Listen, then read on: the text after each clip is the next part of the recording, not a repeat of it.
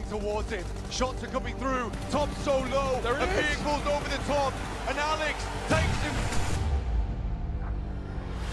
They enter the gladiatorial arena of combat. There are only two words, and those are simply and epic. Suppression. And Dino gets a second. He looks for three. This competition in this arena has been one of the most incredible experiences. A whole year of competitive PUBG Mobile play comes down to this. It's time to find out who can be the one.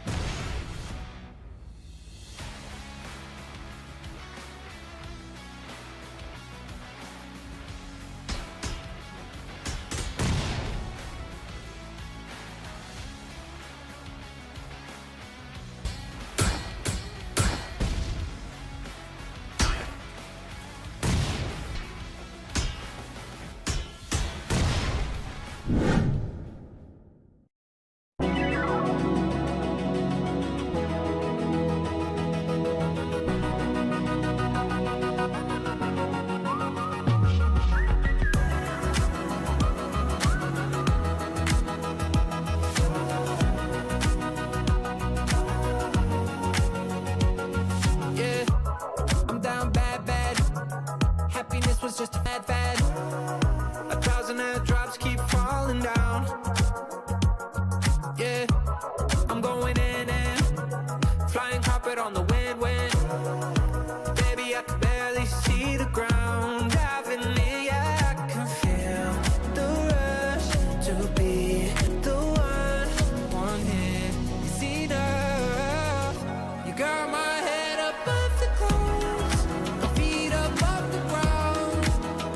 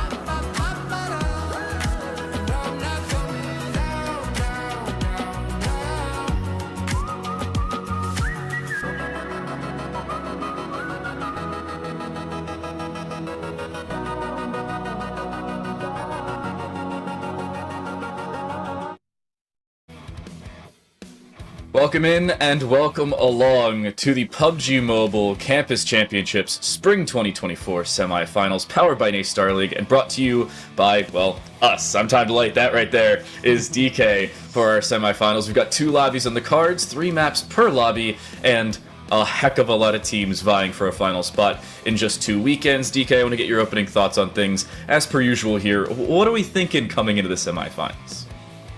Well, TTL, I gotta say, it is absolutely fantastic to be here. Really looking forward to seeing what these teams are going to be bringing in. I mean, the expectation is pretty high. This is Campus Championship, right? Yeah. We've seen in previous seasons that these teams have really brought a lot to the foreground here. They really come out just, hitting the floor, the ground running even. So I think we're going to be in for quite a bit of a day. And as you've already said, there's going to be quite a bit of a lineup coming through as well. Yeah, we have a lot of teams ahead of us. We have 16 teams in our first semifinal, 15 in our second semifinal. We'll get into why it's 15, maybe a little bit down the line. But this is a very fun day of PUBG Mobile. There have been a lot of qualifiers leading us here across the entirety of North America. And I have to say, something that I brought up last semester when you and I worked this one together, there are a lot of Canadian teams in this one compared to the 340 million Americans. There's only about 40 million Canadians, and yet Canadians make up almost half of the listed teams inside of this Campus Championship semifinals.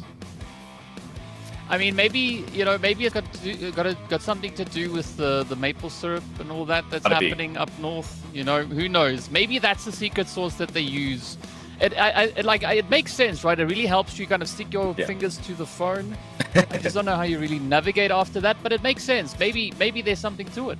Maybe your thumbs just don't get tired. Like, everybody has to flex their thumbs and take them off the phone for a sec. You don't have to do that if they're just stuck there. That's got to be the case. Obviously, some theory crafting we'll get into down the line. We could take a look at our listed teams for this first semi-final. A couple of notable rosters some of you may have heard of outside of PUBG Mobile. Here's Arkansas State University, not Arizona State. It's Bell Valley College, University of Canada West, and Columbia College Vancouver, not Columbia, Missouri, or Chicago, Illinois, Conestoga Condors Academy, Fanshawe Fuel, or Harame Bro, Sting Esports, and -7 from Valencia College. There are a couple rosters in here where you see multiple rosters from the same college as well. Yeah, and I mean, aside from seeing multiple rosters from the same college, we are also going to be looking at a few returning teams that we've seen in previous seasons.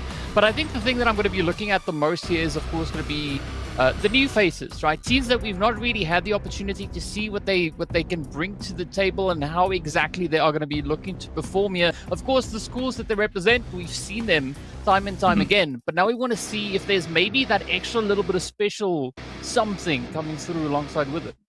That's what we're hoping for. Now, moving on to today's teams and how these teams will be playing. I gotta say, don't forget to follow us around the entirety of the social sphere of PUBG Mobile. Of course, we are live right now on NA Star League and the PUBG Mobile Esports North America YouTube. You can also follow us on X or Twitter at Esports PUBG MNA, alongside Instagram PUBG Mobile NA, and you can join the North American PUBG Mobile Discord. Don't forget to hop in all of these pieces across the PUBG Mobile sphere. You can also see what these teams are playing for in this best of 3 map semifinal, moving into the best of 6 next weekend. No, in 2 weekends from now. This is all scholarship money alongside the UCs across the board.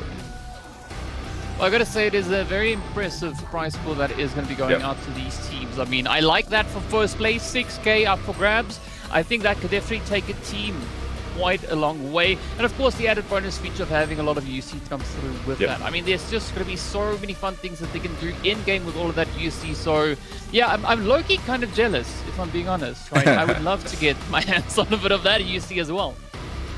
Let's take a look at our maps, figure out where we're headed. I gotta say, this is my favorite map pool in all of PUBG Mobile. Vikendi to start things off, Erangel and Miramar, the 2 stock standard ones. When we get around to Grand Finals, that's when we like to see multiple maps come through. We'll see Vikendi, Erangel, Miramar, and Sandhawk as well. Again, that's in 2 weekends, but today we've got 3 maps per semifinal. It is the same map pool for each semifinal, but this one, starting off with Vikendi. I haven't seen Vikendi in PUBG Mobile all that much because usually it's just Erangel, Miramar, maybe Sandhawk sometimes, or it's just Erangel, Miramar repeated like 9 times over. What are your thoughts on our first map?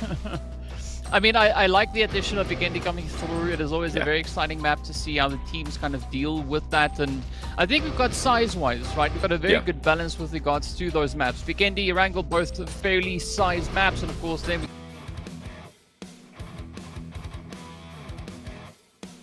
the teams can do with a little bit more of that long-range opportunity.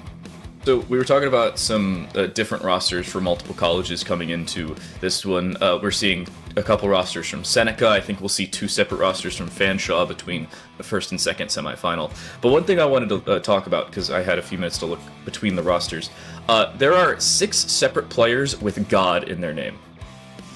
I looked at this, I'm like, that guy, wait, Mr. God? We've got Utopia God from Utopia College. We've got Utopia Godspeed, Gunda God, ASU Tricks God, and Cyber God.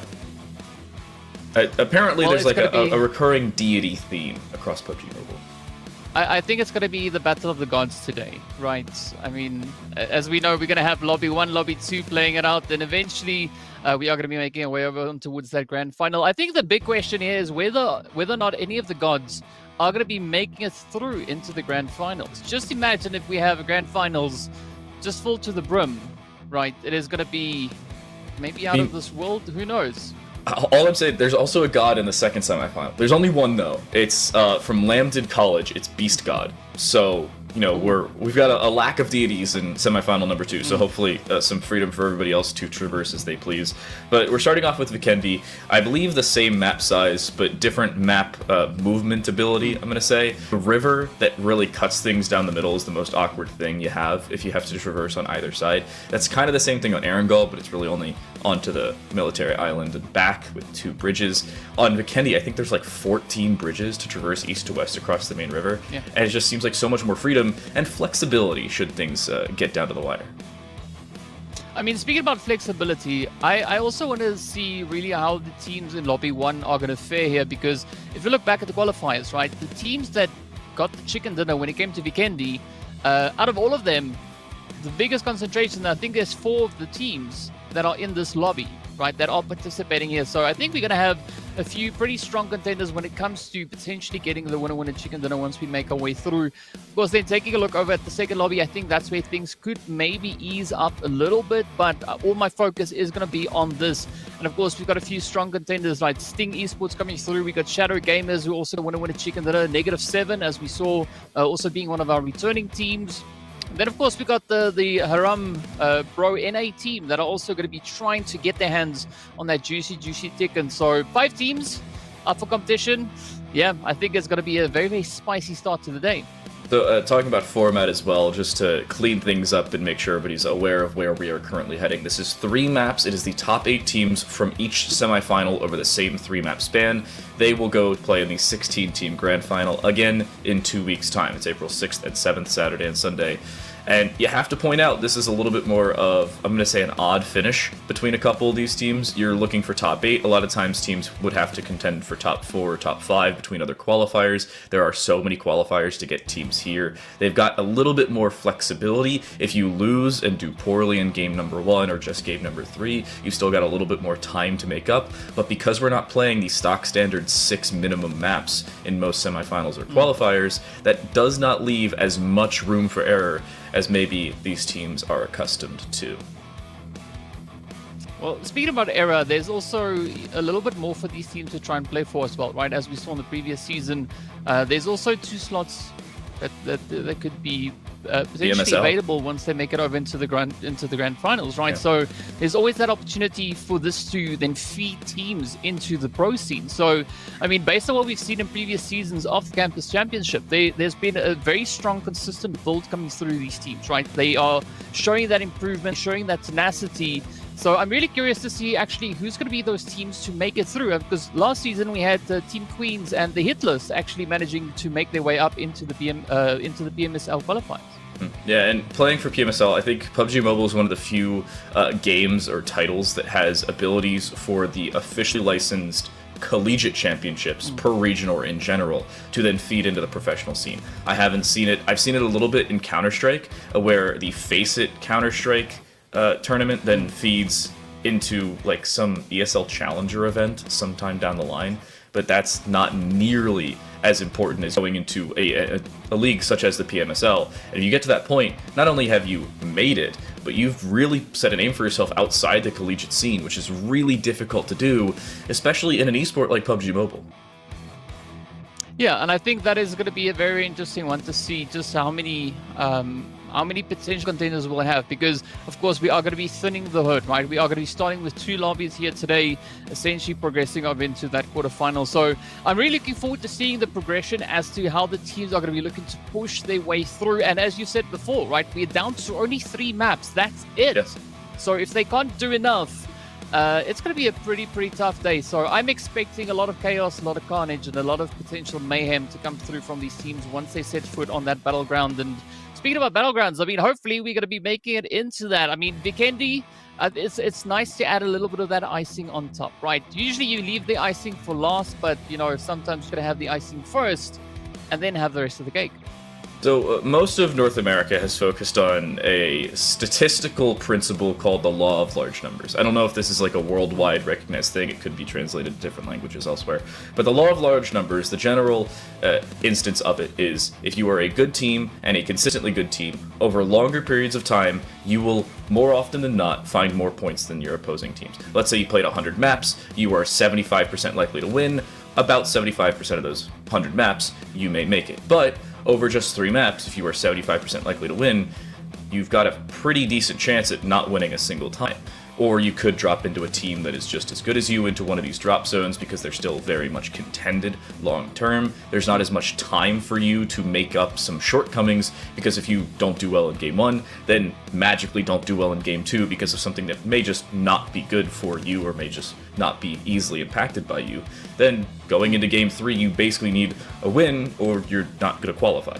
So there's a lot of principles coming through over shorter maps and shorter map spans that don't give teams as much flexibility when push comes to shove, especially later down the line once we reach Miramar.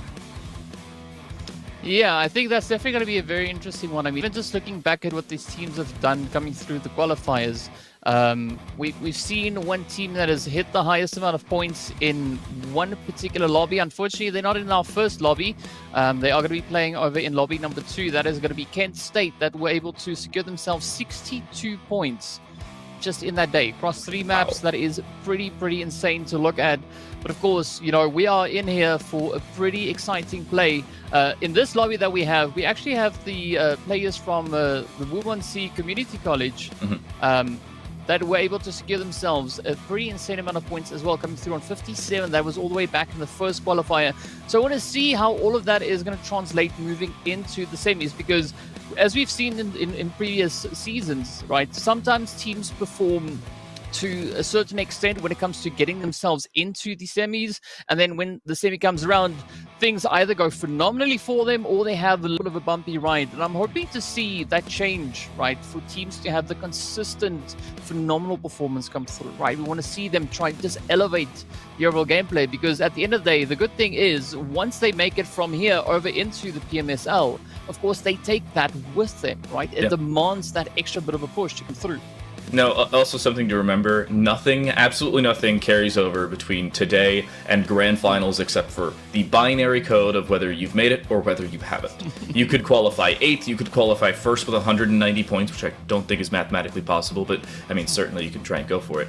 But you do have to remember that you could qualify by the narrowest of margins, pick up 2 winner-winner chicken dinners in grand finals, and be significantly better than the team that finished in first place in all 3 of today's games. So by no means is this a risky part of, seeding will have to play into a part. You don't play against a team that is a higher seed. You play against everybody regardless of whether you qualify first or whether you qualify 8th. So that's still something to keep in mind. Sometimes a team just doesn't get lucky, could get unlucky in general, but as we move into Vikendi, this is a completely different conversation of how these games may very well go. You can see right in front of you where different squads will go. There are 2 different ones named Gunda. You can see at the top Sook and bottom Jas. So remember, there are multiple teams from the same university. Also something to keep in mind for some prefixes.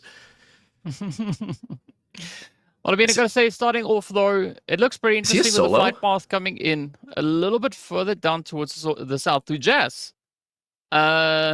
Maybe. I mean, either that or they are just really grouped up like all dropping down in nearly the exact same position. But I gotta say, this is a really good start to the game, right? Decent spread coming through from the teams. Yeah, we do have a little bit of something happening up in towards Dobro Mesto, but that is to be expected, right? It's a hard drop, and of course, the zone is going to take the big swing down to that far southern side. I'm looking at this. I think there are a couple solos. JP47, or SBJP47, doesn't seem like they have any teammates. Oh no, they do. Top left, they've all gone to Dobromesto. SBJP has just avoided the rest of their squad. I don't see anybody else with the prefix Gunda, except for the opposing team at the top of the screen. That's the other squad from Seneca. So, I don't know, something to keep in mind there, should things come into fruition. We'll take a look over at Krika, and the Seneca A roster. This is Seneca Ruby stepping in. We've got God, Wizard, Mr. Hayes, and Flash. This is a roster we saw last semester in the semifinals as well, and one that had some pretty decent success, but needed a little bit of help in the process.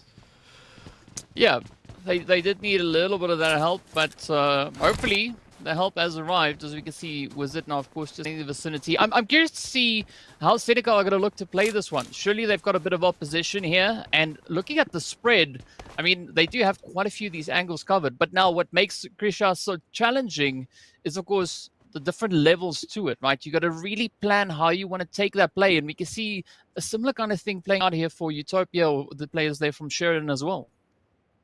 Okay, I'm looking at our roster list.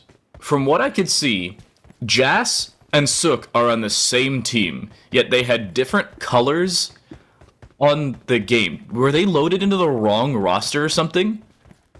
That has to be the case, right? We'll get a check on that in just a second, because that is insanely improbable in a semifinal like this. That's a massive oversight for the team as well, if it is the case, because it just looked like Jas was a solo, and technically they'd then have to leave the game, which is why I think we saw a missing player / roster on the right side of the screen earlier on. Yeah, you can see number 8, just nobody's there. In Canada West, okay, this is a first for me. Welcome to PUBG Mobile. Things are always very exciting. Speaking about exciting, though, we're waiting for a lot of that excitement now to start coming through. We can see still Sheridan taking a very, very cautious approach here. Again, not looking to get all too aggressive. The Rich Warriors just across the way here from them as well, also going to be trying just to find that opportune approach. Now, I'm not quite sure how to pronounce the school that they're from. Sheridan? No, the Rich Warriors. That is a tongue twister just waiting to happen for me. Cocket Lamb. It's not Coquit. Cocket. Okay, Cocket Lamb. It's like a croquet. You pronounce the Q as just a K. Okay. Cocket Lamb. Yeah. Yeah, that one's gonna get me. I can tell you now. That one's gonna get me. But speaking of getting it though, Valencia, they are gonna continue to push them forward, just pushing a little bit further down south from Mesto. But still, right, with that far southern zone, it is gonna be a very, very difficult play for a lot of our teams. I'm expecting quite a bit of carnage, especially to come through as the teams start to filter up into the zone. So, we just got a note from one of our observers. I was trying to see if we could take a look over at Jas. They joined right before the game started, so they did not have time to join the team slot before the observers let everybody know that was going on. And I believe they were just eliminated, so on a technicality, we've still got only 16 teams. But as of right now, I believe it's Canada West is missing one of their players based off of something that could have been entirely avoided. Gunde Esports is down to 3, and we'll say an odd fashion to understate the obvious. It's one of those unfortunate things that just sometimes happens, right? I mean, PUBG to some extent is fastest fingers first, right? You got to get in, got to get in your slot. If they start and you couldn't get there, it's a bit of a oof, but, you know, c'est la vie. Well, however, it's not going to be c'est la vie, it's going to be for Team Fate, right? As Fate has it, they've got their first point on the board. Yeah, and it's the first point from the single elimination of Jas, who is the technical first team to be eliminated, but it really won't matter at the end of the day. NGC loses a player as well, as Chilled Gunners will take a point of their own. Remember, you can down a player, but if opposing teams finish a player, they get the point. It's not the same as if you down a player and then your teammates finish him, you still get the kill because your teammate's just being mean. That's just the case at that point. Manitoba, at this point, trying to avoid most of NGC, who has found a down just the same onto a member of Manitoba. That's Ghost on the floor. Nice shot from about 110 meters or so from across this street and a little bit more. But as of right now, everybody just seems to be trying to keep space. In the earlier stages of most games, that seems to be the case.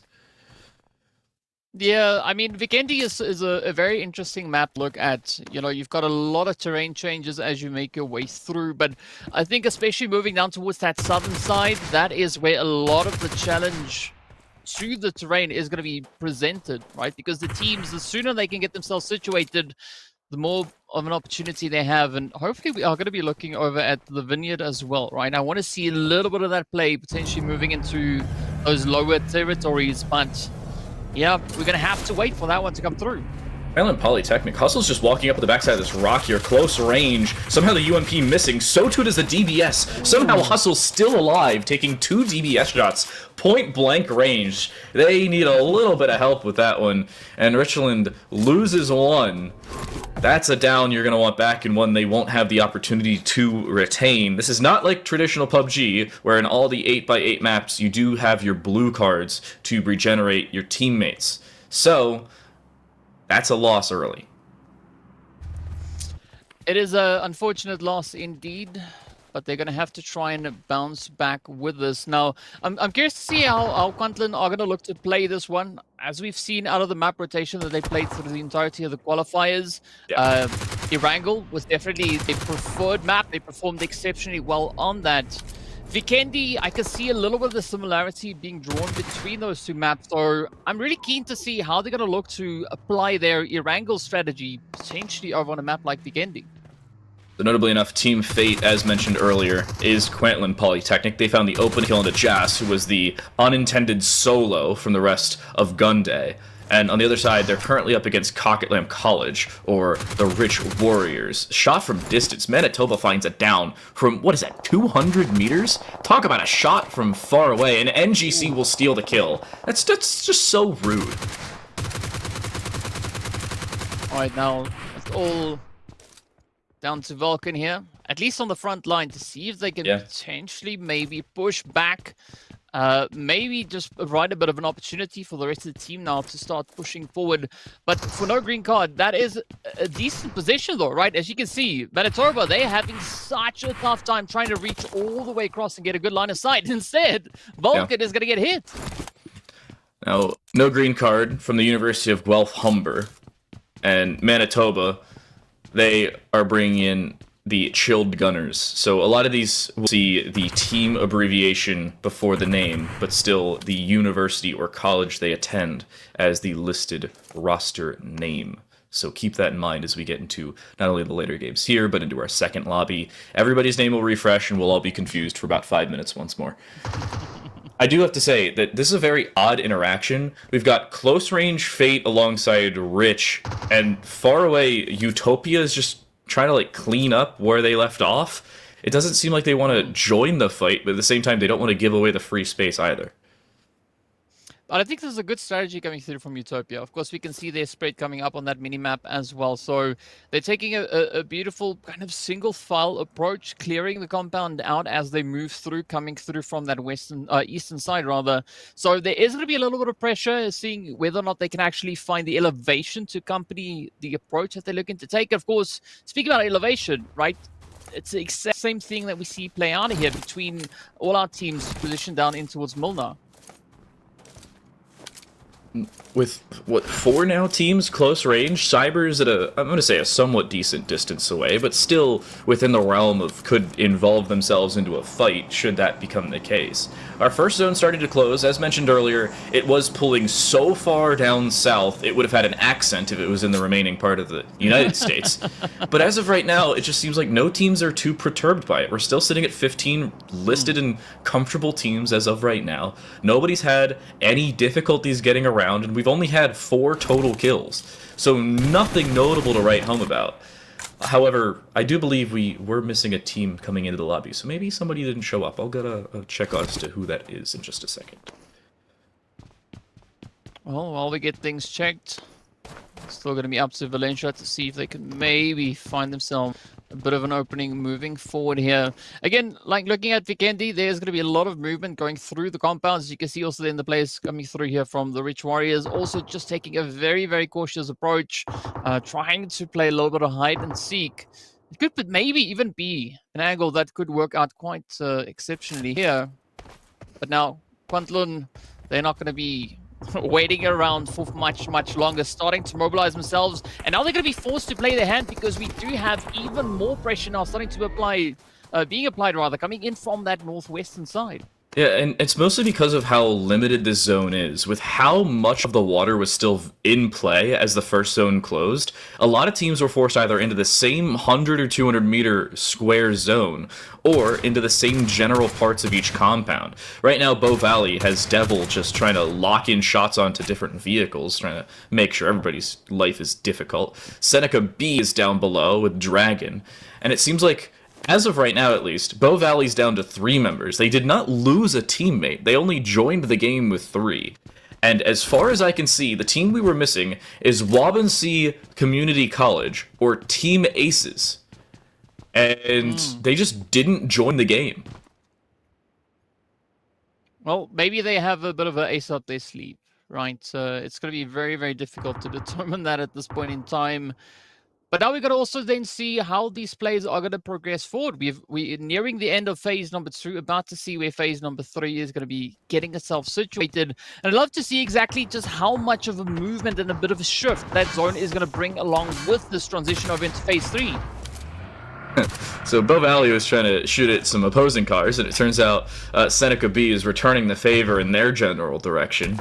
Nobody's life is going to be made easy off the back of this, and finally, Fate and Rich finish off the fight that they were having earlier. At least they start it once more. Rich again loses a member, and it just does not seem like they've had that same flexibility of movement, while Quaitland Polytechnic is just comfortable to play around most of this compound they currently occupy in a 2-2 split. Yeah, but as we know, sometimes you got to try and upset that little bit of comfort as well, especially with the zone that is getting ready to pop. I mean, Shah does have a potential play here. Here's, of course, one of those deities up ahead, representing for the cyber side. So let's see whether or not Shah can get the shot in and bring the deity down to their knees. But still, not a very easy angle to play, but we have a few teams pushing up bit by bit, trying to get themselves situated. So the 2 Sting Esports rosters that you'll see, Seneca Ruby and Sting Esports. Seneca Ruby has this prefix SE, whereas Sting Esports has XO to start off. So if you see the 2 next to each other, that's how you can easily discern between them. We are currently on the Seneca B roster, or Sting Esports, who's actually just picked up a down somewhere. But earlier on, they lost Nexus in that same general process. So they're limited to 3 as well. We've seen a couple rosters down to 3, and we've also seen a couple more kills in recent history. CyberX getting involved, as is Sting Esports themselves. A lot of players starting to have some limited movement ability around this southern side because everybody's so close to one another. There's not as much free movement as you may think otherwise. Yeah, and I mean, the unfortunate part about the zone is if you hesitate to move up, you could pay the ultimate price a little bit later on.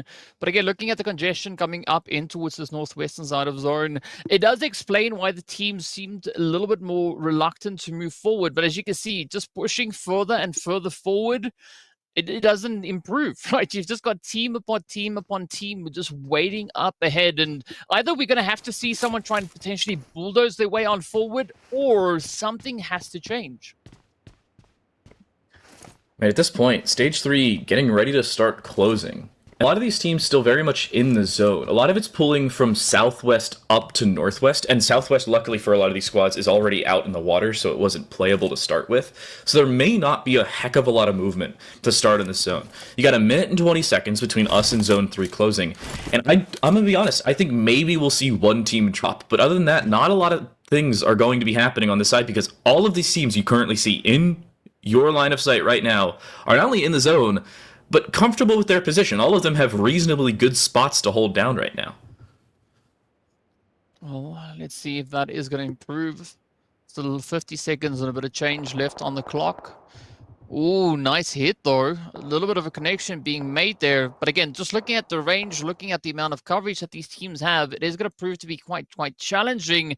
And of course, still there is a bit of a traveling play coming through there from Fanshawe College all the way over on towards that far eastern side. Again, things not going to ease up all too much as they progress past the edge. They're very close to Winery.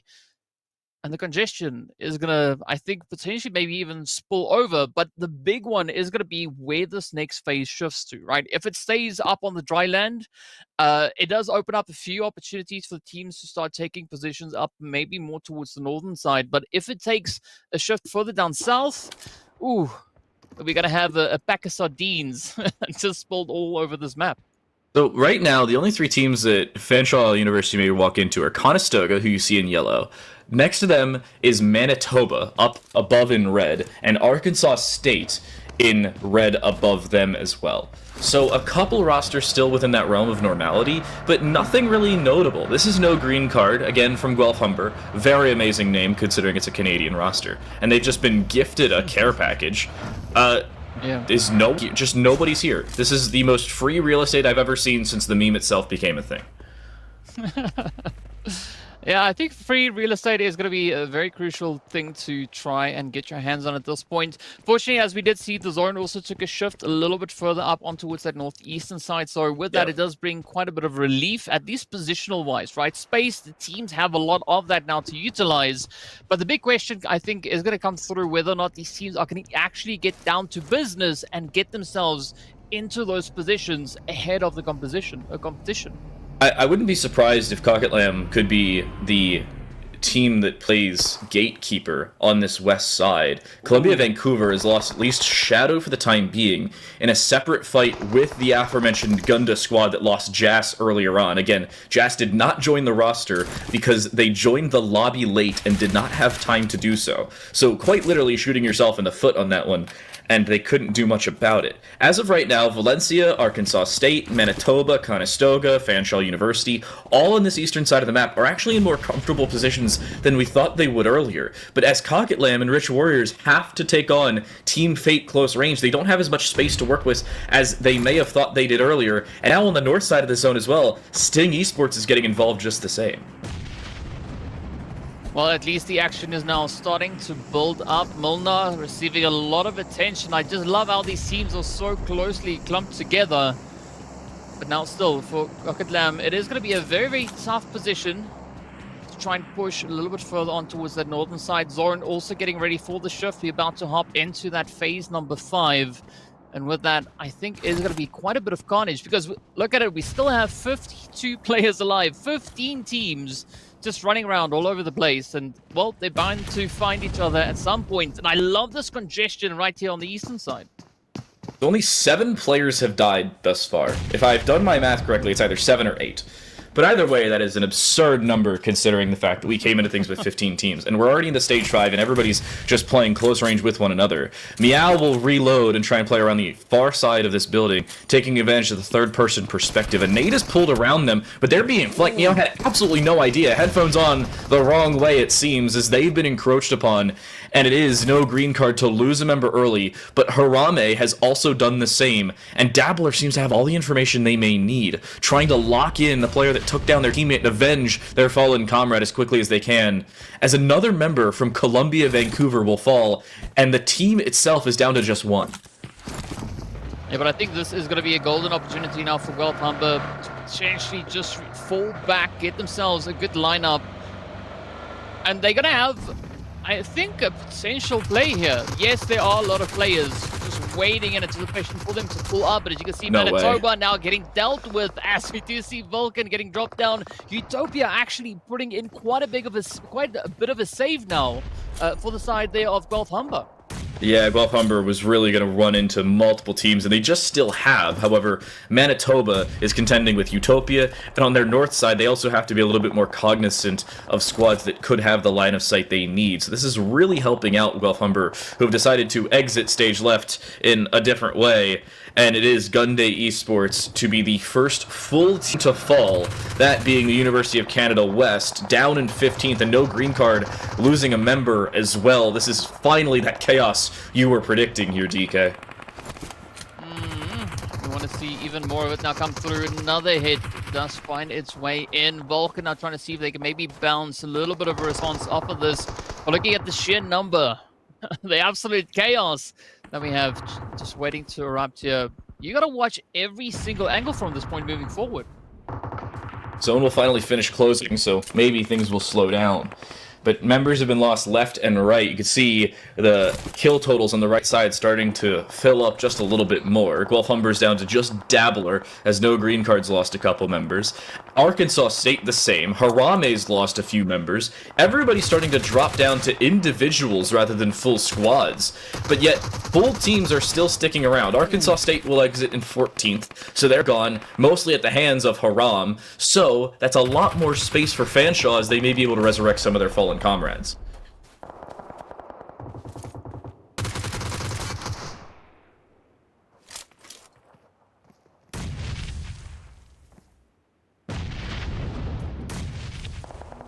At this point, let's see.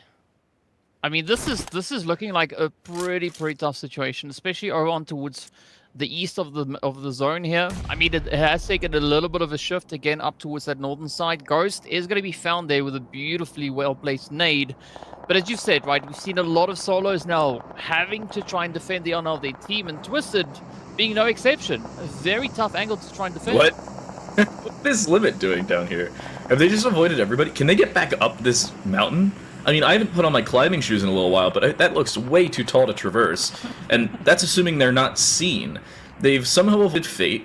Rich Warriors, Conestoga just entered into the zone. You can see this on the south side of the map. Watch that rotation. It seems like they're going to be able to get up that mountain. There's just no way.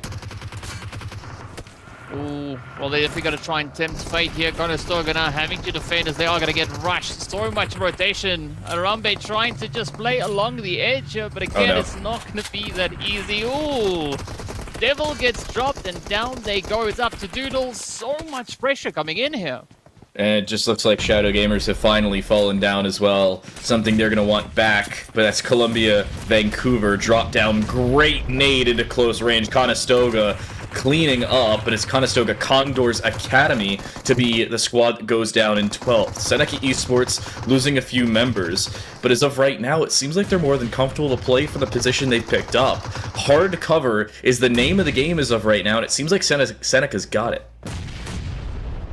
Well, they might have it, but are they going to be able to keep it though? As you do see Wizard just trying to alleviate a little bit of pressure. Spots out cheap. Are we going to see the hit follow through? Beautiful spray up into the smoke.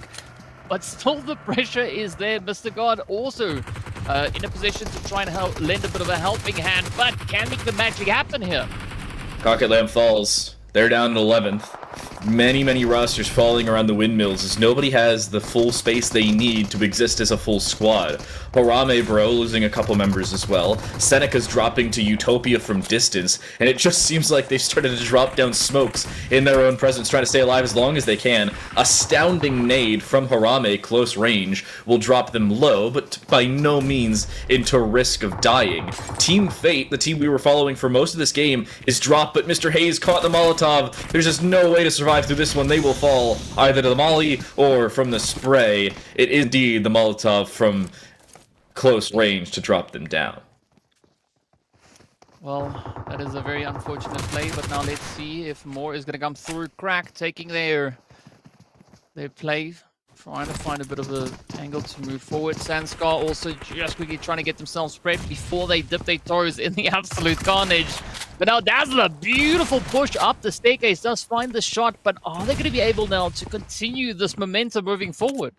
It seems like they're comfortable for the time being. They're at the top of the stairs. Devil's down below, but it doesn't seem like they're going to be all that perturbed about it. -7's in the same building, which it doesn't seem like they're aware of it. Devil's just prone, but they're shot from behind. They had no idea that -7 was in that same general realm. So they're down to 1 on the cyber side. Still very much in the game, but it's an average of 2 players per team with 8 teams remaining. And that average isn't fully applicable to everybody. Look right now at -7. They've taken, what, 3 fights, maybe? They've got 1 kill only, and they have all 4 members still alive. Well, as we push further and further into this, it does become quite a bit of a numbers game. Let's see whether or not Dazzler is going to be able to defend the play now. The rush is going to come knocking on the door. Oh, beautiful cleanup coming through from Valencia as they also start to try and cover a bit of ground. Still has the full team, as we did see 47 getting knocked on down complex, trying to cook it up. Oh, but a quick molly defense does stop them from the staircase play. Shield Gunner's down. That's Manitoba. Harame, bro, that's Fanshawe as well, down. We're down to final 6. Still an average of about 2 players per team. Again, the outliers being, as of right now, Seneca, as you're down to just 1 for Sting Esports, and you're prone in the middle. No green card will fall, so too will CyberX. This is being a very limited final zone, but it seems like a lot of these teams still have very reasonable opportunities. The 2 notable ones, as of right now, are -7 and AGS, as we're down to the final 3. Well, I gotta say though, things looking pretty good here for Utopia. Sheridan sitting on 8 eliminations to their name. Still 1 player left, so Godspeed to them. Whether or not they'll be able to lock in that winner chicken dinner is yet to be seen. But again, looking at the spread that we have up towards the northern side, that is exactly the kind of approach that you want to try and have your go at, right? You can see Frenchie and the rest of the team now slowly starting to push up as Valencia is essentially trying to claim the zone as they are. It just seems like most of this is going to go their way. They have the entire northern part of the zone locked in. Angry Springs from Yorkville University down to just 2. And again, Utopia from Sheridan down to 1 on the far south side. They are not currently in the zone, and they may be seen as they try and prone their way in, but it's Utopia Godspeed with a shot through the window to find the down on a Nemesis. And that kill, that's more than a sound cue. Specs is lucky to be alive as they jump in, but Pex is basically isolated. Godspeed has the line of sight they need if they can find a nade, which they don't currently possess. -7 may just go for the kill, and this is all perfect for Godspeed, who by no means wants to take a second fight. They've been the catalyst to the other 2 teams fighting, but as of right now, it's Frenchie to find the line of sight from the far southwest side of the zone. They will find the angle they need and the kill thereafter. It just seems like -7 has locked into the perfect extent of the definition of the word, and they'll find yet another down on a Nemesis. They won't survive, nor too will the rest of Yorkville University. Angry Springs will exit in second, and it's a winner-winner chicken dinner for -7. Well, you got to give it up though. Valencia showing a lot of aggression, pushing forward into that one. But like in all honesty, right, the absolute bamboozlement of aggression that we had leading into these last few phases, right? No surprise really to see the teams performing like that. We were kind of expecting that based on it being the Vikendi map. But I think the teams took it a little bit further than what we were hoping to expect, right? It was a pretty brutal fight to get that winner chicken dinner under the belt. And yeah, sometimes the number game, it just leans your way, right? Coming through with 3 players, especially moving into the last phase, that is exactly the thing you need to try and take it all the way. Hey, it's different principles played by different teams. Some squads are taking very early fights. -7, on the other hand, just did not want to be involved in any of them. We saw them take their first...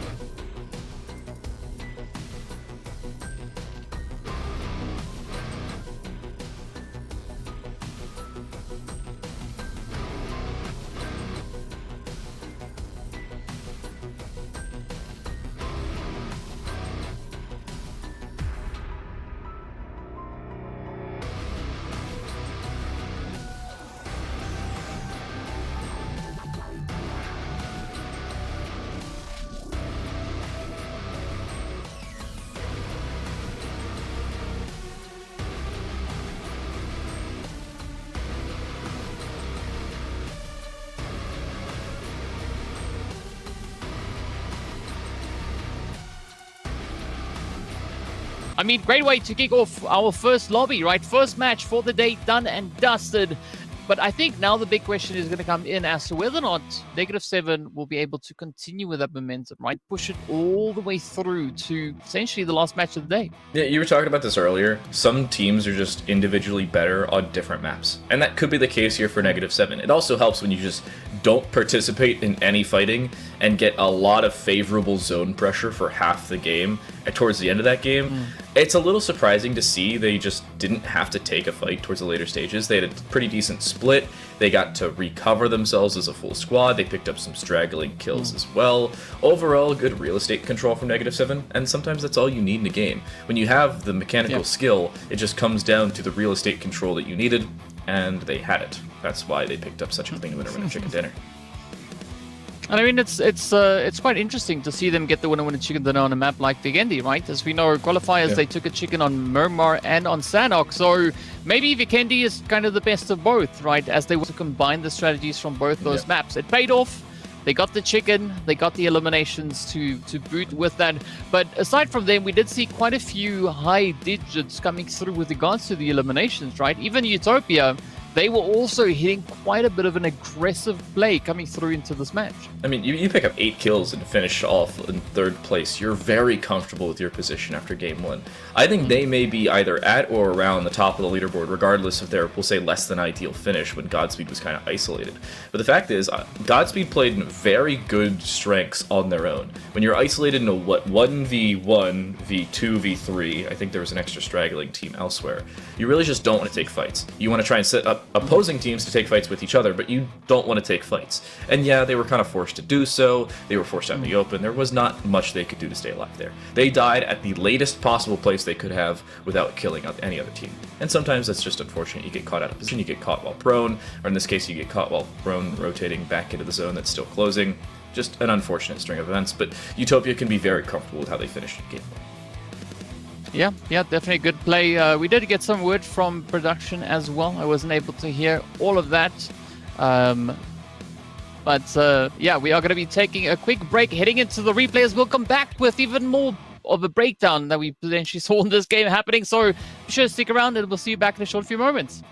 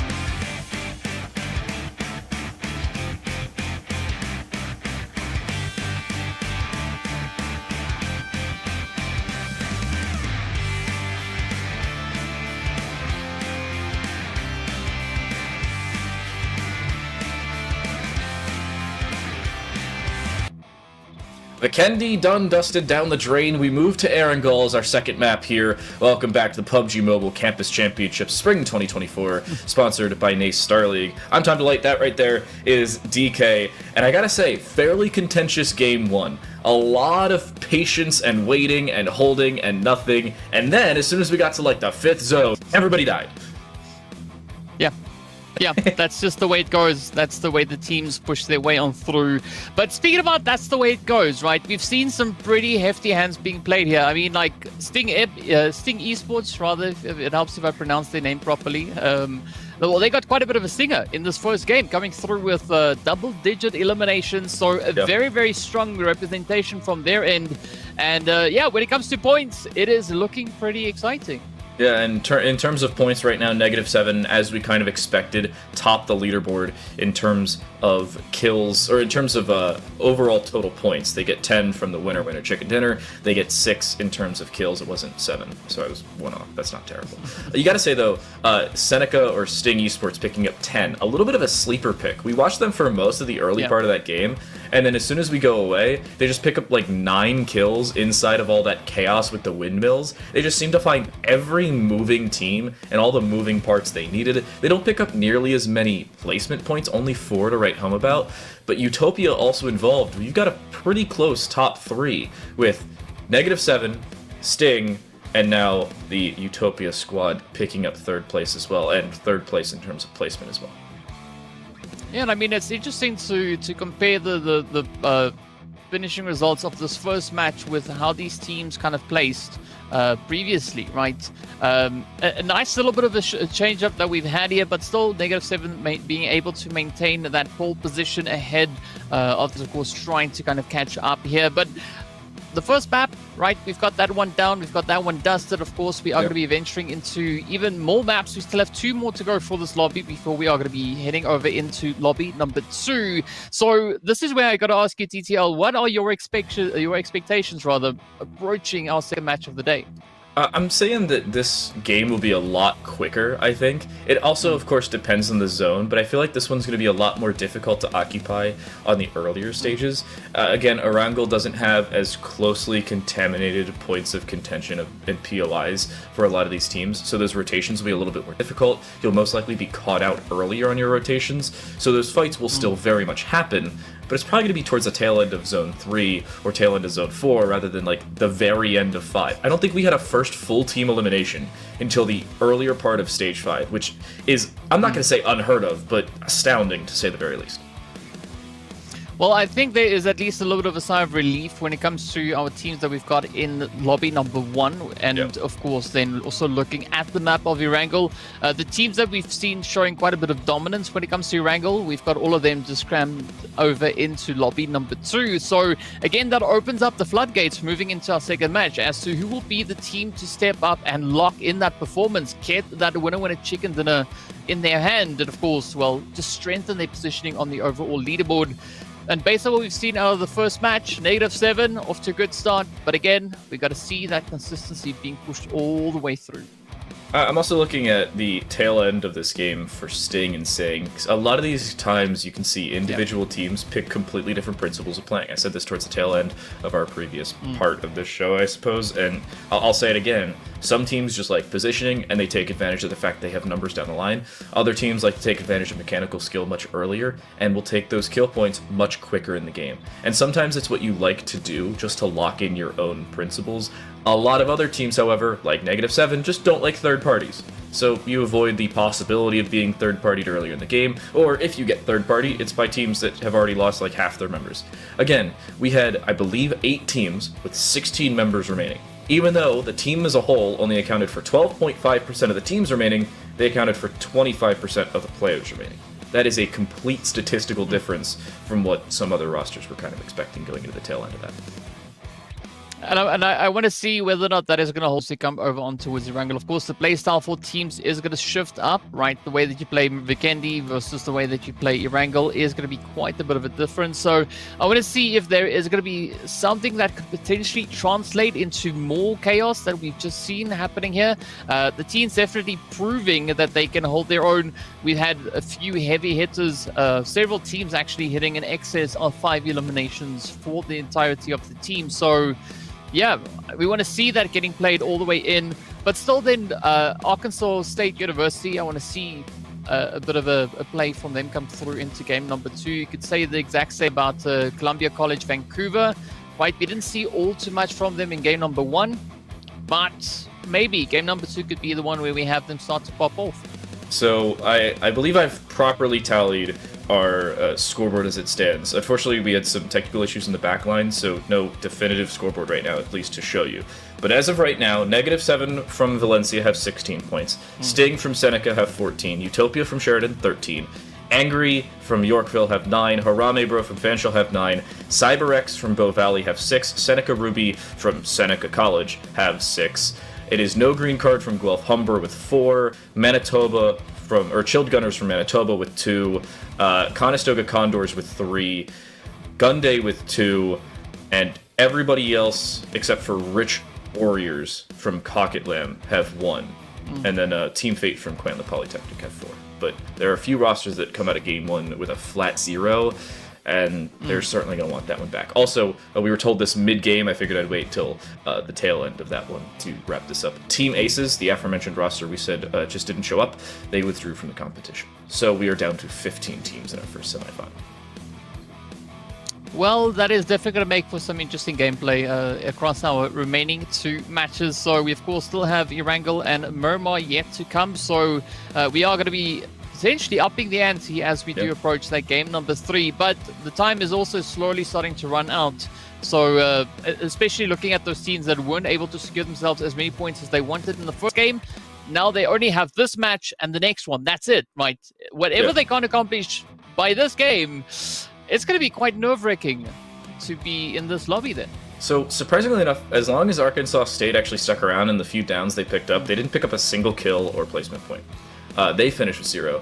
And it's also Shadow Gamers from Columbia College Vancouver who finish with a flat 0 on the board as well.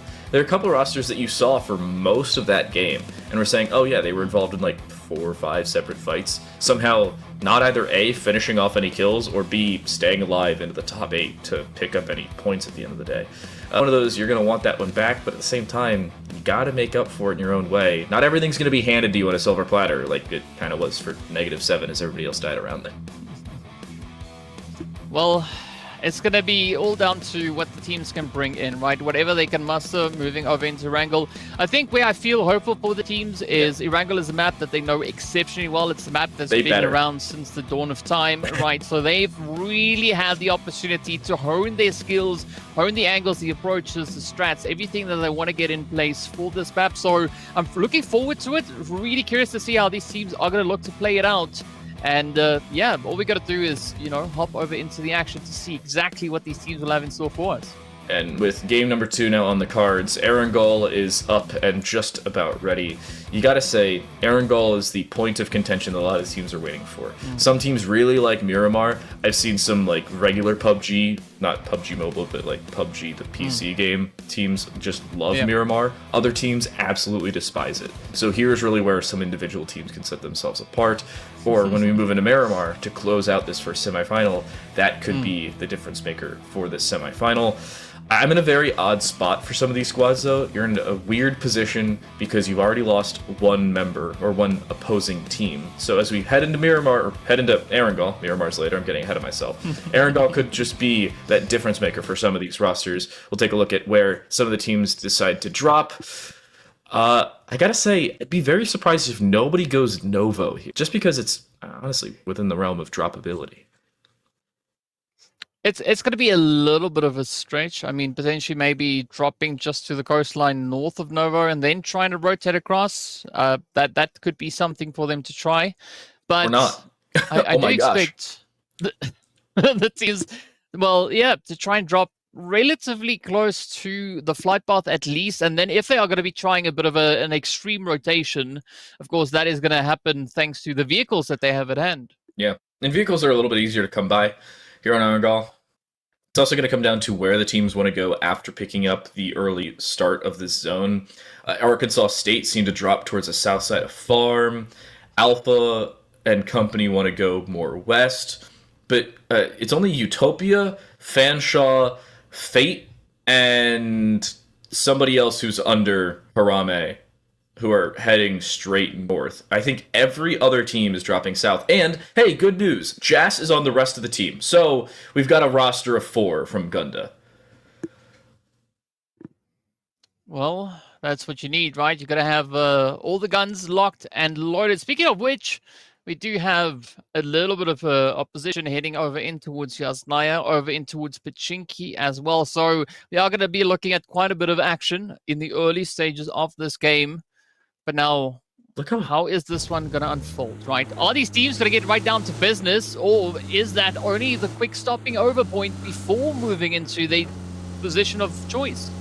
So Utopia went to Lipovka. I thought it was Fanshawe to go into Yasnaya. They decided apparently better of it. -7, from what we saw, dropped in 3 or 4 completely separate positions as the rest of the squad. This is the Georgia Pole Crates and company with Seneca, Maine, and Gunday from Canada West. Both teams pretty grouped up fairly well. The problem is, for Gunday, they have no control of any of the warehouses. And that warehouse control can be the difference maker on a position like Georgia Pole Crates. I think that is going to be the kicker. Definitely you want to try and see if you can control those warehouses, because it will allow you to get a better angle over in towards the containers. But again, though, the containers, not a bad spot to be in, though, right? A lot of mobility that you can actually squeeze out of that. And of course, speaking about mobility, it is going to be Seneca B also just trying to get themselves a share of that loot while still having to contest with a few points of maybe annoyance on towards that western side. So this is weird. So Fanshawe has dropped south of Lipovka, if I've got my geography correct, and they're just trying to contend from distance, it seems. That, or they just like this odd compound that seemingly nobody has ever played, ever. Okay, they've got Angry Esports north of them. That's the roster that finished second in our previous game. There are a couple teams that are in very close contention for a lot of points, all within fairly close realms of one another. And Gunday has realized that Seneca's near them, and they just don't want to take the fight. Seneca gave up a lot of space in the earlier stages of what could have been this fight. It just doesn't seem like they want to play for it, which, honestly, can't really blame them for it.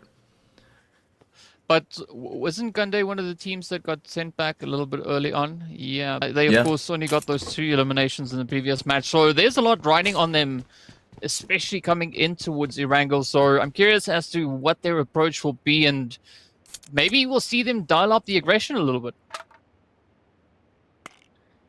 So the other Seneca roster, on the south side of Georgia Pole Apartments, this is the north side of the Georgia Pole Bay, and I'm saying there are a couple rosters that are just very split.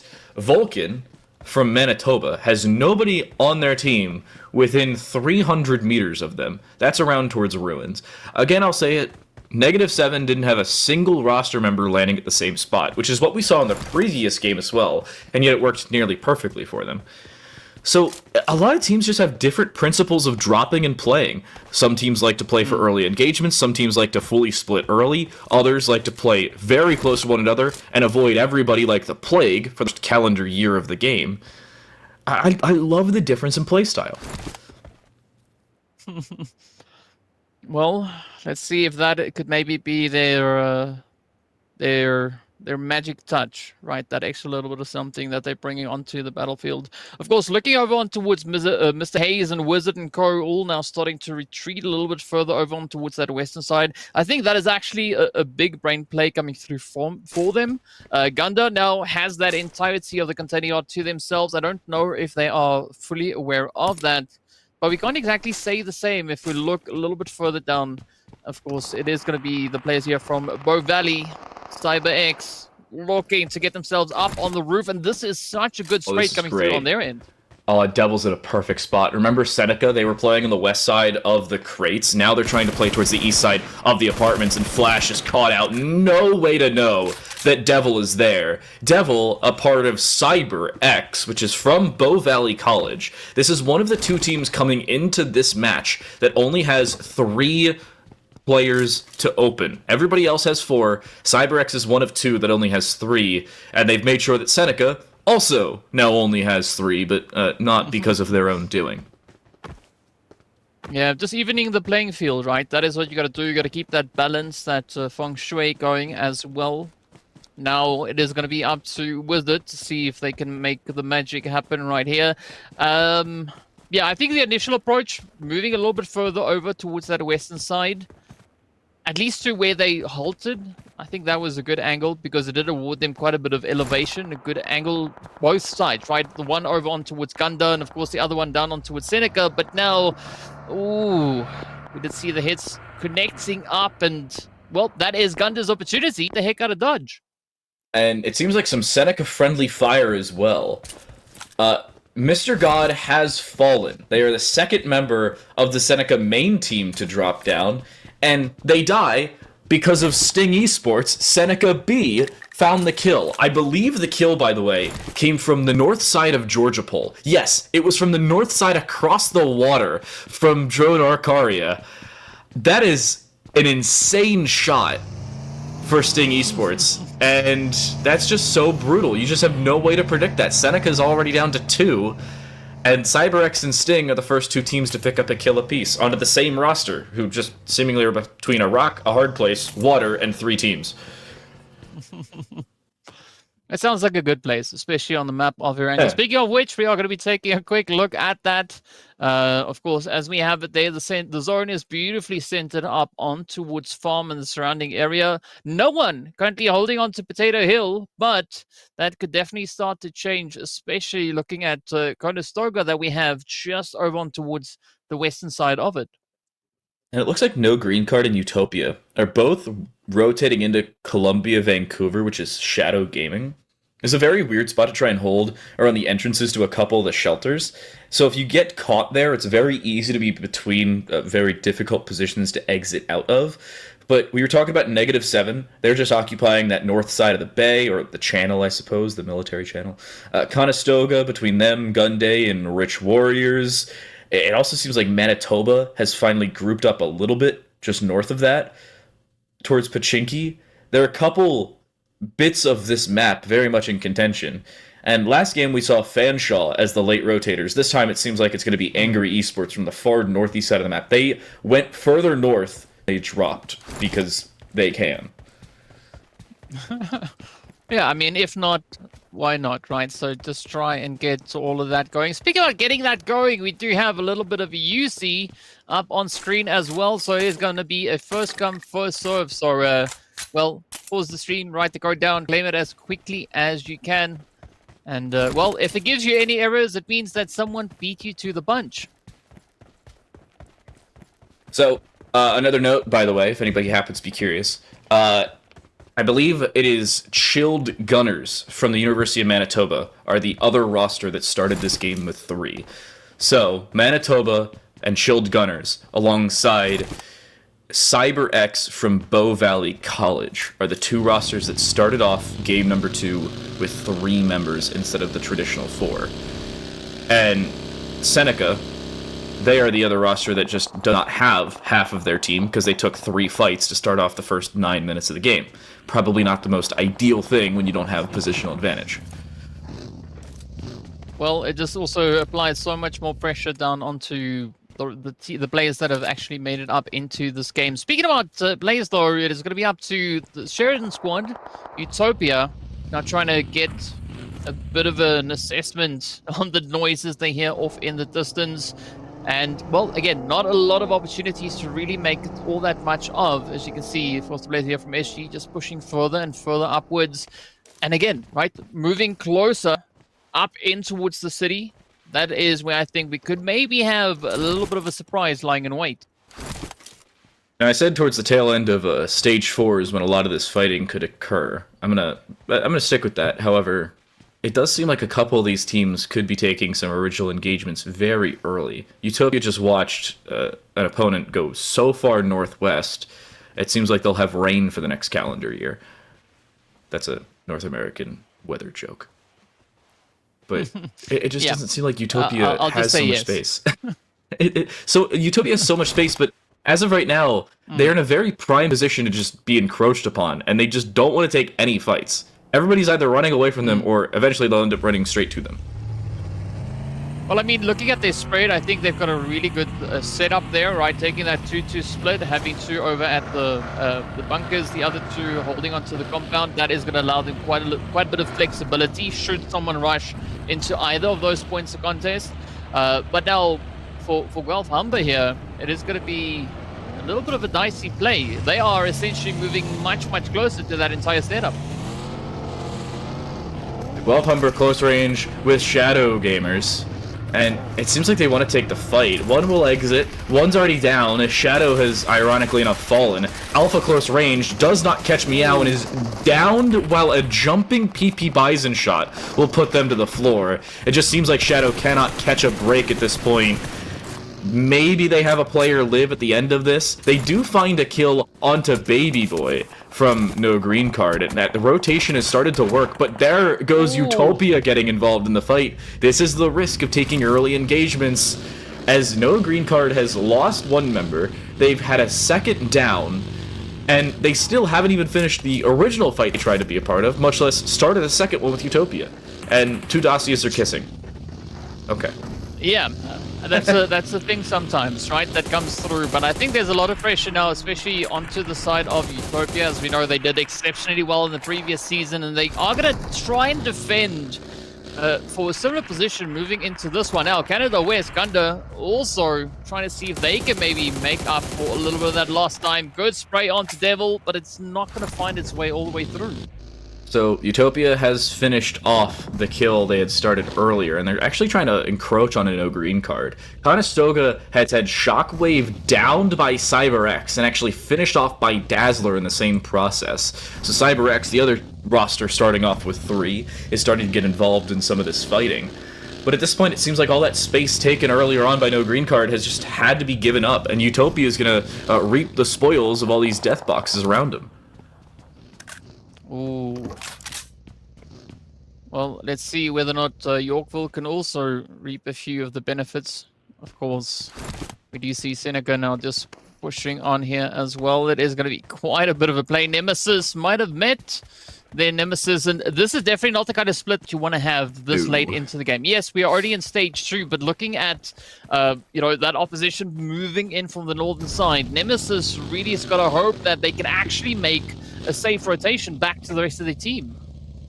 Seems like they'll be able to. A No Green Card has found a safe haven, I think in a small shack, just to try and hide for a few minutes, which I don't really blame them. Utopia was going hunting for that. Quantley Polytechnic has actually found one of the members on the backside of a tree. They didn't even find a shack to stay safe. And it seems like they've actually avoided the rest of their team.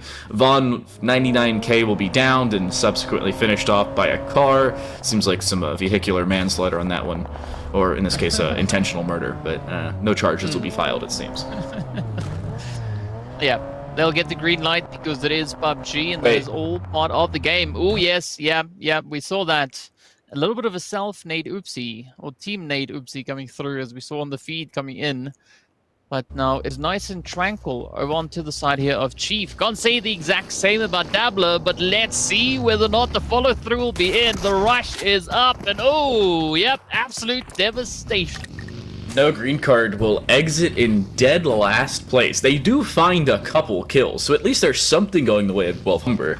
But their total points will only go up to 7 overall through 2 games, which by no means is within the realm of safety towards the end of Game 3. They will still have to be a participating factor in Miramar, should they want some success. Earlier on, by the way, when I went, oh my goodness, Nemesis, you were talking and said had to find a rotation safely. They did not. Sting Esports cut them off and then naded their teammate. They have since been recovered. However, still a notable factor of that one. -7, finally getting involved in an early fight before the end of Stage 4. Seems like them and Angry from our previous game, second place finishers, will become an earlier impact on one another. Spinks seems like they'll get away, or Pex, sorry, seems like they'll be able to get away, and everybody survives the opening engagement. So far, so good, but I don't think so far so good is going to be what we'll have to settle for. We want to see Vulcan and the rest of the crew now feeling that heat, getting dialed up. Valencia, I like the approach here from them, right? -7. They were so active in game number 1. Game number 2, it's a slight bit of a turnaround, right? We are almost all the way up into stage number 3. They've not yet found themselves a single elimination, but there's still a lot of room, and I'm curious to see how these teams are going to be looking to push through these coming few phases. Also wondering how they want to play the position on the top side of this hill, because there's not a lot of hard cover for them to work with. They've got some vehicles if they want to get away while they can, but this is a very odd position to hold, and for a team to be comfortable holding. That confidence alone is what scares me as somebody watching from the outside in. Angry Esports, by the way, they are down to 3 as mentioned earlier. Nemesis could not rotate back safely, so they'll have limitations early on. Utopia again getting involved here, and it seems like a 4-car garage has been established.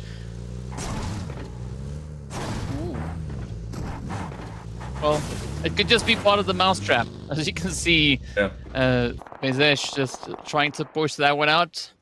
There's going to be Devil also just waiting on the far side here. Nice, beautiful setup that they got up in towards farm.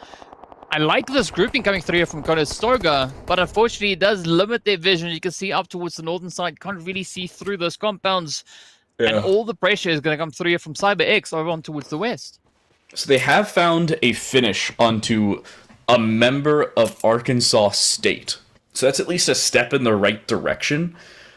But the one odd position for them is they're already down to 3. CyberX is holding them, so they don't have all that much rotation ability on the east side of farm. And by no means do they have all the safe places they think they may otherwise. Utopia and -7 on the top side of this hill, arguably a mountain. But neither team seems to be comfortable in their position. Both of them a little bit too tentative on that rotation. And now on the south side of the piers, Gunday and Arkansas State, who thought they were avoiding a completely different fight, are now getting involved into a different one. They have no idea.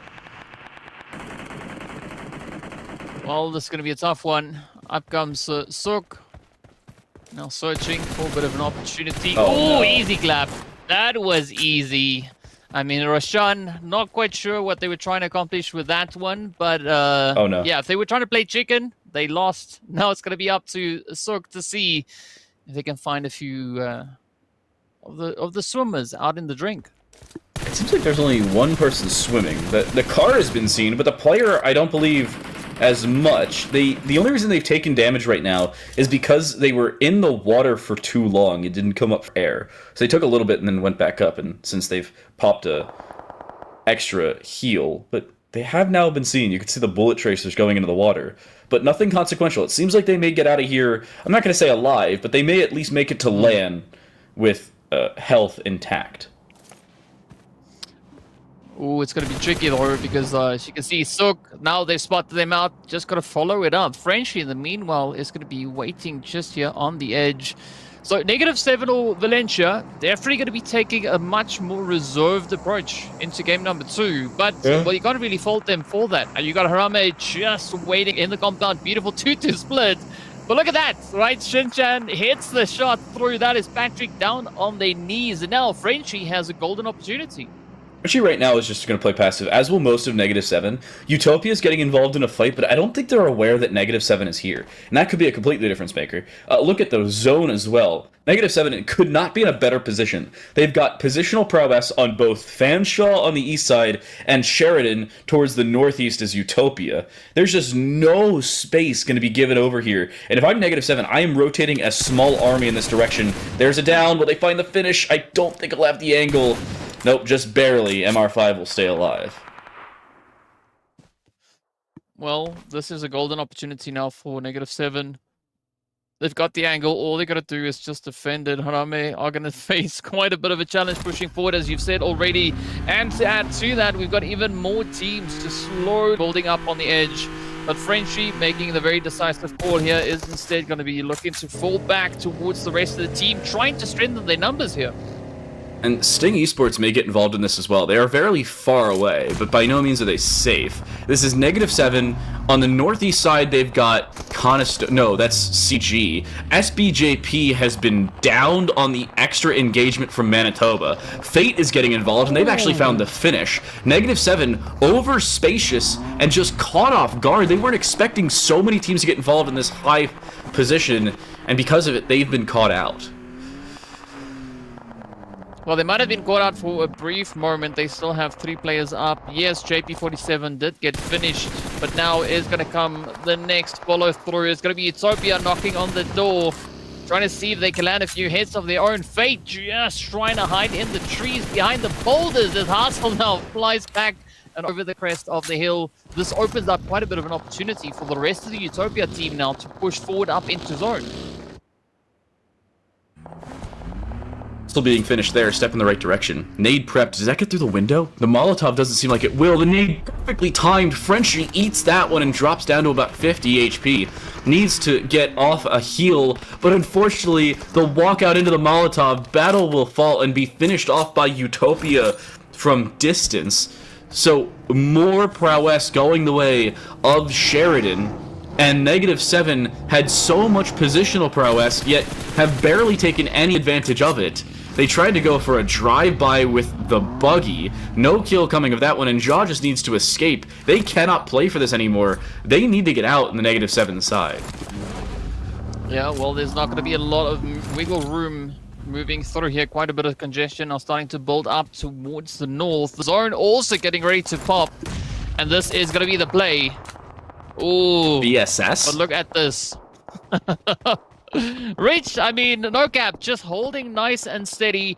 VSS, I think this is one of the more fun weapons to use in this game, right? I mean, it's not so much fun when you're getting hit with it, but it's definitely fun to hit other people with it. So let's see how that one pans out for them. Also really nice when you want to keep your anonymity. You don't want anybody to know where you're coming from. Seneca Ruby dropped. Arkansas State will join the party in terms of scoring. They are the last team to score points here in our semifinals. And Fanshaw, their rotation, close range, -7. One player gets down, the second one rotating through, though, and Sanskar cannot stay alive. The rotation should be safe right now for -7, and everybody will get into this shack safely somehow. I don't know how both of them did not die there. Yeah, that is going to be the big question to get answered. In the meanwhile, there's going to be Sirens now signing off for the edge. Does find a beautiful connection over onto the side here of Vulcans. But still, Sheridan, they've got quite a bit of ground to cover, right? There's no clear, easy rotation moving on forward. As you can see, they're going to have to venture into the realm of -7. Ghost keeping some cars for hard cover. Problem is, you could very much be naded from here, one being prepped, a second one nearly directly on top of them. Who is better with the airstrikes? That's the real question. It's Sting Esports or Manitoba. Arkansas State dropped down in 12th. They will pick up 1 point and 1 point alone through 2 full games. By no means a comfortable position for them to be in. Harame trying to line up on a -7 for a second time in this game. Crack, by the way, has been picked up from their DBNO state as seen earlier. But by no means is Harame safe here. This is an odd position for them to be in just the same. It is a very, very interesting one. Of course, they will receive quite a bit of contention for that. Crack now getting lit on fire as the flames continue to boil on down. No way. It does get the better of them, and this is now where things could really start to turn around. Sting Esports, they will get shipped on back to the lobby. Vulcan, the rest of Manitoba, yeah, trying to find the options, but there's not a lot to work with. Nope, Manitoba will fall down as Chilled Gunners will drop in 10th place. Nice shots, actually, from -7, no less, to drop a couple kills on them from distance. And we've seen another split here for -7. Frenchie's just sitting inside of a smoke, inside of a car, and just not taking any fights in the dead center of the zone, by the way, which is not a bad position, but as soon as that car starts to lose HP, you're very much at risk of getting blown up. Yeah, that is one of the unfortunate things about vehicles in this game. Of course, I love it when the vehicles goes boom. It's always so exciting to see. But as things now seems like they've quieted down, that is all but an illusion because, as you can see, there is quite a bit happening out on the battlefield. Ooh, now especially up towards the north, right? Yorkville trying to find a bit of a foothold, but it is going to be a very, very challenging one. CyberX, they will fall courtesy of, I believe, Utopia, who's also found a down onto a member of -7. I was talking about being at risk when you're in the center of a zone. Just don't do it. There's an obvious reason for it. Utopia, again, racking up kills early in this game. -7, however, has done something similar. The problem is they're down to 2 players, while Sheridan still has all 4. It seems like our top 3 from our previous game could very well repeat that accolade in game number 2. M416, or M16A4, sorry, brought out here for Kartik. They find a down onto Conestoga Devil, and Shinkan will find a follow-up onto the rest of Conestoga. Everybody falls from the Condors Academy squad, and they'll drop down in 7th. Yeah, get out of the west. That is a very, very tough rotation The drive. try and pull off, You gotta especially drive. looking at the speed of the blue. Oh, No way. I mean, they just serving themselves up on a beautiful silver platter. Yep, They there all we died. go. It is done and dusted. What? Utopia, though, on the other hand, already sitting on 11 eliminations. Yeah, because they just found like 2 or 3 kills on the rest of Gunday, who had 4 members all trying to rotate in, and for some reason not a single one gets in safely. Chef is going for a dive bomb onto -7, and close range, it's going to work. They'll find kills onto both members, and -7 will fall down in 4th place. At the same time, Gunday goes down in 5th, and we're down to the final 2. It's Utopia with all 4 of their members alive. Chief is the only one that will have to be resurrected, whereas Angry Esports, the second place team from last game, is in a similar boat here, but this time, no, it's actually Rich Warriors. Wait a second, where'd they come from? Well, that is a good question, right? I mean, well, the obvious answer would be they came in, with the aeroplane in the beginning, but that is not what we want to know now. It does seem like Sheridan, they do possess quite a bit of a controlling position here, as they do find no gap, and it's down to 2 remaining players standing between them and that winner chicken dinner. Sirens, I can see if they can find Tarkan here on the edge of the vehicle. The buggy is there, and that is it. Beautiful play coming through from Sheridan. Yeah, it's just nearly picture perfect from Sheridan. That's somewhere around 15 kills in game number 2. Winner chicken dinner as well. Minimum of 20, 25 points or so coming out of the second game. They already had 14 after game number, or 13 after game number 1. They are, I cannot understate this enough, a lock to make grand finals. They could not play in game 3 and still probably like place 3rd. This is an astounding second game from Sheridan. It seemed like they understood where their shortcomings came from in game number 1. They didn't play together as much towards the later stages of that first game, and they got caught out in doing so. So instead, this time they basically stack up as a full squad, take on every fight because they can, and then they win them because they're just that much better.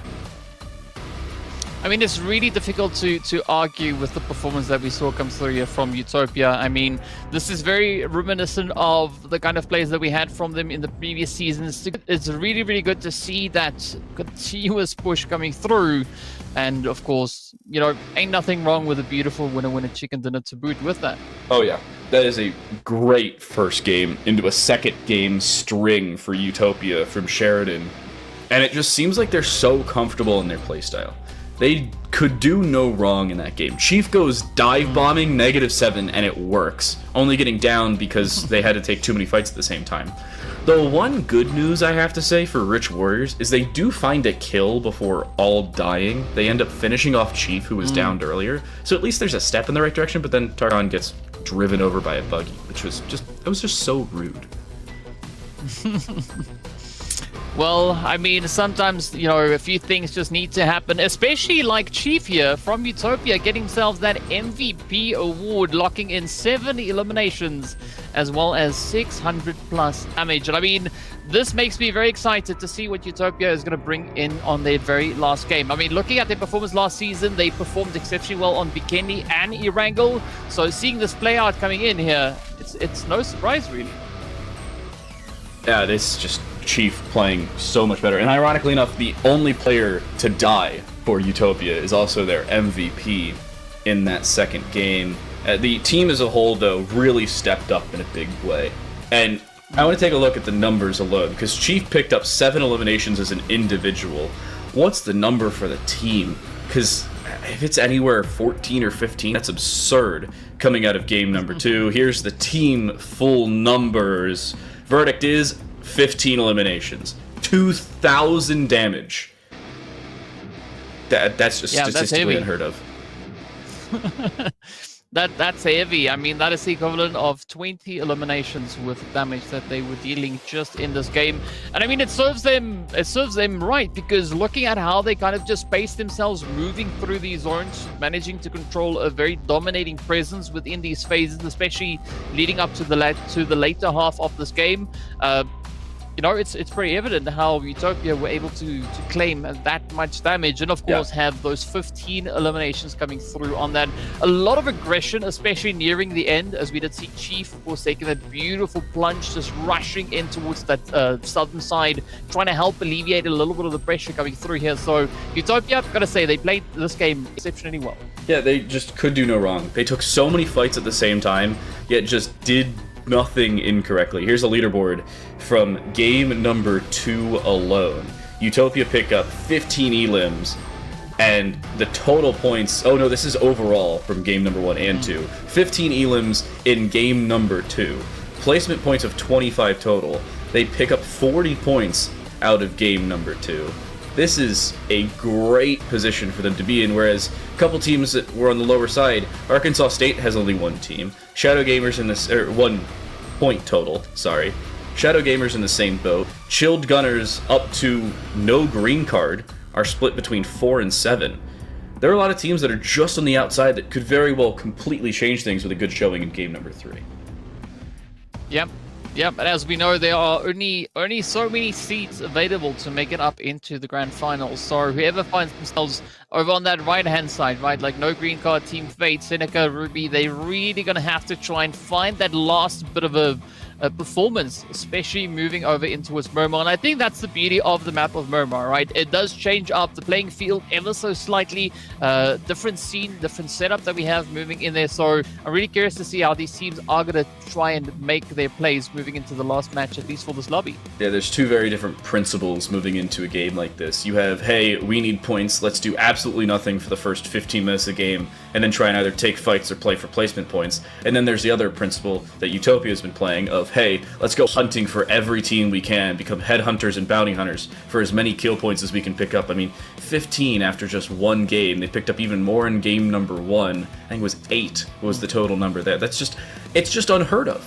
That's just an insane number for them to pick up, and they're stringing so many games together that just everything seems to go Utopia's way. They are confirmed. It is statistically impossible for them to get out as high as they are already. But a couple other teams on the lower side of things in the top 8, not so much. It's going to be tough, but that is all, part of the fun, and that's all part of the process for the teams being here. As we know, only the toughest teams can make it through into those finals. It's a very deserving place to be in. So I'm really curious to see what the last match is going to bring and how these teams are going to be looking to shake it up, because as we've said, right, there's only so many slots available, and it's all going to come down to the wire for the top 8 teams then to make it in. Right now, the number is 9. On average, by the end of this game, it'll be 14 or 15. That should be the cutoff to make it into the top 8. We'll see what that number is and how some of those teams on the lower side of the top 8 can fare when we come back with Miramar, the last map of our first semifinal.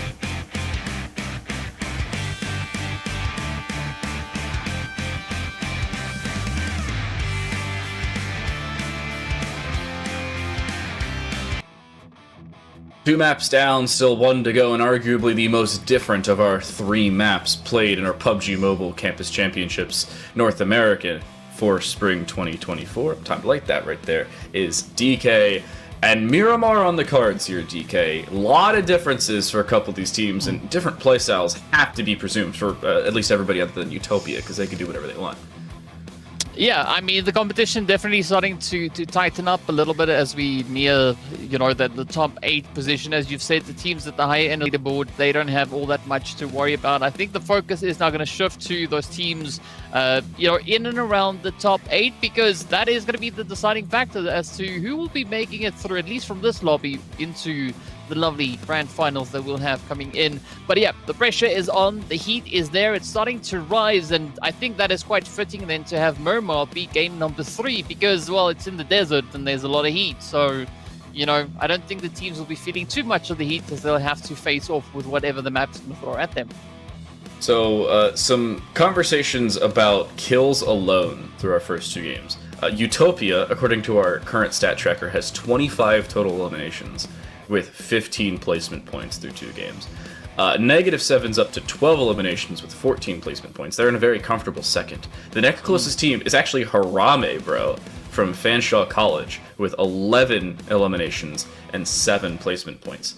Everybody else is below or around 15 points with regards to Sting at 17, Angry Springs at 14, not a single other team other than CyberX. Again, one of 2 teams that start with only 3 players per game is at doubles. I mean, so just to get back onto Sting Esports, right? You said they've got only 17 points, but 13 of those 17 points, it's all eliminations, right? Yeah. So they've definitely been one of our aggressive teams. We've got 4 teams essentially leading the charge when it comes to aggression, right? Utopia, well, they are the far outliers, as you've mentioned, on 25. Then we've got the 13, 12, and 11. So there's still a great opportunity for a team like Sting Esports, for instance, now to not only focus on eliminations, but to try and play for the placement as well, right? To take the points from 4 placement points and add even more to that. And that will assist in, well, not only keeping them in contention, but really solidifying their position moving on forward. You're also looking at Sheridan from Utopia, or Utopia from Sheridan, saying, what did they decide to do in game number 3? Because it is, again, a mathematical impossibility for them to be eliminated from the top 8. And you don't get anything more from the semifinals other than qualification, whether you place 1st or 8th. There's no prize money from semifinals. There's absolutely nothing in terms of seeding out of semifinals. You get the exact same accolades of, hey, you're going to grand finals, whether you place 1st or 8th. So, what does Utopia decide to do? There's 2 very different thought processes. They can save their thumbs for 2 weeks from now and say, hey, we'll just sit back, relax, and prone inside buildings, or they can do exactly what we think they're going to do, and just hold, I'm not going to say W, but left thumb forward as far at anybody they can find out of any fight they can pick up. I would go for I'd go for the latter approach, right? That's going to make for a lot more exciting play. And I mean, they've got 40 points, right? What do they have to lose? If they get the bubble, that's fine. If they get all the points added on top of that, that's also fine. Either which way, it's going to make for a very, very exciting show. I don't think it's going to hurt their thumbs all that much. They seem to be pretty proficient, a lot of dexterity in those thumbs, so I'm not going to be all too faced with that. We are going to be looking to see, though, whether or not we could have a team like Rich Warriors, right, who performed exceptionally well over now in Erangel, finishing all the way up into that 2nd position, whether or not they can continue with that trend, right, bring that into Miramar, and again, look to finish in the very, very late game. I mean, it's all coming down to a couple of these individual fights in the earlier stages of the game. I mean, I say earlier stages like it's not Zone 3. Earlier stages for me when I play solos is like the beginning of Zone 1 when somebody lands on school with me and just, completely demolishes me. But that's why I commentary and not try and play mechanically gifted. Yeah. It's a game moving into Miramar. It's also up to how the teams decide to play in terms of placement and play style. Where you decide to drop, how early you decide to try and get involved in fights, whether you become the team that goes for third parties, because, I mean, a couple of these teams are just one full squad wipe away from qualifying. Others, need some divine intervention from one of the 6 gods in our rosters. There are 6 different players with God in their name, at least according to our roster sheet. Some of them may be subs or not actively playing, but that's still funny. I mean, also looking at the possibilities and, of course, the points overall, right? A team like Arkansas State University or even Columbia College Vancouver, there's also still a possibility or opportunity for them to try and make up a top 8 position just coming into this last game. As you've said, 9, that's the amount of points that they're going to have to aim for, at least, at the very, very minimum.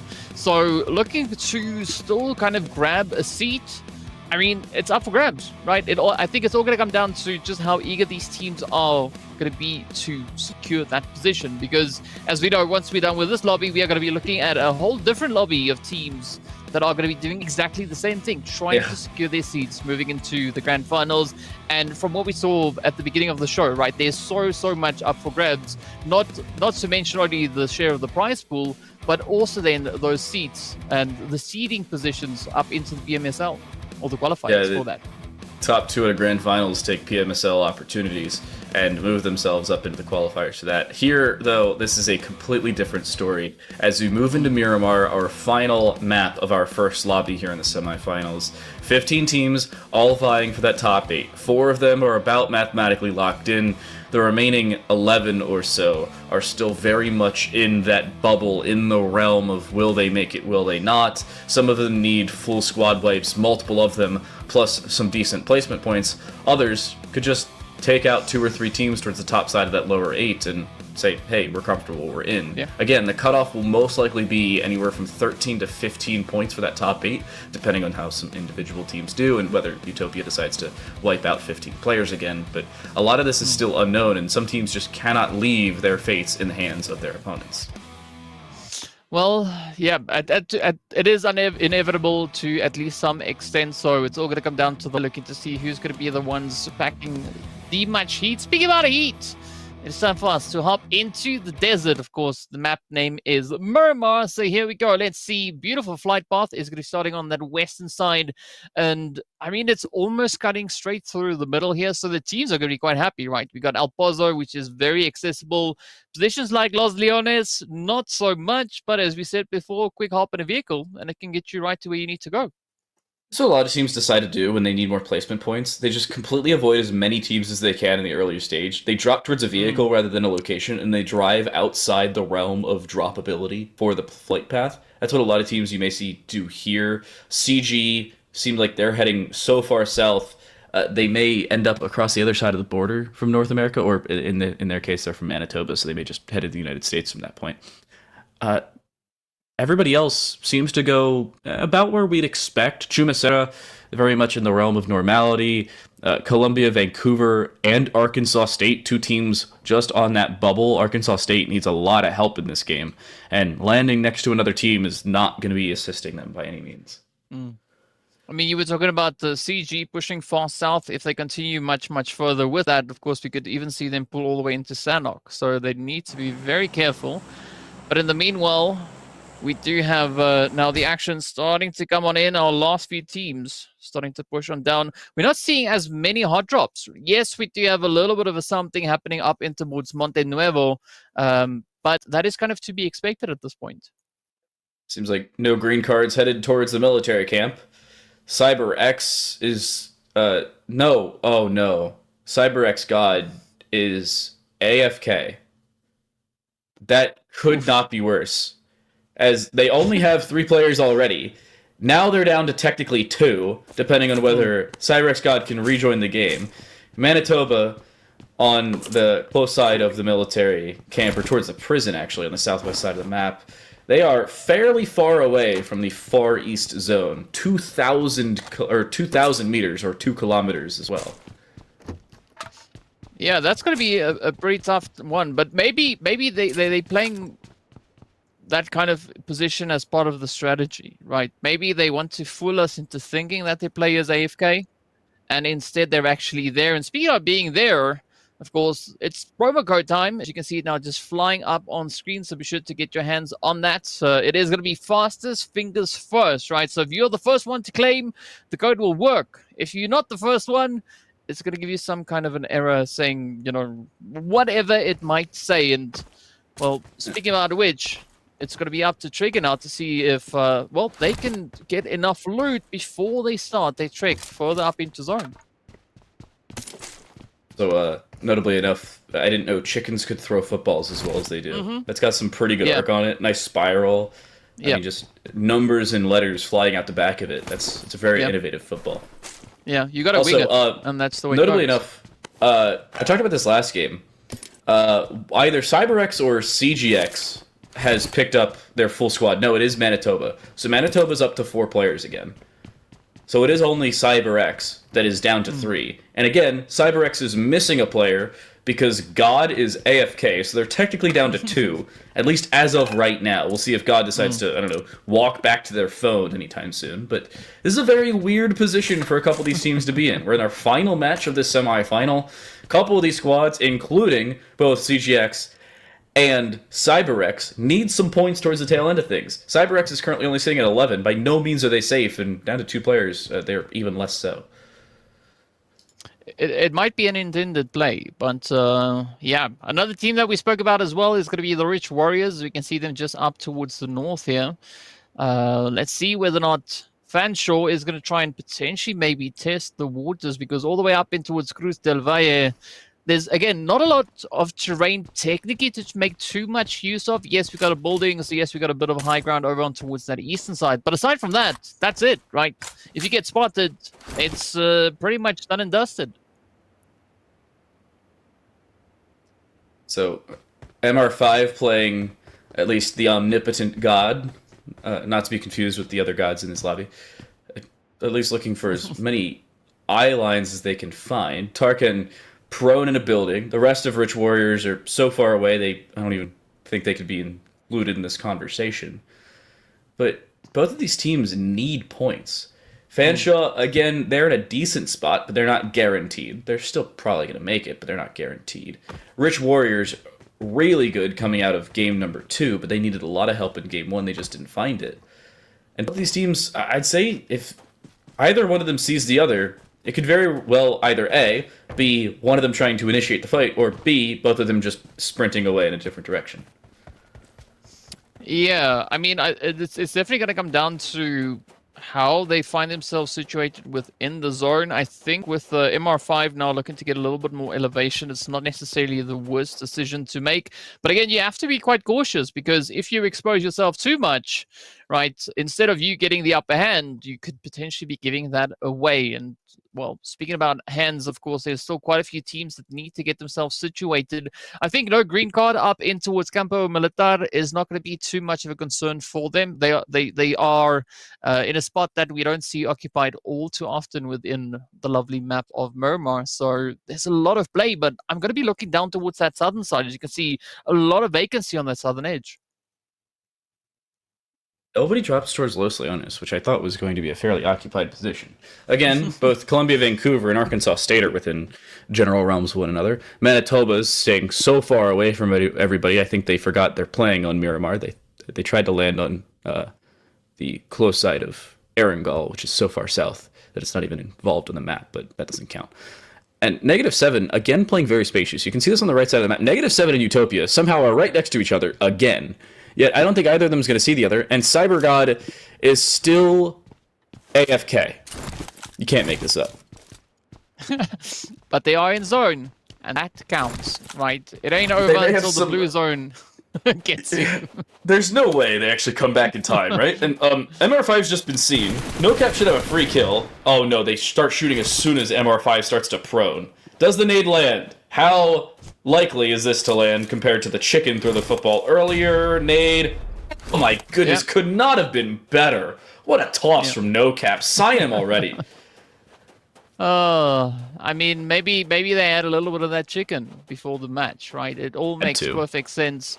But now it's going to be up to the response coming through from Fanshawe. As you can see, the rest of the squad opting for a 2-1 split as MR5 about to be sent away. Off they go. So that is the first point on board now, as the Rich Warriors are the first team to find a bit of blood, but No Cap. Yep. Down they go. and I don't think they're going to be recovered. They've crawled down to the far side of this enclosure, but it seems like the graveyard's going to add yet another body to it. Cocket Lamb can't get to the rest of their members quickly enough, and it just seems like that positional advantage is going to be played, at least much earlier. I don't know if NoCap's going to be recovered. They do still have some health left over, and Jat may get here in time, but it's really going to come down to A, timing, and B, whether that health bar expires. It just doesn't seem like Jat's close enough. That's unfortunate. Yeah, I think that's sometimes a little bit of the risk here. Hold up.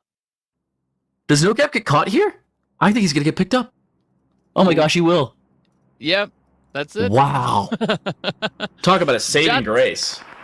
Yes, sir. Jat coming in clutch on that play, but let's see whether or not Sanskar can get the finishing play into that, as they do now start to break off. Oh, the nade, unfortunately for Fanshawe here, not going to make it all the way across. But I mean, for Rich Warriors, this is a golden opportunity, right? Quick bit of a regroup as they now have another opportunity to play their hand. Speaking about hands, though, Utopia trying to get a bit of a look down on towards -7. Uh-oh. But it's Chief, the first one to fall. The only player from Utopia to die in the previous game is now the first one to die here in game number 2. This is two teams that are at the very top of the leaderboard out of our second game, and honestly out of our first game too, but that's still where things stand. Both of them very comfortable with their position. Honestly, this could not be better for the rest of the squads, though. If they start to eliminate each other, everybody else has a much more reasonable shot at picking up more kills, as the top two teams aren't stealing them away anymore.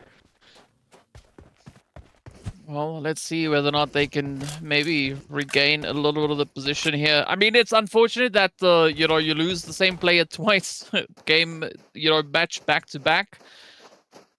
But in the meanwhile, I mean, Sanskar now still has to try and find a little bit of a play here. Patrick trying to flank their way across. This could be a good nade. Is it cooked too long? Ooh, no, Jut. Wow. Moving out in the open. Beautiful play going through from Sanskar, but are they going to be able to clear it up? Jut was able to secure their teammates. But now, will they secure the plate? No, Sanskar actually gets the finishing blow. It was the headshot that was the difference. The non-ADS UMP is much more dangerous, and you can see exactly why. Patrick will finish off one of the kills. Sanskar does one on his own. And now it's becoming a little bit more difficult for Rich Warriors. Again, finding that kill earlier makes their life a little bit easier. But as of right now, they no longer have that player advantage. At this point, you really need to focus on your ability to play for placements, if you can find any of them at all. This has gotta be a much more slow game for the rest of things for Rich Warriors. Let's see whether or not there is a little bit of an opportunity at hand here. Sanskar already now just vibing with adrenaline. I don't know if they're going to be able to close up the rest of the players there from Rich Warriors. It does seem like they are indeed able to make their grand escape. But, I mean, for Fanshawe, this is looking pretty good, right? This is the kind of bounce back that we've been waiting for them. Yes, they have come into this game already sitting with 18 points to their name. But now, how far are they going to try and push it? It just doesn't seem like a lot of these teams have a direct position they'd like to play. There are three teams all on this north side: Harame, Conestoga Academy, and Rich Warriors. CyberGod is still AFK. This time he won't be in the zone. He'll probably die in the next, I don't know, minute and 30 seconds or so. The rest of CyberX is far northwest. They're not involved anymore. But as of right now, CyberX still needs some points. By no means are they out of the elimination realm. They've only got 11. I said it earlier, again, 13 is going to be about the cutoff if averages hold between games 1, 2, and 3. And Harame has lost an extra member as well. So with Conestoga Academy rolling up here, this is a team that very much needs points, that being Conestoga Academy. They're only at 6. These three players could put them within a much easier realm of qualifying. Well, let's see if that's going to be the case. I mean, it's not too much of a challenge going up against the 3P, seeing that they still have the entire squad at their disposal here. But again, it's all going to come down to how they find the angles. Oh, the opener is there. Devil and Fraser now trying to crack that can of worms wide open. A lot of lead flying all over the place. Doodle getting dropped down. Evening the battlefield 3v3. But still, is Conestoga going to be able to clutch this one out? Oh, they find Patrick. One down, two more to go. Molotov misses, though, so Sanskar's still safe inside the building. Doodle will be retrieved, and it seems like they'll find the finish onto the rotator on the far side of that building. So safety now a little bit more concerned for Conestoga, but the down there from Sanskar as they walk outside, somehow living through that spray. It's down to just one, as Crack is very much left alone. They'll be down. Sanskar, just the same, will be dropped as well. Harame, down in 15th. They find just 2 kills in this game. They will finish with 20 points, but that number should be more than enough to qualify. Yeah, I think they might be safe, but also this is a golden opportunity, as you mentioned before, for Conestoga now to try and make up for a little bit of that lost time. Good finishing on their end, sitting with those 3 elims. Speaking of finishing, though, it is going to be Columbia Vancouver also now having their hand at it. As you can see, the shots flying all the way across. There we go. And, well, the Shadow Gamers, they need all the points they can find because they've come into this match with only 1 point. Hey, no, they've got 2. Look at that. They've doubled their total points in just the blink of an M416. Sometimes that's all you need. Took them a little while, but they're in the right spot. They do still have all 4 players alive. They've got the team together. And remember, -7 has taken out 2 members of Utopia. Godspeed is down. They died while we were watching the separate fight earlier.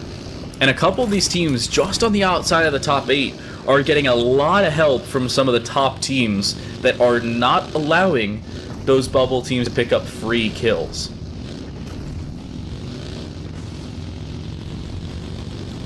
Well, let's see if there's going to be any free kills at hand now for Seneca A as they start to move up. Seneca B just down below, so we are essentially going to be looking at a Seneca v Seneca fight. But Flash, rest of the team, beautiful bit of high ground. Ooh, are they going to find anyone slacking? No, instead it's going to be Seneca B coming through with some very early plays here. They're just spraying onto 1. Queensland Polytechnic sees a member of Gunday. Jazz from distance should be fine here, unless the car explodes, but Bath is not going to be able to find those shots as easily as they would like, and they just unscope and like, wait, where'd Jazz go? Apparently, render distance not that high when you don't have a 4x in front of you. See, you can see they just didn't know Jazz left. I mean, either that or Jazz is the master of stealth. And they were able just to elude the scope, right? Just engaging the cloak as they move further down the hill. But again, I think this could be a healthy play now coming through here for Canada West. As we know, all the teams are still contesting to see how many points they are able to secure. And of course, you know, for Gunday, they came into the game with 9 points on board, 6 of which came through from elimination. So, yeah, all they got to do is add on a few more placement points. So, Manitoba needs a lot of points. Sting Esports could certainly use a few, but Seneca Ruby, that being Seneca A, the one in green, not the one in pink, they are the team between the 2 Seneca College squads that need the points more. Team Fate, as in Queensland Polytechnic, need probably 5, 6, or 7 if they want to qualify. Rich Warriors need about 5. Chilled Gunners from Manitoba, who we see here, need minimum 10. And No Green Card or Guelph Humber need another 6 or 7 as well. There are a lot of teams that all need a heck of a lot of points, and there's just not enough for all of them to make it. Yeah, and that all adds on to the RNG part that comes through. So let's see whether or not these teams are going to potentially get themselves where they need to be situated. Also curious to see exactly what is going to come through from ASU, Arkansas University. So they are starting to push up into zone, as we just saw there. Seneca, in the meanwhile, are going to be keeping the ground. Cyber God, yep, is down for the count. So Cyber still confirmed, I believe, on those 2 players. Yep, still down to 2. They started the game with 3, and then Cyber God decided to be AFK. So they're down to 2. This is becoming a problem, and not one that they can solve by any means. As of right now, just a live update on stats. Conestoga Condors Academy are currently sitting on 9, -7, doesn't matter, they've qualified. Rich Warriors are sitting at 7, and as of right now, Fate Close Range needs a couple more. As Gunday walks in, it's Fate to win it. This is a big fight for Fate, could decide their qualification status, and Canada West know it, so they will just completely disengage, it seems. But Columbia Vancouver getting involved as well. Kartik may think he's safe, and he's not. Well, let's see how this one is going to unfold. Ooh, nice up angle here from OP. Finds the hit, and in it goes. So another one down, but unfortunately not getting the opportunity to get that follow through. But this is exactly what Columbia Vancouver needs now. Just rushing on forward. Great third-party opportunity. But still, Fate going to be hanging just in the edge, or on the edge rather, as Hustle also tries to defend. Up comes Alpha. Ooh, quite exposed, quickly ducking in for a little bit of that hard cover. And this is now the ticket for Fate to come through with a bit of a response. It's both teams really needing the kills, not the downs. Nobody cares about those, especially with so many teams being around them. By no means are they safe right now. That Molotov was seen as to where it was thrown from. Can Alpha find the kill they're looking for with the nade? No. It needed to go over the hill. It lands just on the precipice of it. But Alpha now going for this fight has some help in the process. The car, I believe, saw where Hustle was. The spray, however, not so easy, especially with the head glitch played. Everybody misses their spray, and Alpha will just hit the deck, but he's got some help from OP behind. Hustle will be dropped, but so too will OP by Shaw from distance. Everybody getting involved in this fight. This is now 4 teams all within it. But as of right now, it seems like SG is going to have the space because Quantlin just has not played around Hustle, who seemingly will be taken out. I say that. He actually may be picked up. Wait a second. What? Let's see if Just Harry can get the save. It does seem like it is imminent. Yeah. But still, for Shadow Esports, Shadow Gamers rather, there is so much riding on this. They're ready to have those 2 points on board. Oh, nice spray coming through here from Sook. Canada West also trying to defend as best they can, as they are essentially, or they were, the gatekeepers up into the top 8. Quite a bit of pressure holding on their shoulders. Nice quick repositioning coming through here. Vancouver, Quantlin, all now just trying to hold on for dear life. But let's see if Shah is going to come in with a little bit of that shock and awe as they move their way through the buildings. Maybe that's their name, Shock and Awe, as Shah will find yet another. That's a down into a finish. And just the swarm of Shadow Gamers is starting to go the way of Fate. I believe it's just Alpha left alone. Hit with a Molotov, so forced back. They will live through the molly, but Shah actually almost nades himself. He wanted to try and throw it through the window. Doesn't find the angle he was looking for. And Gunday now getting involved. That's almost a down, but nothing consequential. And remember, Canada started this game with 9. They've currently got 10. They still need a heck of a lot more if they want to try and make it. But Alpha just gatekeeping the top. He actually gets shot from so far away. I think that was Gunday who found the kill. No, it was Hustle from outside who drops down Shadow Gamers, who at this point are eliminated. They're gone. Wow, that is very, very surprising to see though. But that is essentially exactly kind of what we were expecting from these teams, right? So much now just riding on the line, as we do see Quantlin again trying to get themselves situated, moving up. It is going to be a potential defensive play coming through now from Arkansas State University, as they do have the position within the zone. Quantlin still need to push on forward, but there's quite a bit of congestion out on the edge of zone. Rich Warriors, they need some points. It seems like Utopia is trying to gatekeep them. So Chief is dead and gone. You can see the disconnect logo at the top left. They've decided I'm done with this. Fair enough, I guess. Arkansas State, they need as many players as they can find, and Fate seems to be locking in at least one of them. But Gunday, a shot from distance, and Trix got funds one of their own. This is a completely different game now. If Gunday drops here, they're out, and their gatekeeping has gone by the wayside. Arkansas State needs as many points as they can find. They need to kill both of these teams. And that nade, no way that lands right on him, right? Oh my gosh, it does. Well, what a throw from Sook. I mean, if too many times you've said no way, and then that is exactly what happens. So I think maybe, you know, if you want to ensure that you hit the nade exactly where it needs to go, you need to get someone to say no way, as Sook, well, says no way over on towards Bath, as they do end the run for them right there. We're still left with 12 teams and 36 players. So that is some very slim odds for a few of our teams here. But of course, the blue zone is going to add to the pressure. And we could see even more players now just dropping down. Oh, Hustle's very lucky to be alive, like a second time now. Gunday, oh, he's going to be downed. He should die at this point. That spray, these are all points that are very much required for Gunday. And the kill will go through. Sook will finish that one off, but they are currently alone. As is, I believe, Shaw from distance for Fate. Everybody currently at risk. And No green card loses another member. -7 drops down Conestoga, as Conestoga Academy is going to have some difficulty staying alive here. And Rich Warriors just lost a member to the play zone. What? Okay, sure. Ooh. There we go. Wow. They what a hit! They need kills. That's really good for Seneca. That was insane to see come through, though. And of course, out in the blue, it is going to be Shah. Now just holding it nice and steady. I don't think they are going to be able to out-heal that blue zone. Up comes Trixcon, also just riding the edge, looking for a bit of an opportunity. Finds a bit of an opener, but nothing is going to be looking their way just yet. No green card. I like the way that huddling up on the edge of the road, but as we can see, the blue zone is going to start closing in. Up comes a quick, cheeky push, as no green card now starts knocking on the door. And of course, no surprise, it is going to be Utopia holding on to the north. Conestoga Condors Academy, that's a problem. I don't think they've picked up enough points in this game to make it. They should be out. It'll come down to how many kills they found towards the tail end of things. Vaughn sees Trixcon, but just took a decent bit of damage, and they don't know where from. Arkansas State try to combine with one another, but they don't have the space to do so.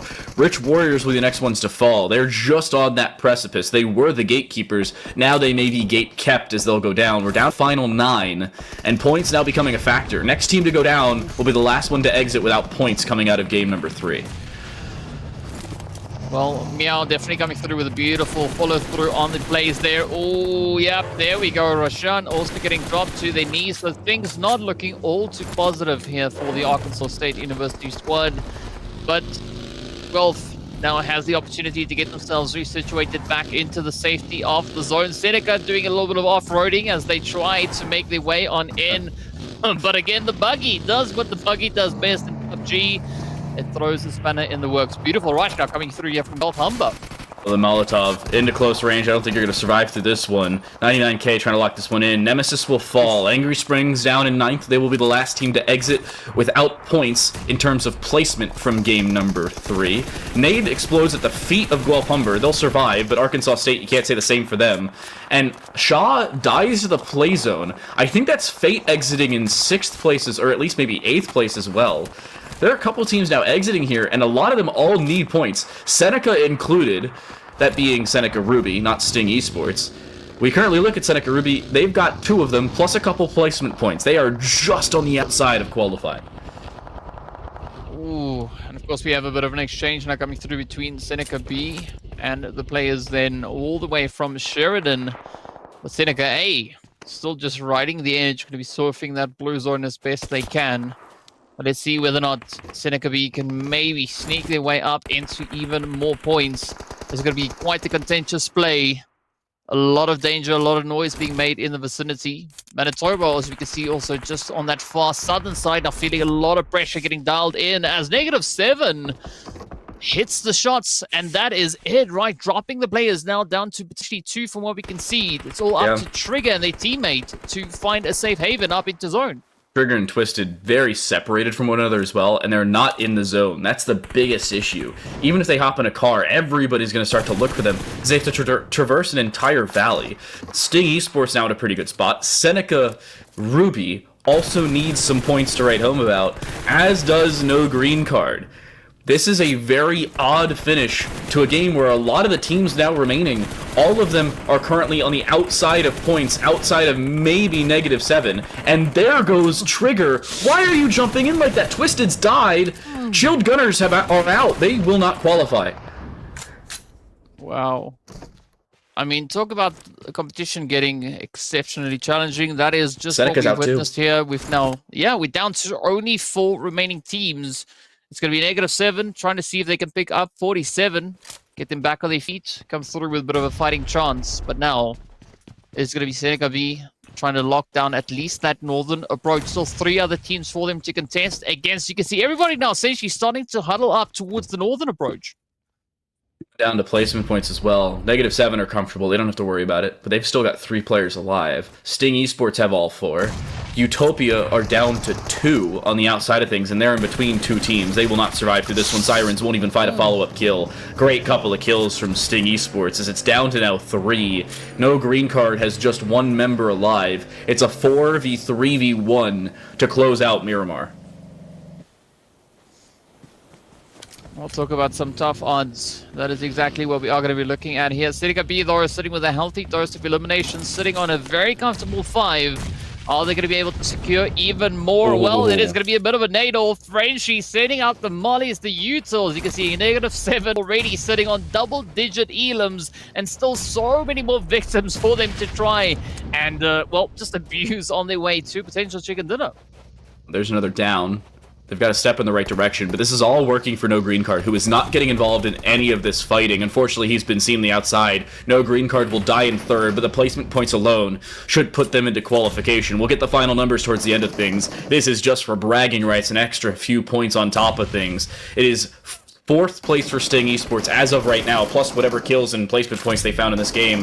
But for -7, they've locked in a comfortable 2nd, and they found yet another down. But picking up Ace OP, this is a very good spot as of right now for Sting. But Frenchie on the outside of this fence could catch out Nexus on the inside of the smoke. It comes down to how good the DBS ends up being, and how accurate the shooting close range is for Frenchie. UMP by no means the gun you may want here, but it could be exactly what they need. Sound cue on the outside of that fence.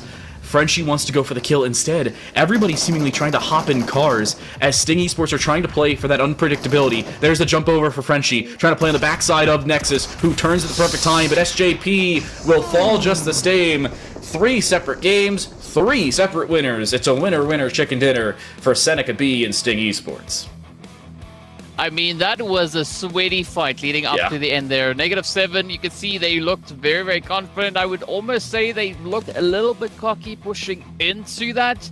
But you got to give it up to Seneca, right? They just held their ground, just kept on the defensive. And, well, it resulted in them securing themselves a beautiful winner-winner chicken dinner. That's an important one for them as well. It really gives them some comfortability heading into grand finals. Yeah, it's not consequential. They would have qualified anyway. They probably would have locked in top 3 or even number 2 anyway. But the fact is, they lock in a very comfortable top 3. They pick up pretty good fight victory over -7. And that started as a 3v4. -7 was still very much in that fight. The fact is, it was just a swarm for Sting Esports. No green card should make it off the back of their placement points, so a top 3 finish for them is amazing, especially considering the kills they picked up throughout the game. But this bottom 8 will really shape up to be probably a 1 or 2 point deficit between them and qualifying. I can tell you it's going to be exceptionally close coming through on this, but of course, as we know, Sting Esports securing themselves that glorious winner chicken dinner. It seems like they came in with a mission here, right? They decided, regardless of what happens in this game, we are going to aim for that winner chicken dinner.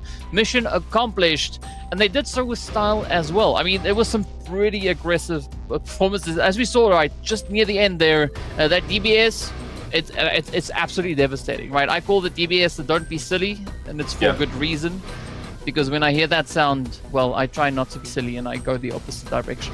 I call it social distancing. That's what I do when I hear a DBS. I've been doing it since before it was cool, it seems. SBJP will be the most valuable individual player. Most amount of eliminations of anybody. 7 eliminations with 912 damage for him alone. I think that individually is more damage than we saw in most of Game 1 for -7. That, which is just insane, by the way. Yeah, and I mean, that is a very, very strong way to finish off the last match of their lobby. So, you know, mad respect going out to -7. It's unfortunate that they couldn't exactly get there. Well, it's not unfortunate, right? Because they've already been performing so well. I think it would have been even more bragging rights had they been able to secure themselves the chicken, but still a very, very strong effort coming through on their end. But now the question comes in is, who's going to be the MVP? Well, it's -7 still. Yeah. I mean, it helps when an individual accounts for nearly half of your damage and over half of your kills. 7 eliminations alone for SBJP, 13 for the team, 913 damage for SBJP, 2103 for the team as a collective unit. That is a great game from -7. By no means was it a terrible loss. They can still be very comfortable with their finish there, but I mean, either way, they qualify. And with the 13 eliminations, they lock in 19 total points for game number 3, and that is a confirmed second place finish for them. It may actually be first, depending on how Utopia did, because there was only a 12-point gap between those two squads. Nope, not first. Well, 2-point deficit. Feels bad. It's close though. I mean, Utopia, Murmur wasn't necessarily the best match that we've seen come through from them today, but still a good finish. As you can see, 47-45. And then after that third place, it really starts to drop off. But look how close it is between 8th and 10th, right? 1 point. There are, what is that, 5 points separating 6th and 11th? No, 6th and 12th. Conestoga Condors were 3 kills from making it. Rich X Warriors were just a couple placement points from making it. CyberX, if God was there, maybe they would have qualified. And Seneca Ruby was just on the outside of things. Dying to the zone there was disastrous. And Gunday from Canada West will make it. Fate from Kwantlen Polytechnic will do the same. And Angry Springs from Yorkville, they will qualify. No green card, it wasn't even close. They made it by a country mile, but that is an insane way for 8th through 12th to shape up. Just 3 points between them.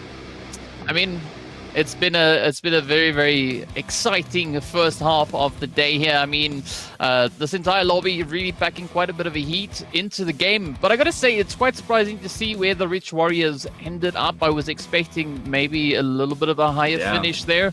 But as we saw, the competition pretty tough, especially moving into this last game. And I don't expect things to be any different moving into lobby number 2.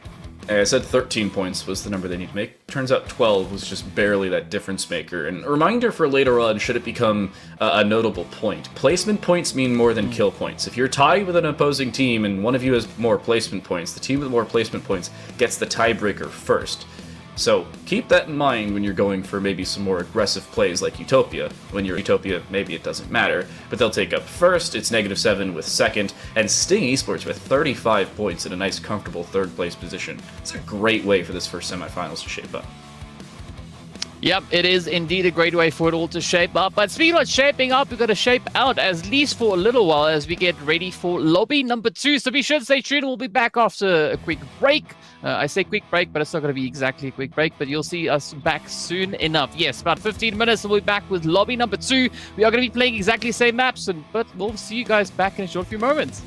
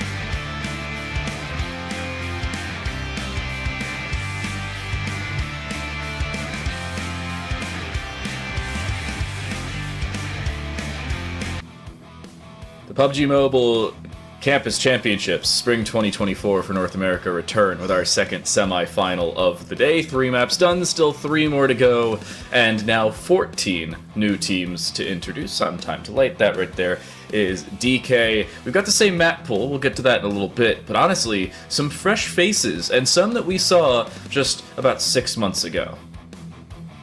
Yeah, I think that is going to be a very interesting map. When I say map, but I mean lobby to get into. Yeah. We have some pretty heavy hitters from not only the previous season, but also working their way through those qualifiers that are going to be stepping out onto the battlefield. Of course, one of those teams being from Kent State. Yeah, R2D, Road to Death. They were a very, very aggressive team. As I've mentioned in the beginning of the show, they were able to secure themselves 62 points in 1 day of play. The definite leaders with regards to the one-day performances. I'm going to be curious to see how they are going to be performing here.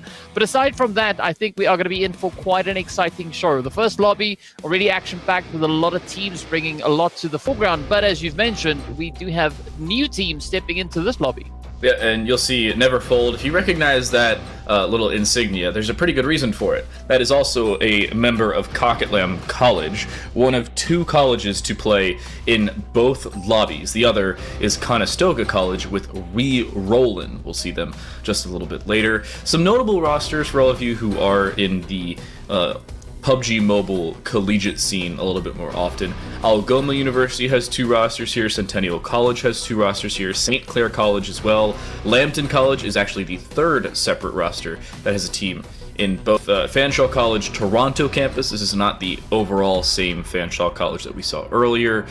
And American River College with Top 1. Top 1, I believe, is not going to play, nor is... Who was that other roster? Give me 2 seconds on this one, just because it was put in earlier. Finest 4 has been removed from the competition due to falsified documents, and Top 1 has been removed due to not handing over documents. The documents themselves are proving that the individual members of each roster attend the college they claim to attend. Hence the reason we're a little restrictive on that one. Yeah, it's if you do naughty things, you face the consequences. Yeah. But you know, speaking about nice things, though, on the other hand, is going to be, of course, the social medias. As you can see, all of them posted on there. We've got Instagram, we've got X or Twitter, whichever name you want to call it. We've got all the handles for it. Of course, you are also then potentially watching us on YouTube. You should be quite familiar with the channel already. And of course, if you want to get involved with the community, be sure to head over to the Discord server. So just simply search for discord.com/PUBG Mobile Esports, or PUBG M Esports rather, NA, and that will take you right over onto the Discord server. So yeah, I mean, I think this is going to be quite the match here. As we know, we do have our teams competing in the grand final for $6,000 in scholarships. Second place being worth $4,000. It makes its way all the way down to that 5th to 6th place, in which they'll be getting their hands on 400 US as well. But along the way, the players themselves also get the addition of the lovely UC that's going to be going through. I mean, 5,000 UC for each player in the first team. That's impressive. Plus another 5,000 for whoever's the grand final MVP. So if you win and you do very well as an individual, you'll probably pick up about 10,000 UC. Also, you all have an opportunity to pick up some UC in-game. I believe we have a couple more codes to dish out in this second lobby. We'll get to that in just a little bit. We can take a look over at the maps we will be playing. Vikendi, Erangel, and Miramar are the 3 that you will see in this second lobby. And as you mentioned earlier here, DK, for all of you watching on YouTube, you see at the bottom left, Nace Starleague. We're also up on Twitch, twitch.tv/Nace Starleague, if you'd like to head over there. I don't know if you happen to like channel points or just the Twitch engine a little bit more. We're also live on the other platform. Yeah, so there's definitely a lot to play for, and I think what's going to be into this lobby especially is going to be our teams that dominate over on Erangel and Miramar. We are going to be seeing them play in this lobby, so I think there's going to be quite a bit of pressure coming through here. I mean, we've had one team in particular that was just absolutely bulldozing their way through, especially Erangel, and that was the players from Liquid, right? Liquid just having a phenomenal play all the way from Algoma University. They got 2 winner-winner chicken dinners coming through the qualifiers on the Erangel map itself. The other chicken came through on Murmur. So I think there's going to be some pretty high expectations, especially looking on them once we get into game number 2 and 3. But of course, Vikendi, I think, it's still going to be fairly open game, open season. Yeah, it's very opportune for most of these teams if they can pick up a lot early. That's their goal. You don't want to have to force yourself into a, hey, let's see if we can pick up 5, maybe 6 points, or in Arkansas State's case, they still needed another 11 into game 3. There's not that much time to recover. There's not a lot of space for you to make mistakes early in this game. If you're a mechanically gifted team, take advantage of it. Placement points are nice, but if you could pick up all the elimination points in games 1 and 2, you've locked yourself in. The cutoff for last game was only 12 points, and there were 15 teams in that game. Here, we've only got 12 teams, so it'll be 56 players maximum, maybe minus a couple teams that may be not able to fill a full roster. So your cutoff's probably going to be about 10 or 11 points. That's your goal. That's at least that's the opening goal you're looking for out of game number 3. We'll head into our first game, though. Vikendi on the cards. See if teams can heat up in the extremely cold temperatures here on Vikendi. Yeah, and speaking about Vikendi, we do have a slight bit of a change when it comes to the flight path. The first map in Lobby 1 looked ever so slightly different from what we have cooking right over here. So I'm curious to see where the teams are going to be dropping down. Maybe we could see a little bit of love going over in towards Villa. I think Mavatra is also going to be pretty hot and heated. I don't expect a lot of teams really to push far up towards the northern side, but I think it's essentially going to come down to what the zone is going to bring on through, right? First game, we had a far southern zone all the way down in towards Milner and the winery. So hopefully it changes up moving through into this match. Genius prediction. You ready for this? It's going to pull over to Cosmodrome just because the Cosmodrome is really cool and I really want to see it. We didn't get to see that at all. Not a single team dropped there. Nobody drove up there. Just wasn't like a fun zone. We'll see where it goes in the next few seconds as the plane disappears and see where we are headed in that realm as well. So Kent State headed northwest. They've got a couple members to join them as well. I believe St. Clair in that general vicinity. There are a couple rosters all headed towards the south, though. They're predicting that's going to be the same that we saw in the previous game. And St. Clair's actually dead center with Nitra, and they just took an opening duel. I think they're already off to a pretty good start in that fight right before the zones even popped. Yeah, I mean, Tuvar it's sometimes a little bit of a hot spot, especially depending on what the flight path brings through. It seems to be the case this time around, so let's see how this is going to unfold. Sinclair now just trying to get a bit of a lay of the land here. But this could be a rather challenging approach to try and contest with. Good angle, nice opening. Unfortunately, it's going to be Manny not managing to hit those shots just yet, but a quick reposition could definitely look to elevate the overall position. Everybody stop. There's another player named Joss, but there's an extra S. You can't make this up. We've had 7 gods. The 7th is in this lobby. There's only 1 in this lobby, though. There's 2 different players named Joss. One of them has 2 S's. The other one has 3. And St. Clair, by the way, the Rude Dudes, close with Nitra, who is a fairly heavy fan favorite coming into things. And one of the couple of rosters that you'll say has a pretty decent shot at picking things up from the start. They, of course, Cerritos College. And we were talking about the UC earlier. Here's another one. Everybody try and lock in with this one. You can find out the early UC. You've got an opportunity at it. These students only have an opportunity to play for it in the grand finals. You got a better shot than they do here in the semis. Yeah, so fastest fingers first, get your hands on that to try and claim it. But in the meanwhile, the Rududes already up onto their first elim. Nitra, definitely one of the teams that we've seen in previous seasons. We can say exactly the same about the Rududes here. So I'm curious to see what the play will be coming through now from Whitebeard.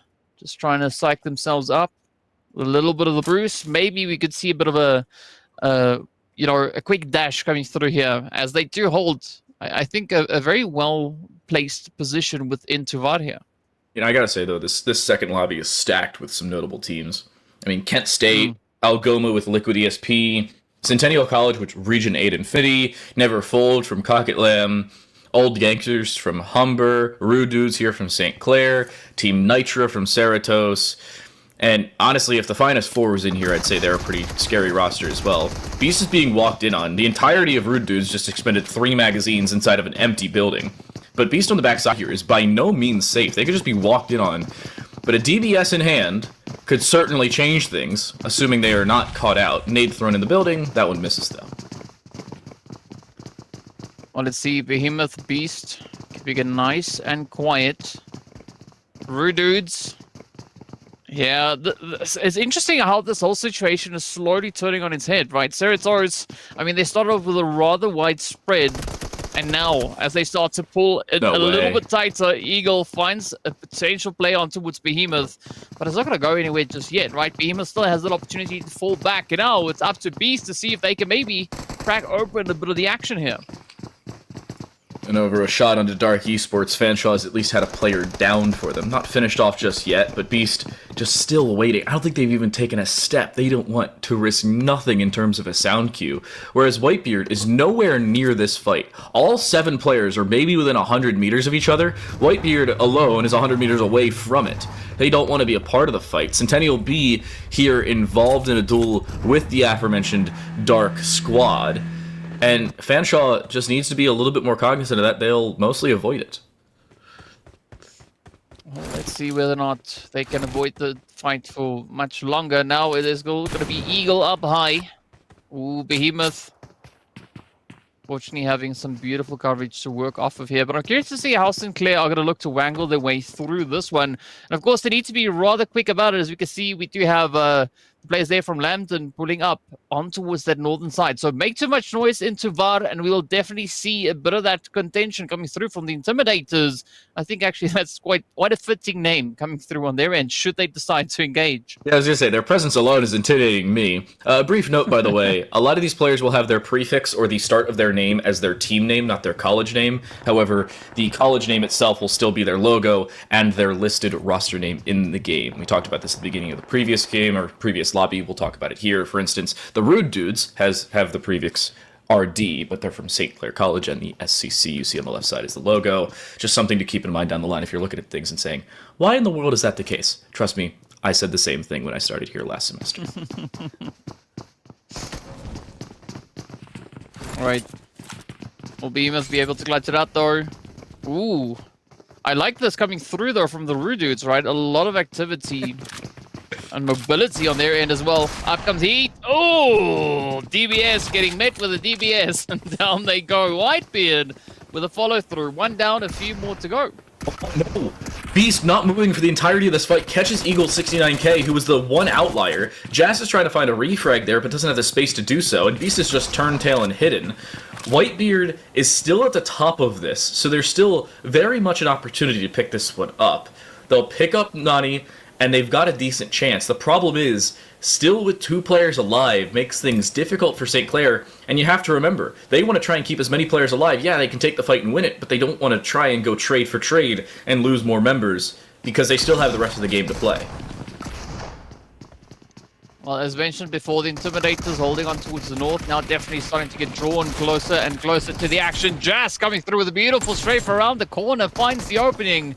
And now Beast trying to get up on towards Behemoth, and he's looking to close it up, almost securing themselves that finishing blow. Beast, will they be able to 1v1 this? Oh, the answer is no, as, well, Whitebeard ends the run right there for them. Nitra's out early. That could not have been a worse early position for them to be in. Now the Intimidators trying to live up to their name. They've got a really nice 2-2 split here with high ground on both sides of St. Clair. This is a very difficult position for St. Clair to avoid, and more importantly, to escape from, because they've already been noted. Their position and the building they currently occupy is directly known.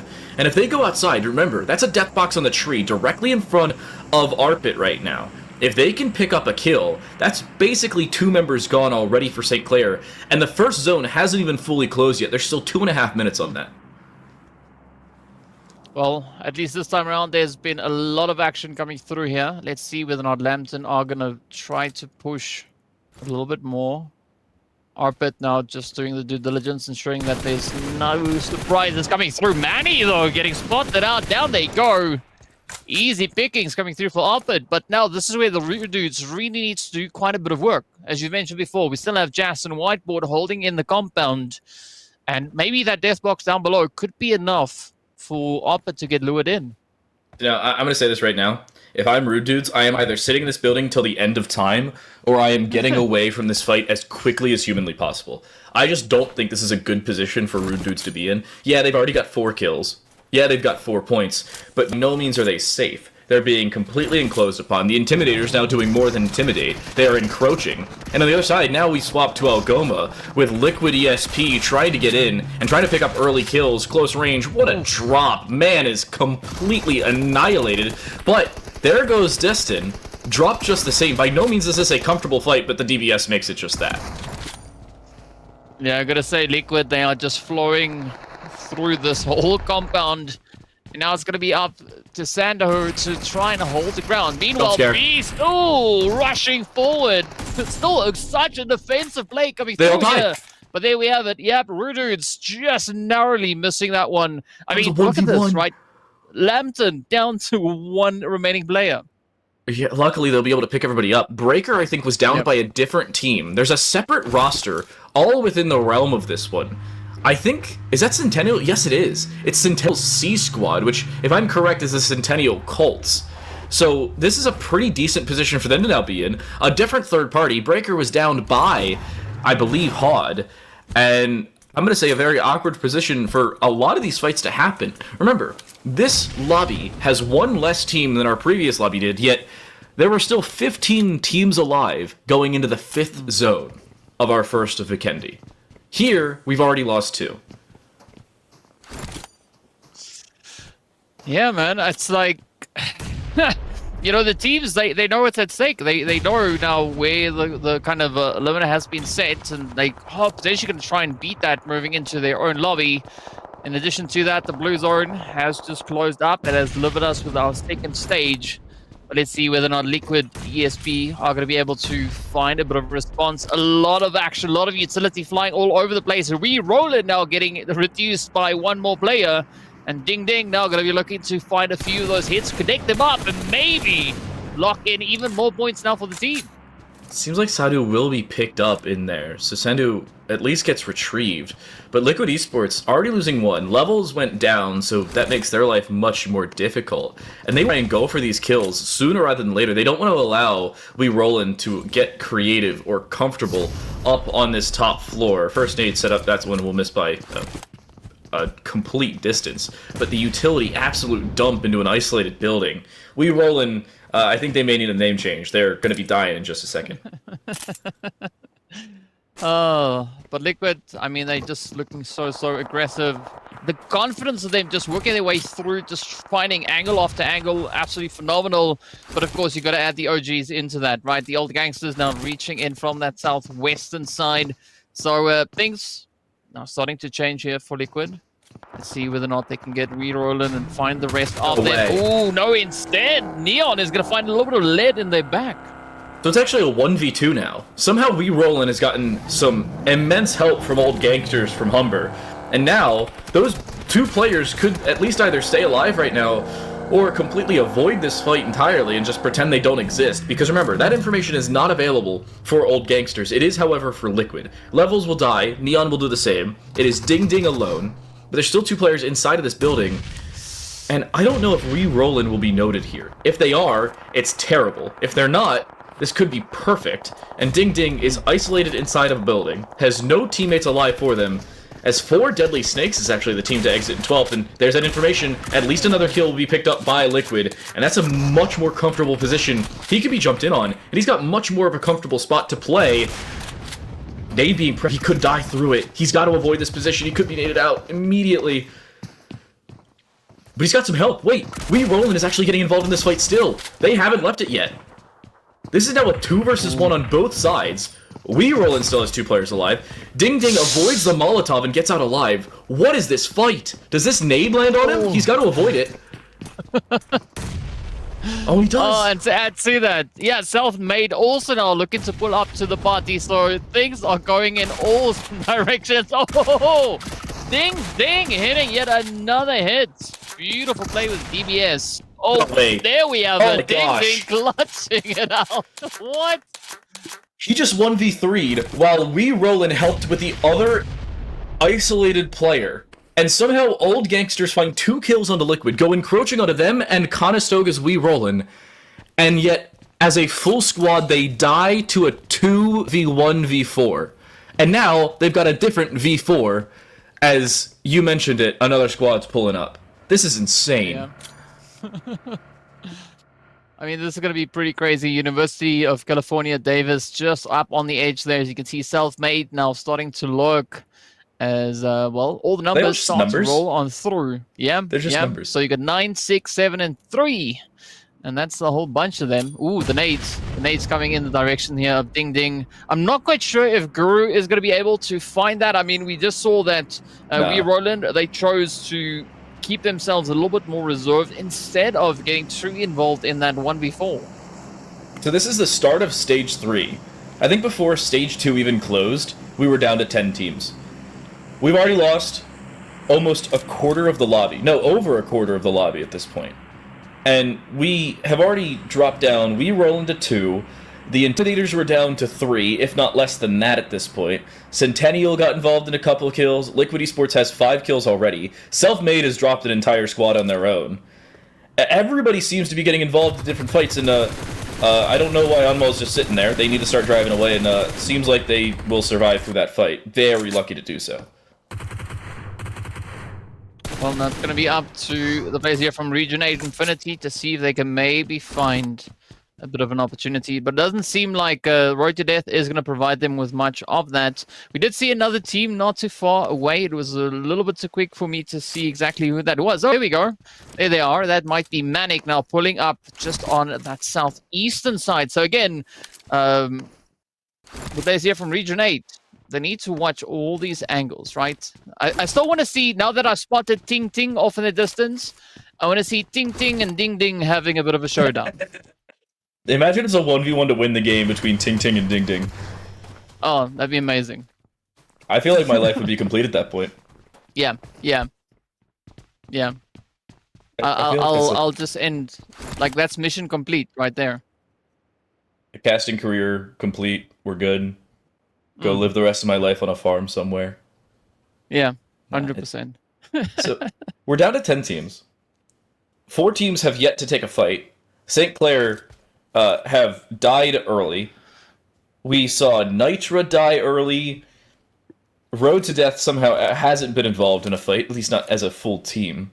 This is the Centennial C roster with Ting Ting, as aforementioned, trying to drop down the Intimidators, who are still inside of the same compound we saw them in about 10 minutes ago. And here's our zone. West side of Castle, southwest of Kresnik, southeast of Graka, and it seems like we're on the far north side of where we were just in our first game of play. But this is a, we'll say, odd position for a couple of these teams to be in, including Kalikar, who I believe is the only member remaining for Fanshawe. Is that right? What happened to them? That's a very, very good question, right? Yeah, that is a good question. I'll just leave it on that. So we do see the players there from Neverfold also taking a swing around Karaka, trying to get themselves a little bit further forward. The zone, slight shift down towards the south. I think that's the beauty about a map like Vikendi, right? The early few phases, usually phase 1, phase 2, the more aggressive shifts. But once we get into, stage 3 and onwards, things tend to slow down a little bit more, at least zone-wise, right? We do see a lot of carnage coming through as the teams and players are pushed ever closer. But now, looking over onto Manic, I think it's a really good position, right? Great scouting opportunity, but what are they going to make with that position, right? Ting Ting! Ooh! Getting spotted as Animal made it back to the rest of the team. Oh, finally, it seems like we roll and try to go for this kill on a Ding Ding. Nade does a decent bit of damage. Molotov forced into the back. Ding Ding looks like they'll die here. They will to the Molotov. After about a calendar year of exchanged utility, finally, we will see the kill onto Liquid Esports, who will fall, but they do pick up 5 points. They don't get any placement points, but honestly, 5 points and still dying fairly early after taking 4 separate fights, you're okay with that. Obviously not happy, but you're okay with that. I mean, it's not a bad start, right? Match 1, 5 points. There's still a long way to go. Ooh. Animal now trying to send those the ammo as far out as they can.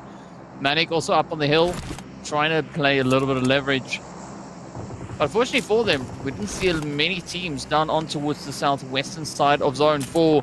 So now for Kent State, this is going to be a very sweet spot to play off of. I think they're more than happy here. There are a couple teams that are in pretty good positions. The problem is for Kent State right now, with their split, I think there's only 2 players here. Yeah, they've got 2 players here, 2 more a little bit north and west of them.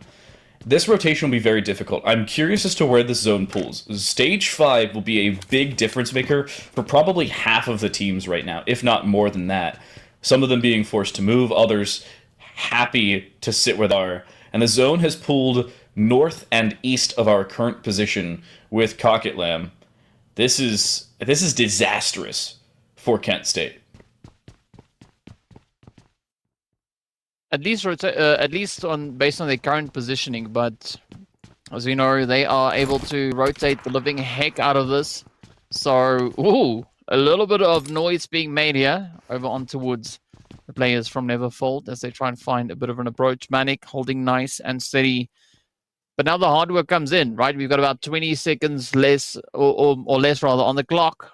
The team is about 200 odd meters away from zone, so there's going to be quite a bit of ground that they still need to cover, and that is going to put them in quite the vulnerable position. Free drop, if anybody wants it. We roll in taking a decent bit of damage. I cannot tell you where from. I believe it's from that east side. But Kent State, they understand they need to start that rotation, and they'll kick it off towards the south side of the zone. As the zone starts to close, Prince needs to avoid most of this fighting. Luckily, the zone doesn't tick too bad right now, but if you stay outside of it for too long, it certainly becomes difficult. Also, if Fanshawe does have 3 players alive, they were all just stacked on top of one another. I was very concerned as to how the heck they dropped out of 3. And Enmal dies outside zone on a shot from Pocket Lamb. That's a great start for them. What the heck happened? Did he just get caught out in the rotation? Prince has died too? What happened to Road to Death? Oof. Maybe that was their road to death, right? Getting devoured by the blue zone or something along the way. Now it's going to be Neverfold looking for their own slice of heaven as they look to push further and further up, trying to get ahead of the blue zone. Congestion now building up here. Manic starting to pick off at their prey. R2D, Prince is down as well. That leaves R2D down to 1 player. 2. This is a very odd position for a couple of these teams to be in. Still 9 teams alive, but a few of them with full rosters still available, Centennial being one of them. Others, like Never Fail, completely gone. Neverfold, sorry, will exit in 9th place. No placement points and only a couple kill points for them. Fanshawe now getting involved into a fight, and they're not doing so safely. Self-Made will win that fight entirely, and down goes Fanshawe. They get 1 placement point, but I could not tell you if they got a kill. Well, it is going to be a pretty tough one still to push through. We're down final 7 teams, and well, things are just going to get more and more challenging from this point onwards. It's now up to Jason and Thor to defend the honor for R2D. And they're going to go up against 21 other players. Look at this, though. Wolf Opie, beautiful connection being made up onto the hill. And that is going to be the Intimidator now, feeling the pressure. And, of course, that blue zone is going to come nipping at the heels. How quickly do you get out of here? Full east side held by Centennial Colts. But as of right now, it seems like a lot of comfortability for some of these rosters, whether it's distanced from other squads or just full compounds to themselves. A lot of this zone is very playable, so by no means are individual teams completely eliminated early, but a lot of them are going to have difficulties moving to some of those more playable positions, especially with Road to Death. That car is about to blow up, you got to avoid it, and there goes your movement ability. Noob has picked it up, so Jason's got an opportunity to stay alive there, but Centennial making their lives very difficult. Well, this could be a golden opportunity now for Manic. They do have a player up on the front line, just trying to fish out what the hell is going up ahead. But number 1 and the rest of the team just waiting for the cue before they'll start their rush up in towards Villa. Now, Lambton, ooh, still having to try and cross this beautiful open piece. And again, right, so many challenges rather, are going to be lying ahead of them. So you can see quite a few teams up towards that northern side. And I'm going to be looking up into the players there from the Colts especially, right? There's a golden opportunity to find a clear line of sight up in towards Lambton. Snake Eye just lets himself die in the zone. He was trying to make sure that Road to Death didn't catch off the rotation from the rest of the team. But Lambton, now in a very odd position, it seems like they'll get caught out. And the rotation now comes through from Road to Death on a road to try and live through this one. One of them gets caught out by an exploding car. That one ended up being their Achilles heel. We Rollin will die first, but a smoke in plays it much more easily. But inside the smoke, if you play with lower quality settings, you can actually see a little bit easier inside of it. And it's Arpit to find the kill into one, Jason to fall as well. And the Intimidators now lethal as they pick up 5 points thus far, plus the placement they've already attained. Yeah, but they're still got to compete with a big bad blue zone. They've got a minute and a bit of change left on the clock until they have to move up in towards the next phase. But I don't think they're going to be too phased about it, though, looking at the sheer number of players still situated up on towards that northern side. So a golden opportunity, especially sitting on towards that southern side of Villa, Manic and the rest of the teams up north. It is going to be a pretty tough one. Self-Made also now starting to spread themselves out, looking to see what approach they can potentially attempt here. As you can see, 6 letting loose a few nades, but they are still quite some distance away from the zone. I'd say at this point, yeah, you smoke off your car, make sure you can get in the car, and then just avoid this fight. There's a lot of control in most of the zone for 2 main teams. One of them we saw on the far side is South. The other, there was Sun, with a lot of space to work with. Self-Made does not have as much space as they think they do, but it's still a pretty decent position. And Lambton, as they walk in, odd position for them is they have to walk through 2 separate lines of sight, and it's down to just Beast God, the only deity named inside of this server. The problem is he's isolated, and it doesn't seem like he's going to live too long through it. But he does have some help. Wait a second. Self-Made's now getting involved in the fight. Well, now let's see, is it going to be the play up on towards King? No, instead it's going to be V-Scott just patiently awaiting the bushes. Up comes 6. Beautiful playthrough. And they do find Wolf. One more is going to fall. And this is now the opportunity for Self-Made to assert their dominance coming through on that eastern side. Number 1. No. Oh, going to be feeling a little bit of the pressure as the nades continue to go further and further afield. Great positioning, but is it going to find any damage? No, instead it's going to be number 1 that will be feeling all the heat. Manic thought they had so much space, but on the other side of this wall, they're basically isolated. Kurogi will be lucky if they live through this, especially with so many players around them. They've got Region 8 above them, the other Centennial College roster. But Kurogi, they do prone inside the zone, only to be shot down from distance. What a shot from Beast God, the last remaining member of Lambton, still looking for more. UC Davis on the east side knows that Beast God's here, will start to completely pummel him with nades. He'll be lucky to live through an extra couple sets of those. But it's still 3 players alive, or 3 teams alive, and Beast God's one of them. Yeah, and I mean, Self-Made, they've also made themselves 13 eliminations in this game, so a phenomenal run coming through here for them. But let's see, are they going to be able to clutch up, though? They still have, well, a solo down towards that far southern side. 3 players up on towards the north. Up comes B-Scott trying to pick at it, but unfortunately, Joker has other plans for them. And puts the run to that. Now, it is going to be, well, just Region 8 Infinity and Self-Made to contest for the chicken. The problem is, that was a lot of help that Region 8 Infinity just killed. That solo was basically isolating UC Davis into multiple fights, and now UC Davis can fully focus on Region 8 Infinity, and it will indeed be R8 having no way through safely. Winner, winner, chicken dinner goes the way of the University of California, Davis. That is a clean and clear victory. The solo, ironically enough, killed by their opponents, and that was the only thing helping their opponents. Questionable decision to try and isolate the solo there. Well, you got to give it up to Self-Made, a beautiful position advantage that they had. I mean, they just asserted their dominance. They went so far as to assert their dominance outside of zone, right? As if the zone wasn't enough. They had to try and extend their reach, and, well, they just locked it in, secured the plays, got a bucket load, and then some of elimination. So, yeah, this is a very aggressive start to the first match. Of course, we should be taking a look at a few things as we progress on further. But yeah, I think Lobby 2, yeah, they are on something different. This is a lot more of a fun game because of how quickly it started on multiple fronts. Self-Made will take the winner chicken dinner. University of California, Davis walk away with a fairly clean and clear victory. Not a single player fully dies. One of them was down, but we don't care about downs. The kills end up being the point maker.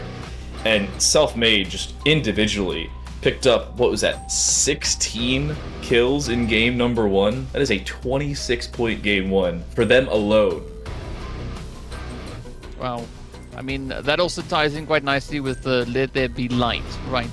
They just lit that lobby up like it was Christmas. And of course, well, Self-Made 999 walking away with the most eliminations as well as the most damage, 515 damage. Getting packed into a beautiful package there. But of course, then the big question is, who is our MVT going to be, right? I think it's going to be Self-Made. Yep, there we go. 14 eliminations and 2,200 damage. Okay, I think that number's wrong.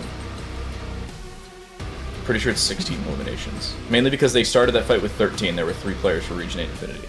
We'll get the exact number in just a second. Yeah, it was 16 kills with 10 placement points for them. We'll get the exact tallies on all that as we move here. There we go. 16 eliminations. Wow. 10 placement points. They pick up the EP and the PP are swapped. Yeah. But that's an insane first game for Self-Made. And a couple teams that we were looking at and saying they're a very good spot. Nitro finished with 1, Old Gangsters 2, Road to Death 2, Rude Dudes 4. Those are 4 teams that we said, oh yeah, they could easily be top 4. Well, whereas Centennial College occupies 3 of the top 5 spots.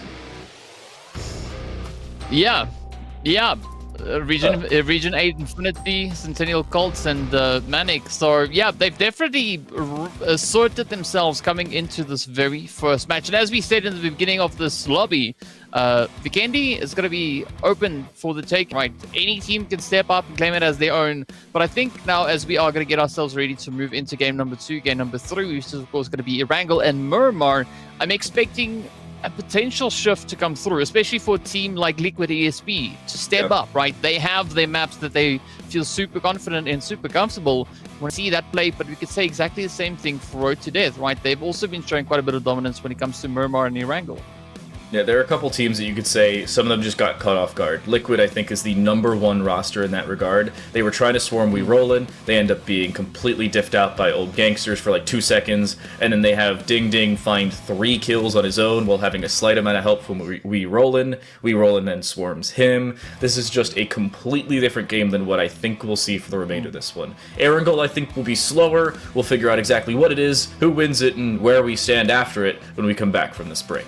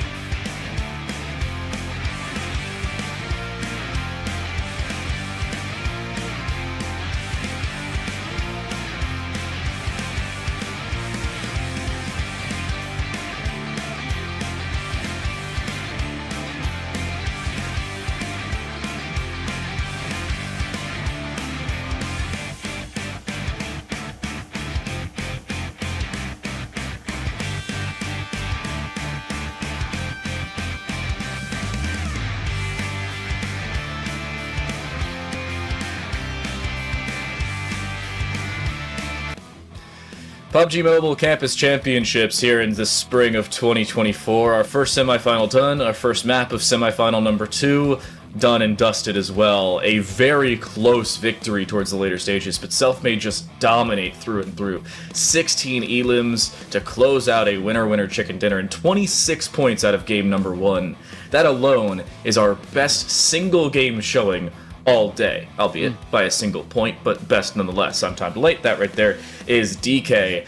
And out of game 1 DK, a lot of things to evaluate, and a lot of teams that you could say, where did they go? Yeah, that was quite a surprising turn of events, but as we said before, you know, Vikendi open for the taking. Anyone can step up and show exactly what they want to bring on through.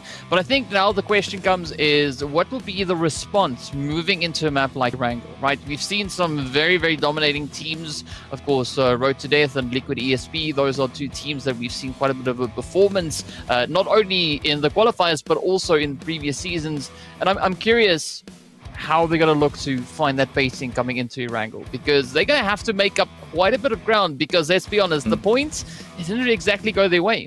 No, not at all. And there are a couple teams that you could say here that are in a very good spot to recover. Other teams, you'd question where they go to try and recover things. I'd like to see a couple of our more notable teams that at least we recognize from the last fall semester play a little bit more passive in the second game. A lot more viable POIs that are much more spacious here in Erangel. But a lot of these teams just cannot afford to take early fights that risk third parties. That's what we saw from Liquid just in our previous game. They did not have the space they needed to work to take those true one team versus one team fights. They got swarmed by old gangsters. Yes, they win the fight versus old gangsters, but when you're down to one player, it's just like you lost, but congratulations, you've got an extra few kill points. Yeah, I don't know if that's maybe a bit of a consolation prize or something, but it's definitely something we want to see change up as we move into the latter games, you know, match number 2, match number 3. And I think this is, yeah, hopefully we will see those teams kind of perform the way that we are expecting them to perform. But again, on the other hand, right, it's a golden opportunity for teams that have been holding back a bit of their performances, lying dormant, to really unleash it moving into the games here today. It could secure themselves a position moving into the grand finals. So I think there's a few different approaches that teams could look to take here, and I'm curious to see what that will be. And moving into this second game, there's a lot of unknowns for a couple of these rosters. Some of them we just did not get to see into a late game. A lot of these squads can pick up a late game and develop what they need to learn between games. Nitra, for instance, we saw that from them last semester. Same for the Intimidators here. They did decent, but they just didn't find the space they needed. But St. Clair, we're looking for more. Road to Death and Kent State, the number 1 roster we're really looking at here. And yet, a couple of these squads just didn't get the opportunity to show up in the later stages, and a lot of these unknowns could cost them. I will say it again, though, you really only need 10 points, maybe 12 to qualify, depending on some of the lower tier rosters and how they do later on. So by no means are these teams out of the realm of possibility. I mean, we just saw a team pick up 26 points in a 16 kill winner or a chicken dinner.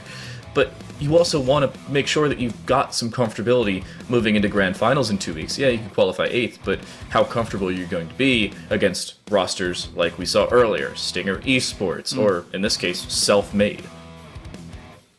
Yeah, I think that is definitely going to pose quite a bit of a challenge to these teams. So we're going to see them step up to the plate. They got to bring everything that they can bring on in. And I mean, as you said before, right, you're expecting the cut for the top 8 to be 10, 11 points, somewhere around about there. Currently, it's still single digits. So there is a lot of opportunity. Anyone on the leaderboard can change their position. You could even potentially look to contest a team like Selfmade. Yes, sure, they just locked in 26 points in one game, but that doesn't stop any of the other teams to accomplish exactly the same thing. So I think at the end of the day, it all comes down to the eagerness of these teams and how badly they want to get themselves moving forward into the grand finals, and I think it's going to result in some pretty sweaty gameplay. Notably enough, there's only one team that leave game number 1 with 0 points. That's 4 Deadly Snakes from Algoma University. So by no means is this a completely done and dusted first game, but there are a couple rosters that had a negligible showing. Kent State with 2 points. Those were placement points, by the way, not even kills. Neverfold from Cocketland with 1. Old Gangsters with 2. 1 for Fanshawe and 1 for Team Nitra.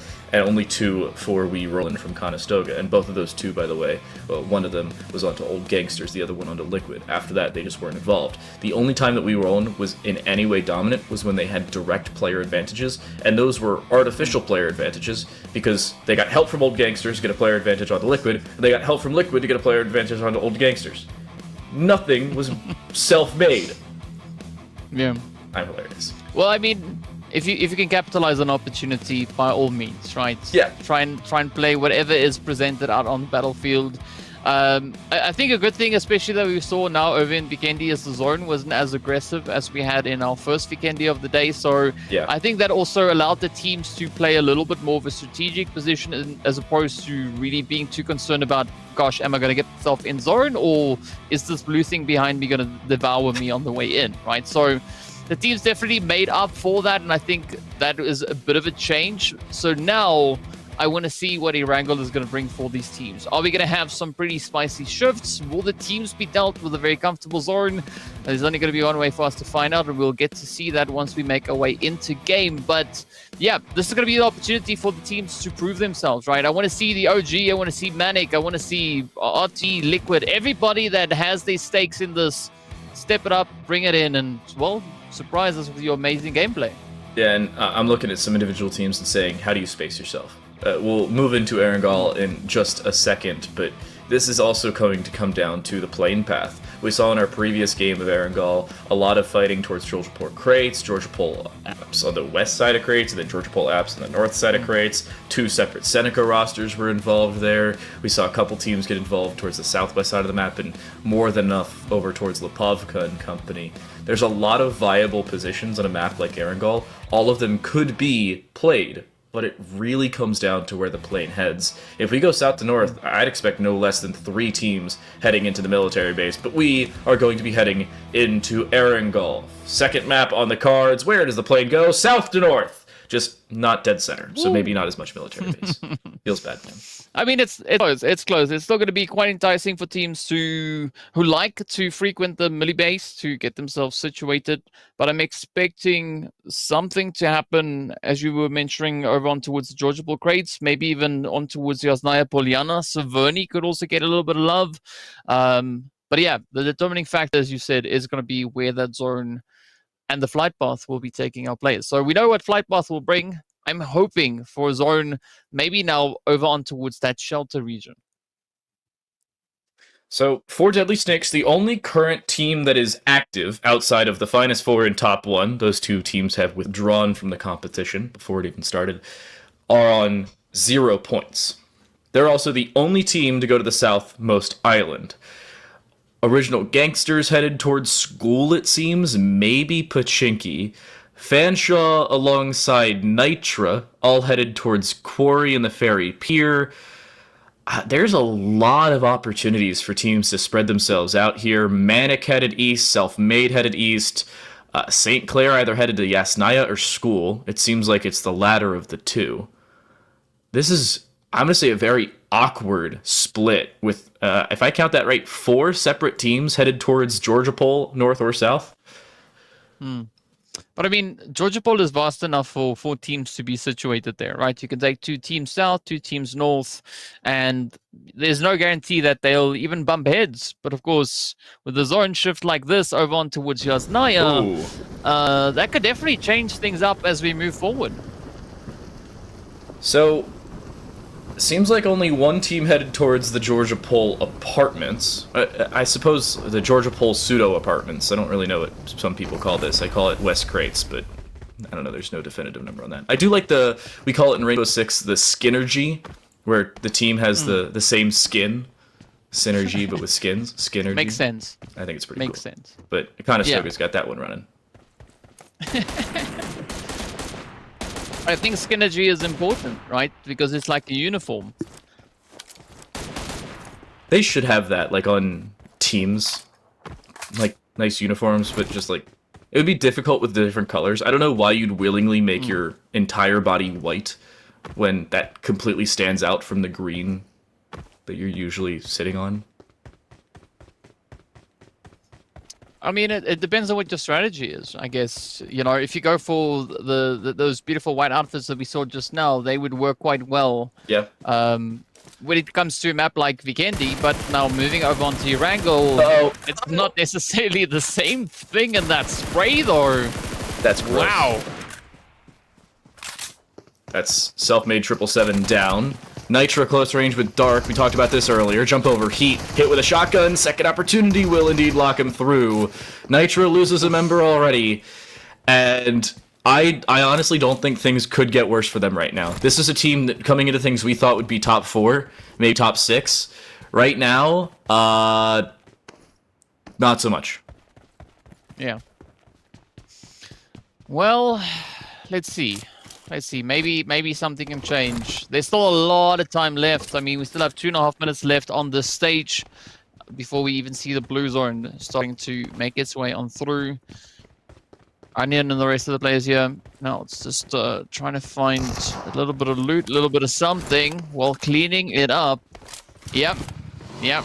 This could be quite the unfolding or the unraveling that we'll have here. I mean, Selfmade now having to double back on themselves. You can see the team just is stopping over on those red lines.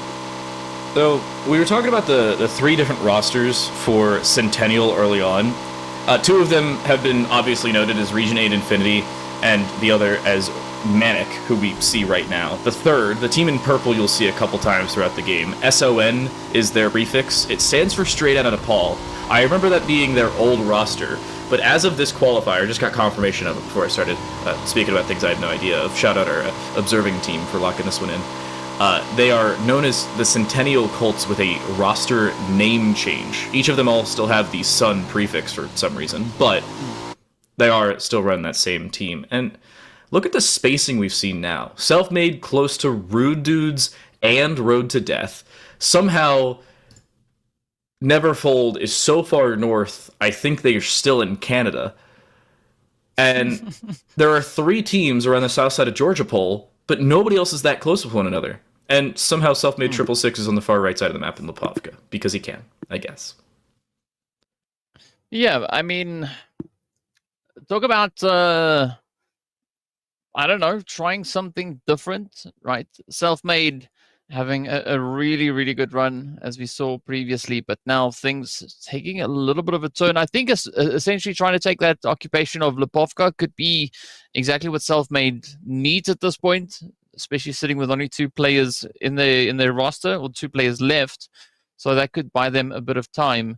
But now I'm going to be looking at the teams that we have over on towards this western side, right? Are they going to start pushing up? Are they going to look to maybe upset a bit of the plays along the way? Because, I mean, especially with those teams up in towards Georgia Ball, right? We still have 4 teams situated there. And if they make a decisive rotation up in towards Rozark, that is going to mean a pretty tough time then for the Rude Dudes.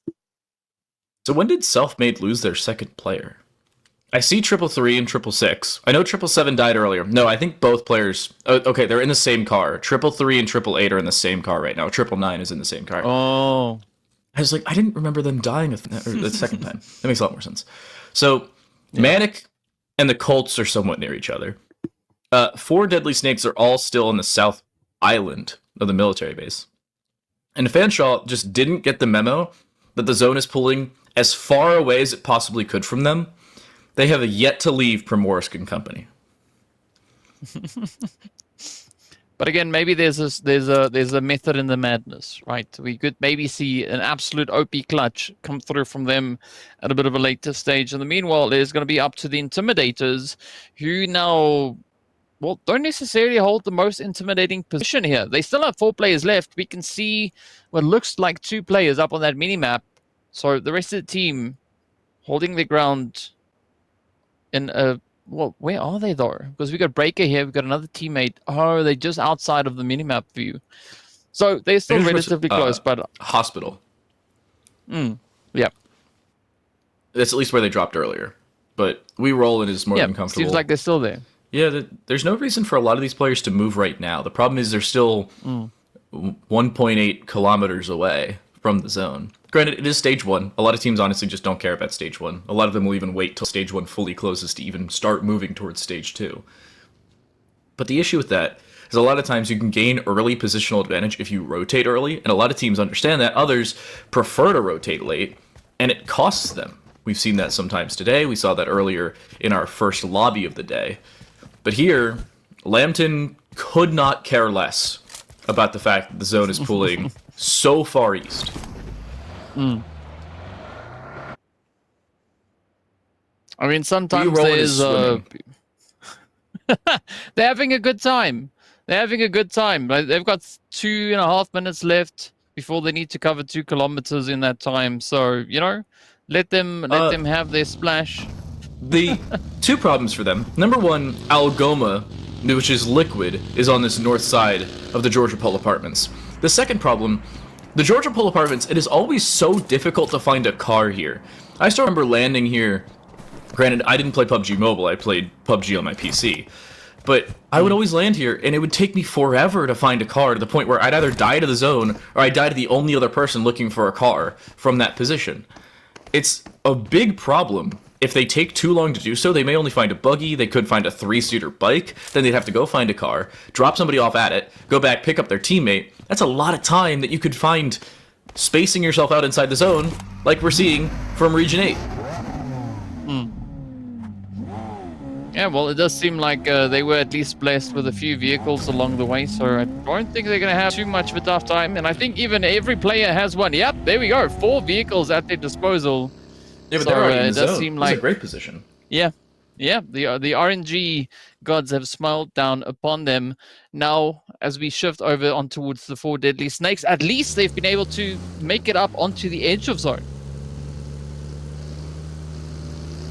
So I think somebody was just shooting at 4 deadly snakes. That or somehow Oreo just ran into a wall. Entirely possible.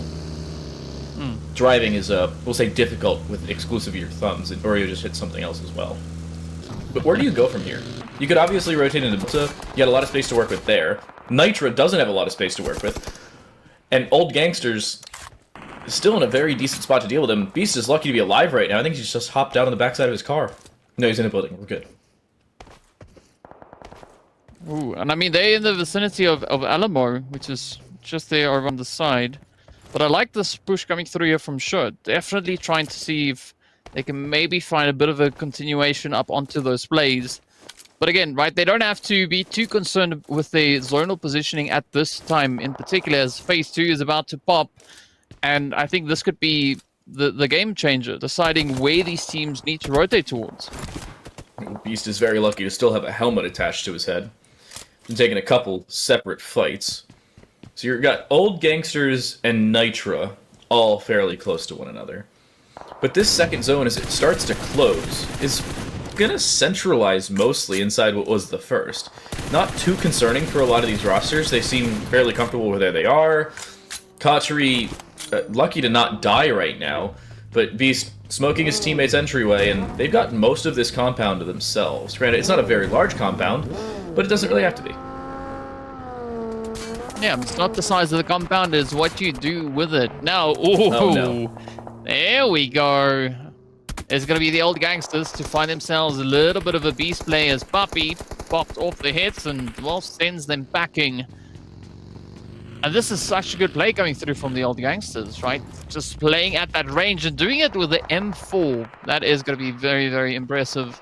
But now, how will they kind of play the rest of this position? Because zone, well, it's starting to close on through again. Not a big major concern. There is a little bit of time left on the clock, but so much can change in just so little time.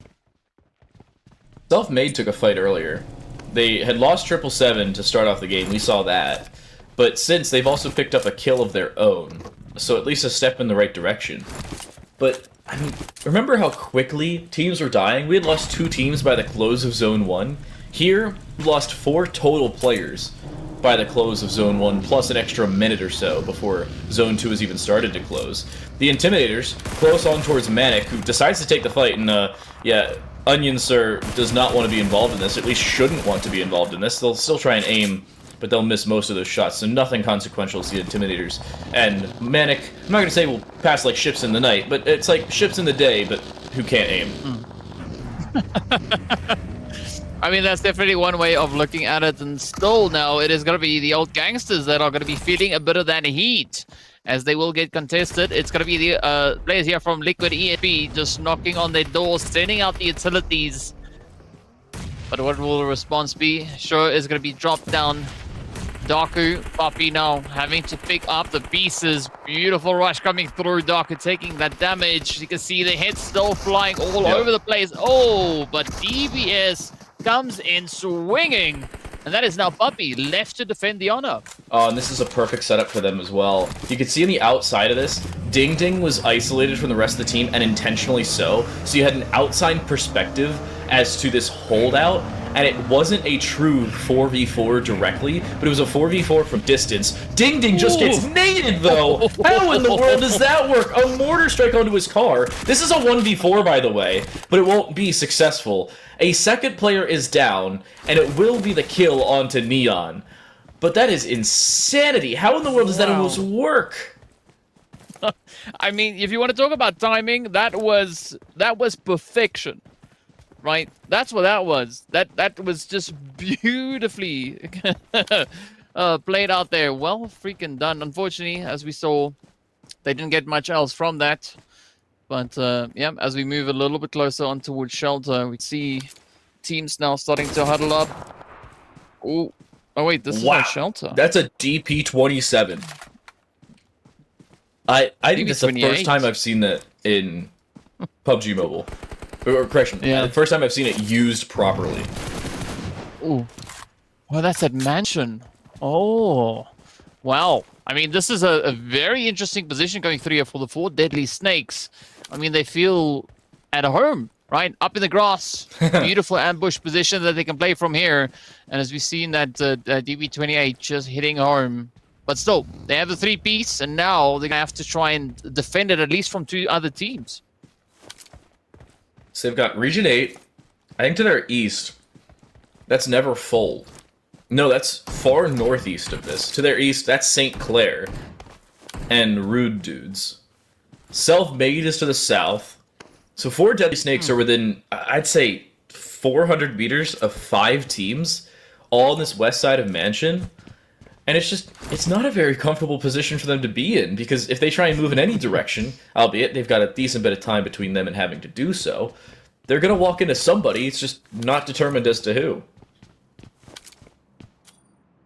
Yeah, I would say, like, even potentially in just like a 400-meter radius, we've got 4 teams holding. I mean, of course, the players here from St. Clair, they are, what, a little bit less than 100 meters away from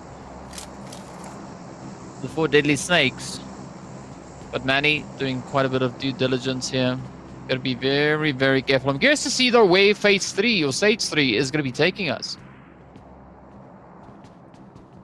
Stage 3, a little southwest. So, interestingly enough, 4 Deadly Snakes are going to be just snakes in the grass, holding for 3 separate squads to rotate into them. They'll have Region 8 Infinity, St. Clair, depending on where they decide to go, and then most likely the rotation from that northeast side. That's Never Fold, Road to Death is up there, We Rollin' is up there. I mean, we've got, of the however many teams we've got left, 1, 2, 3, 4, 5 are in the zone right now. Wow. Yeah. That's going to be pretty dang tough, though. But already, you can see Sinclair starting to play their hands. The Rude Dudes opt in for a little bit more of an eastern positioning here. Self-Made being stuck smack dab center. And then we've got Dark Esports and the players there from the Centennial Colts taking a little bit more of a southern positioning. As you can see, the shots are getting delivered up in shelter. And this rotation just seems like Dark don't want to involve themselves anymore. Problem is they may walk in from one Centennial squad into another. Manic is here, albeit not as close, but that rotation into shelter is going to be difficult when you've got one teammate on top of the other. Weird interaction with the cars, but I suppose that works. You do have a rotation out available if they need it, but this position by no means is safe, especially if Manic understand the traversing of the shelter and can get over here properly. That could completely change this fight. Oh, Naomi now just gonna fire off a few warning shots, keeping Manic slightly on the edge. Still got to watch out for the golds that we saw a little bit further back. So Fanshawe, they are going to have to deal with quite a few plays potentially, but that's the beauty of the shelter, right? You can really just wiggle your way through, go down the one entrance, come out the other, and you could have quite a bit of the upper hand. Speaking about upper hands though, Road to Death and Liquid ESP at each other's throats yet again. Liquid already has 4 kills in this one, but they have lost Neon. Road to Death I don't think has been involved in one prolonged fight, so they may not be nearly as safe. Nade being prepped here for levels. There is a sound cue when you pull the pin of a nade, so Road to Death may know that one player's here, and now that the nade's been thrown, they certainly do. But how does Road to Death play this? Only one player's close, that's Thor. Everybody else has been keeping their distance, Jason, Prince, etc. But as of right now, they just don't want to take this immediate fight if they don't have the players to do so. And they don't know when they have the players to do so. Thor runs in, there's one, immediate kill will come through, a 1-for-1 trade though, as Prince dies just the same. Thor, turn to your left, there's a DPS waiting for you, and somehow, it's down to just one for Road to Death, and Anmol will just run a different direction. Somehow, Liquid keep 3 players alive, they only have one of them down in the process. Ding Ding, again, is down, by the way, same player from last time. And Kent State is out. How many kills did Kent State have? Yeah. 0. Kent State finished Game 2 with 0 points. Wow. That is They've got 2. big oof. Through 2 games, they've got 2 points. What happened to Kent State? Well, they are going to have to clutch the living heck out of match number 3 if they want to find themselves up in that top 8. But in the meanwhile, we are going to be looking down towards that southern side. It is still the players here from Dark Esports and Manic. Now, trying to figure out who will be the team allowed to move on forward. Oh, but here we go. Guru getting ended as Region 8 move on forward. Now, we're rolling. Could they find that extra few angles to put even more stakes into the side here of Region 8? Was Joker alive? What a nade, what a nade, what a nade. That even got inside the room somehow. You can heal here, but you're going to be swung. Damage done on the first one, swing with the DBS for the second. Region 8, they're down to just a couple. And we roll in 2 players just like they had in our previous match, but they've still found at least a couple kills to write home about. Manic finds a down onto Amrit. But, yeah, it's a kill as well.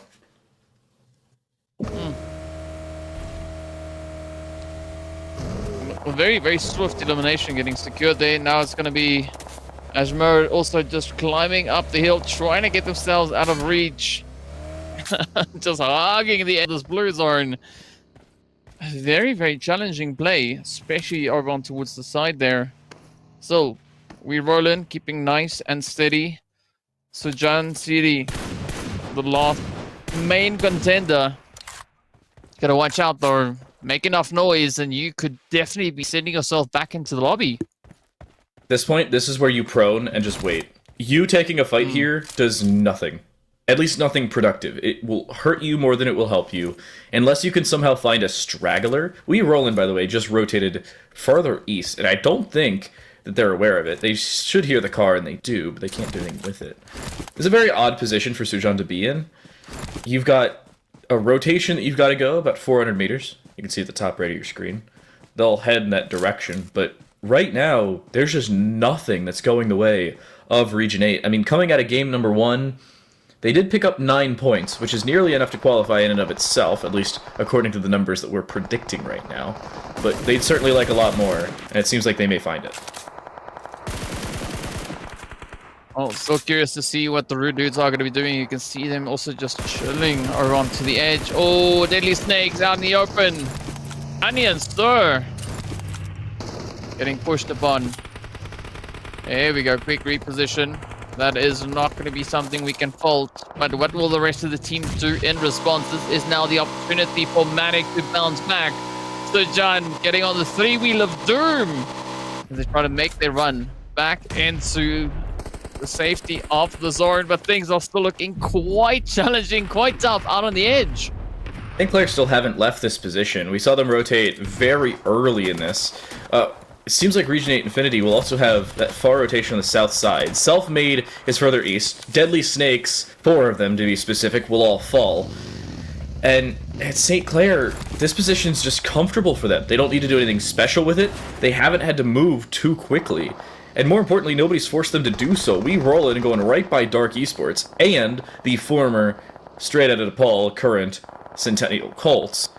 But nothing consequential happening really anywhere other than the shelter, which you'd think would be the safe haven. Yeah, I mean, that's what we would think, but turns out that is not going to be the case. As we now jump back over on towards Manic, also not exactly in the position they want to find themselves, but this position does give them a bit of a fighting chance, because they've got that beautiful line of sight up in towards the shelter itself. Now it's going to be up to Sinclair to decide how they will look to play this one. They're going to have to take a chance there. They've got a few seconds left on the clock. Oh, now, no. The Colts also in with their own contribution. And a kill. Arpit dead. 2 points now built up for the Colts, and a pretty decent showing for them coming out of game number 1 as well. 6 points on the cards there. We've had fairly decent splits of points compared to what we saw in our first game, where a lot of teams were all around 1, 2, or 3. Here, it's a lot of teams around 2, 3, 4, and 5.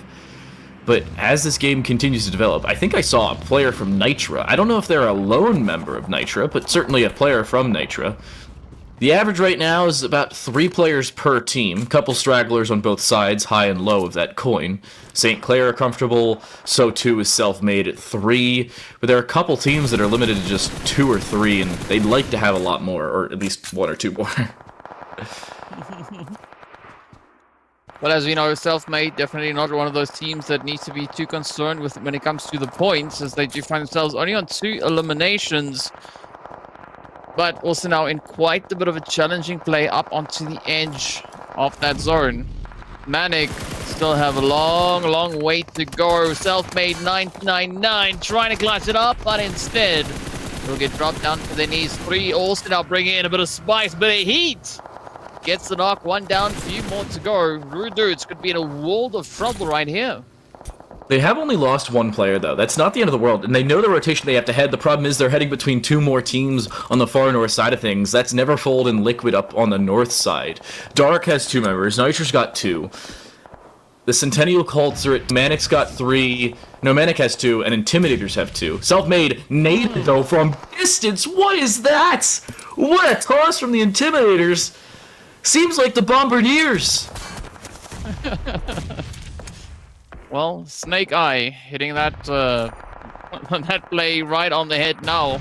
Again, Liquid ESP down to Ding Ding, trying to see if they can defend the honor of the team. A very similar position to what we saw back in match number 1. But is the outcome going to be the same or even better? The pressure starting to mount, starting to build, holding over onto the west. A lot of congestion over on towards that southern side, so this is where Ding Ding needs to be quite cautious.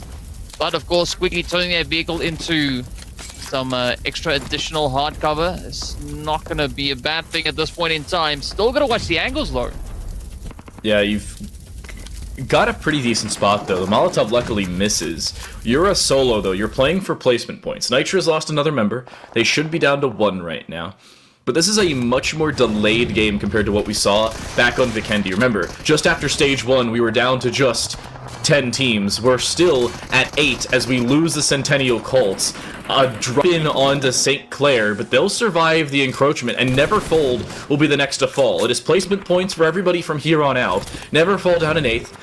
Manic out in 7th, St. Clair with 1 member still alive on the north side, Liquid with 1 as well. It seems like Rollin has 1. We are down to 4 teams and 7 members currently alive.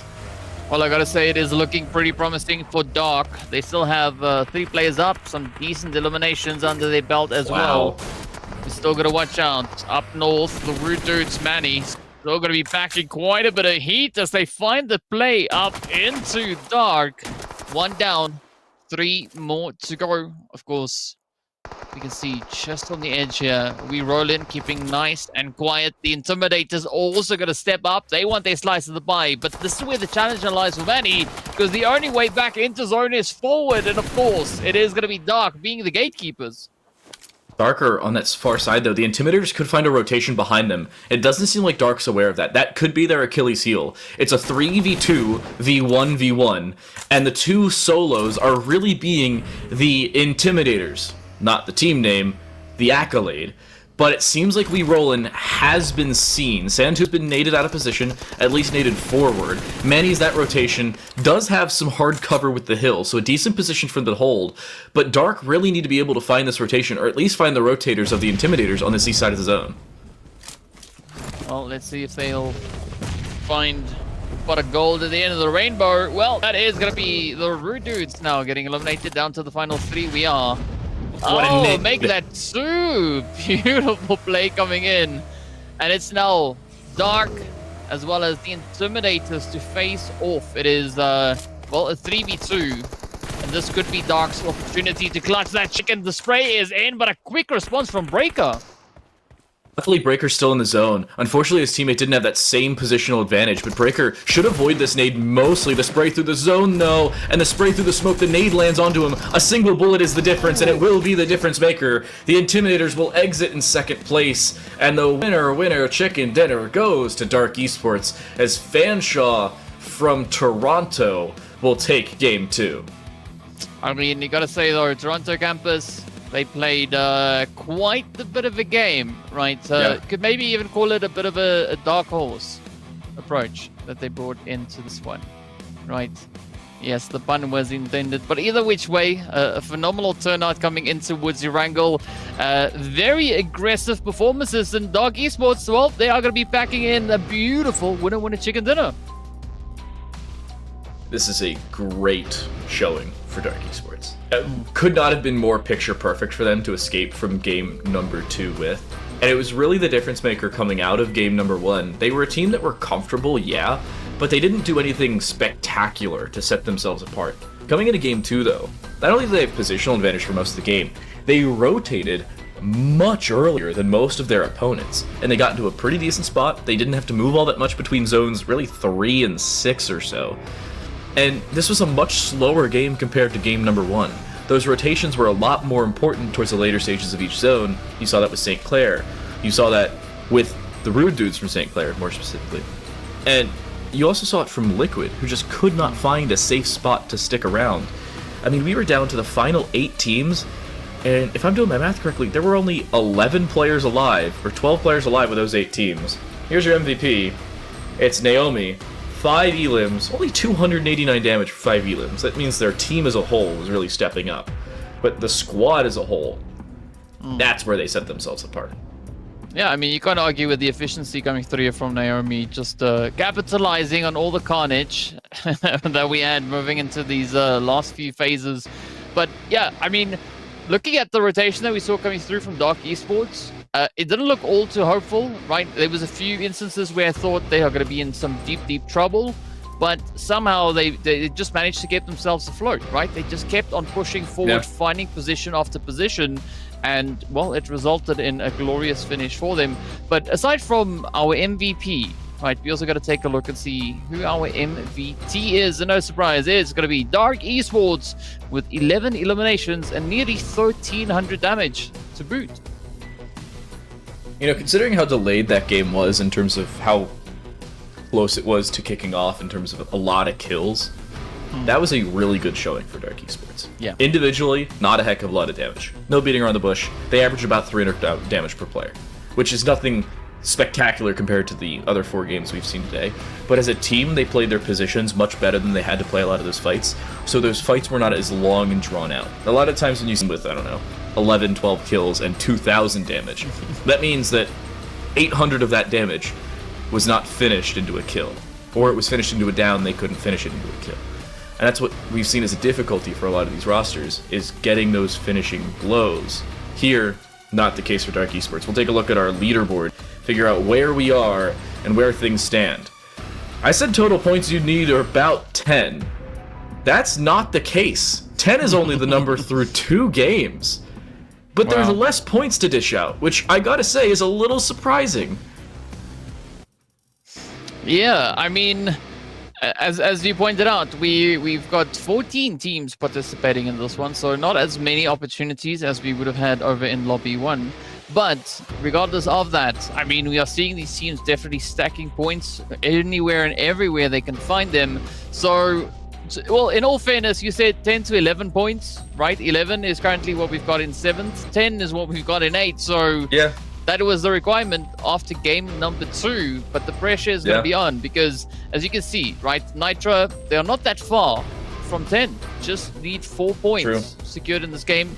Never fold, they just need 6. The same can be said about the old gangsters. So I'm definitely expecting the teams, especially from that 10th place downwards, to really look to shake things up coming into this last match. And I think Murmur is going to be the perfect map to do exactly that on. I do have to say, this game is a lot more centralized in terms of how those points are spread, which I think is the main difference maker in this match compared to the previous. Remember, Utopia had 40 points after game 2, and -7 had 28. Right now, the top 2 are at 30 and 22, respectively. That's an extra, give or take, 15, 16 points to split throughout the rest of the teams in the lobby. Plus, Sting Esports isn't here, so they don't make up a very close third. The top 3 are set apart from the remaining, but by no means is it a completely substantial difference compared from 1 down to 8, 9, 10.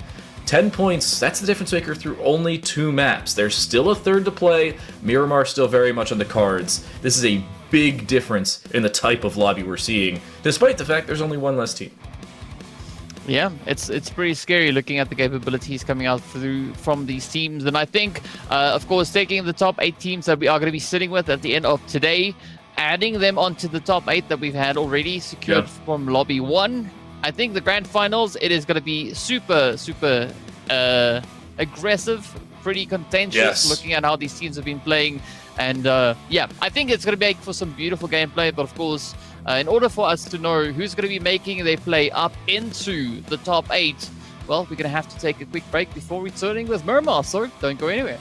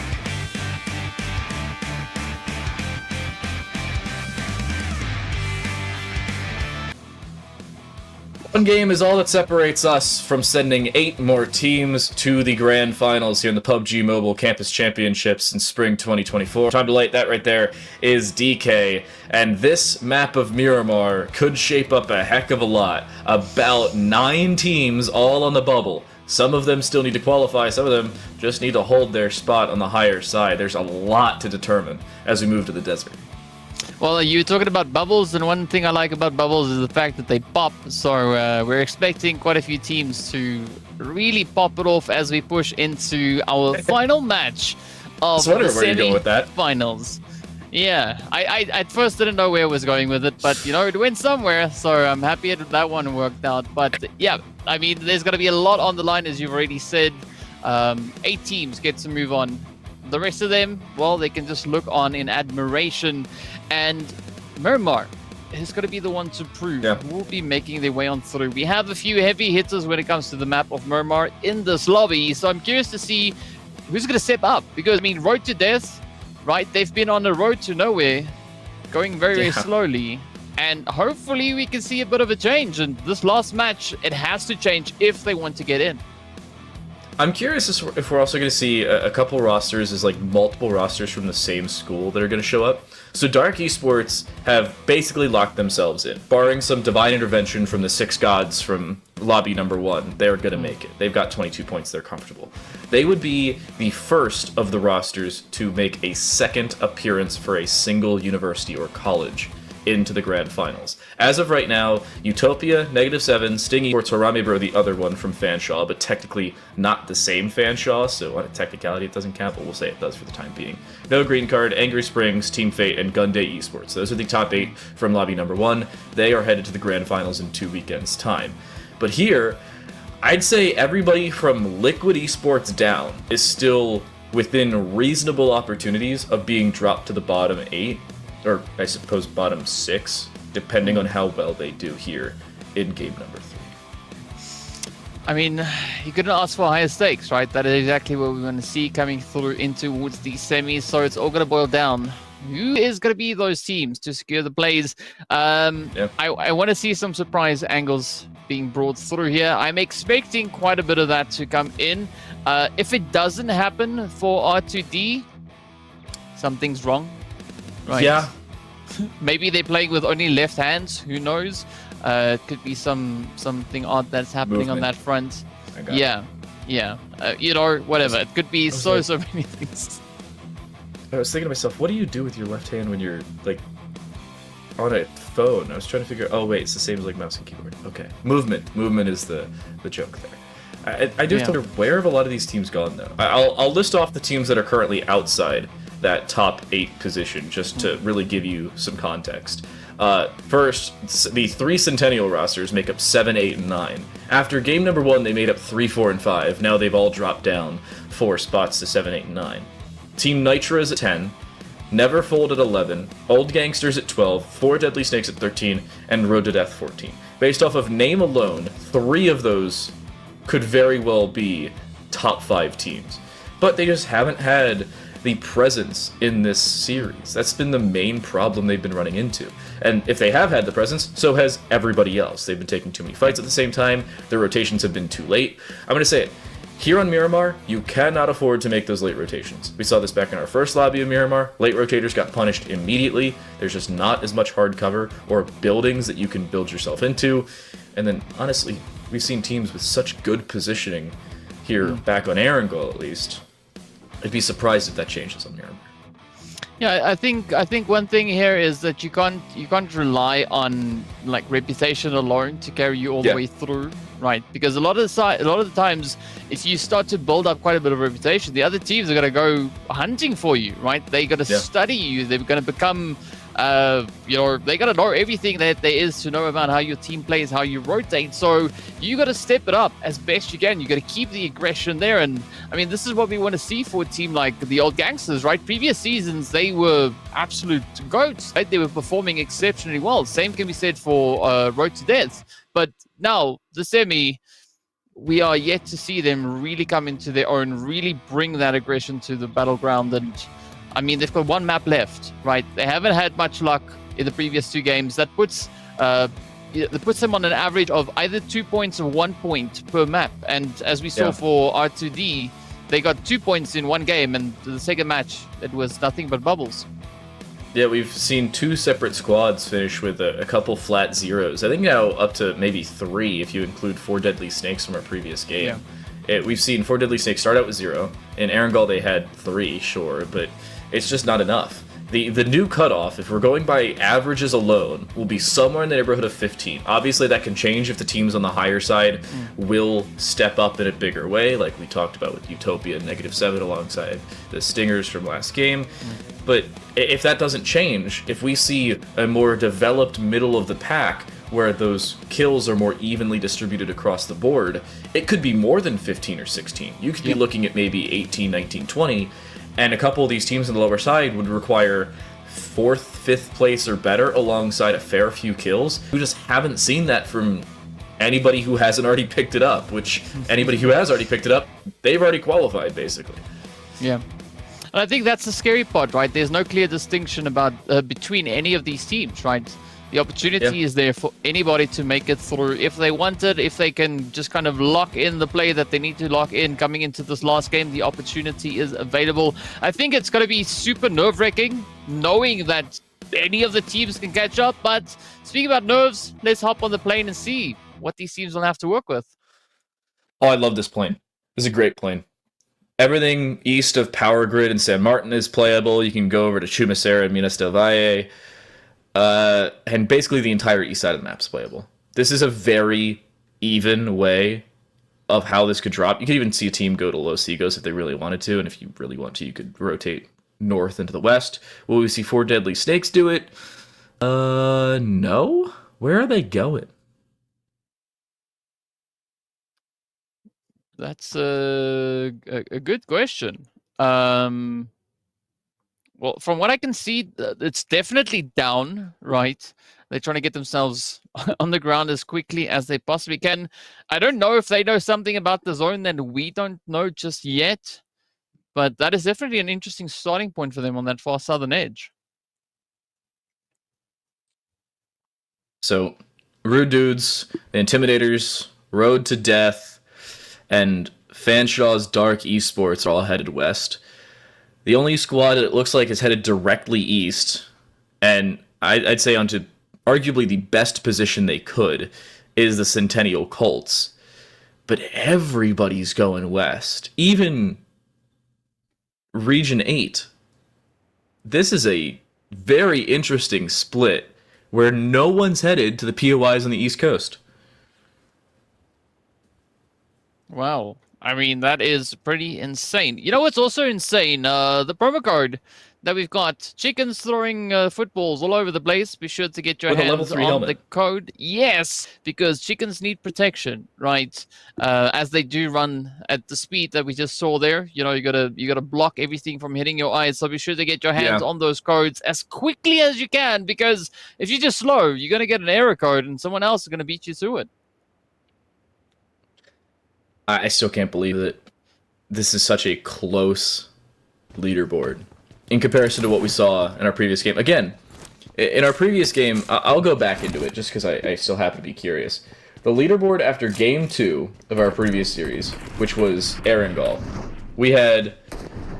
The cutoff was 9 points instead of 10, but everybody between 6th place and 11th place was split by 5 points.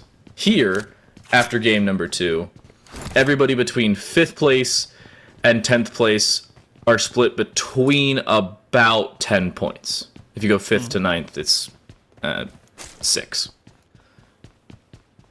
That's pretty scary, but also pretty exciting, right? Because all these teams, I'm pretty sure that they know exactly where they currently find themselves, so they know that they have the capability to change it up, right?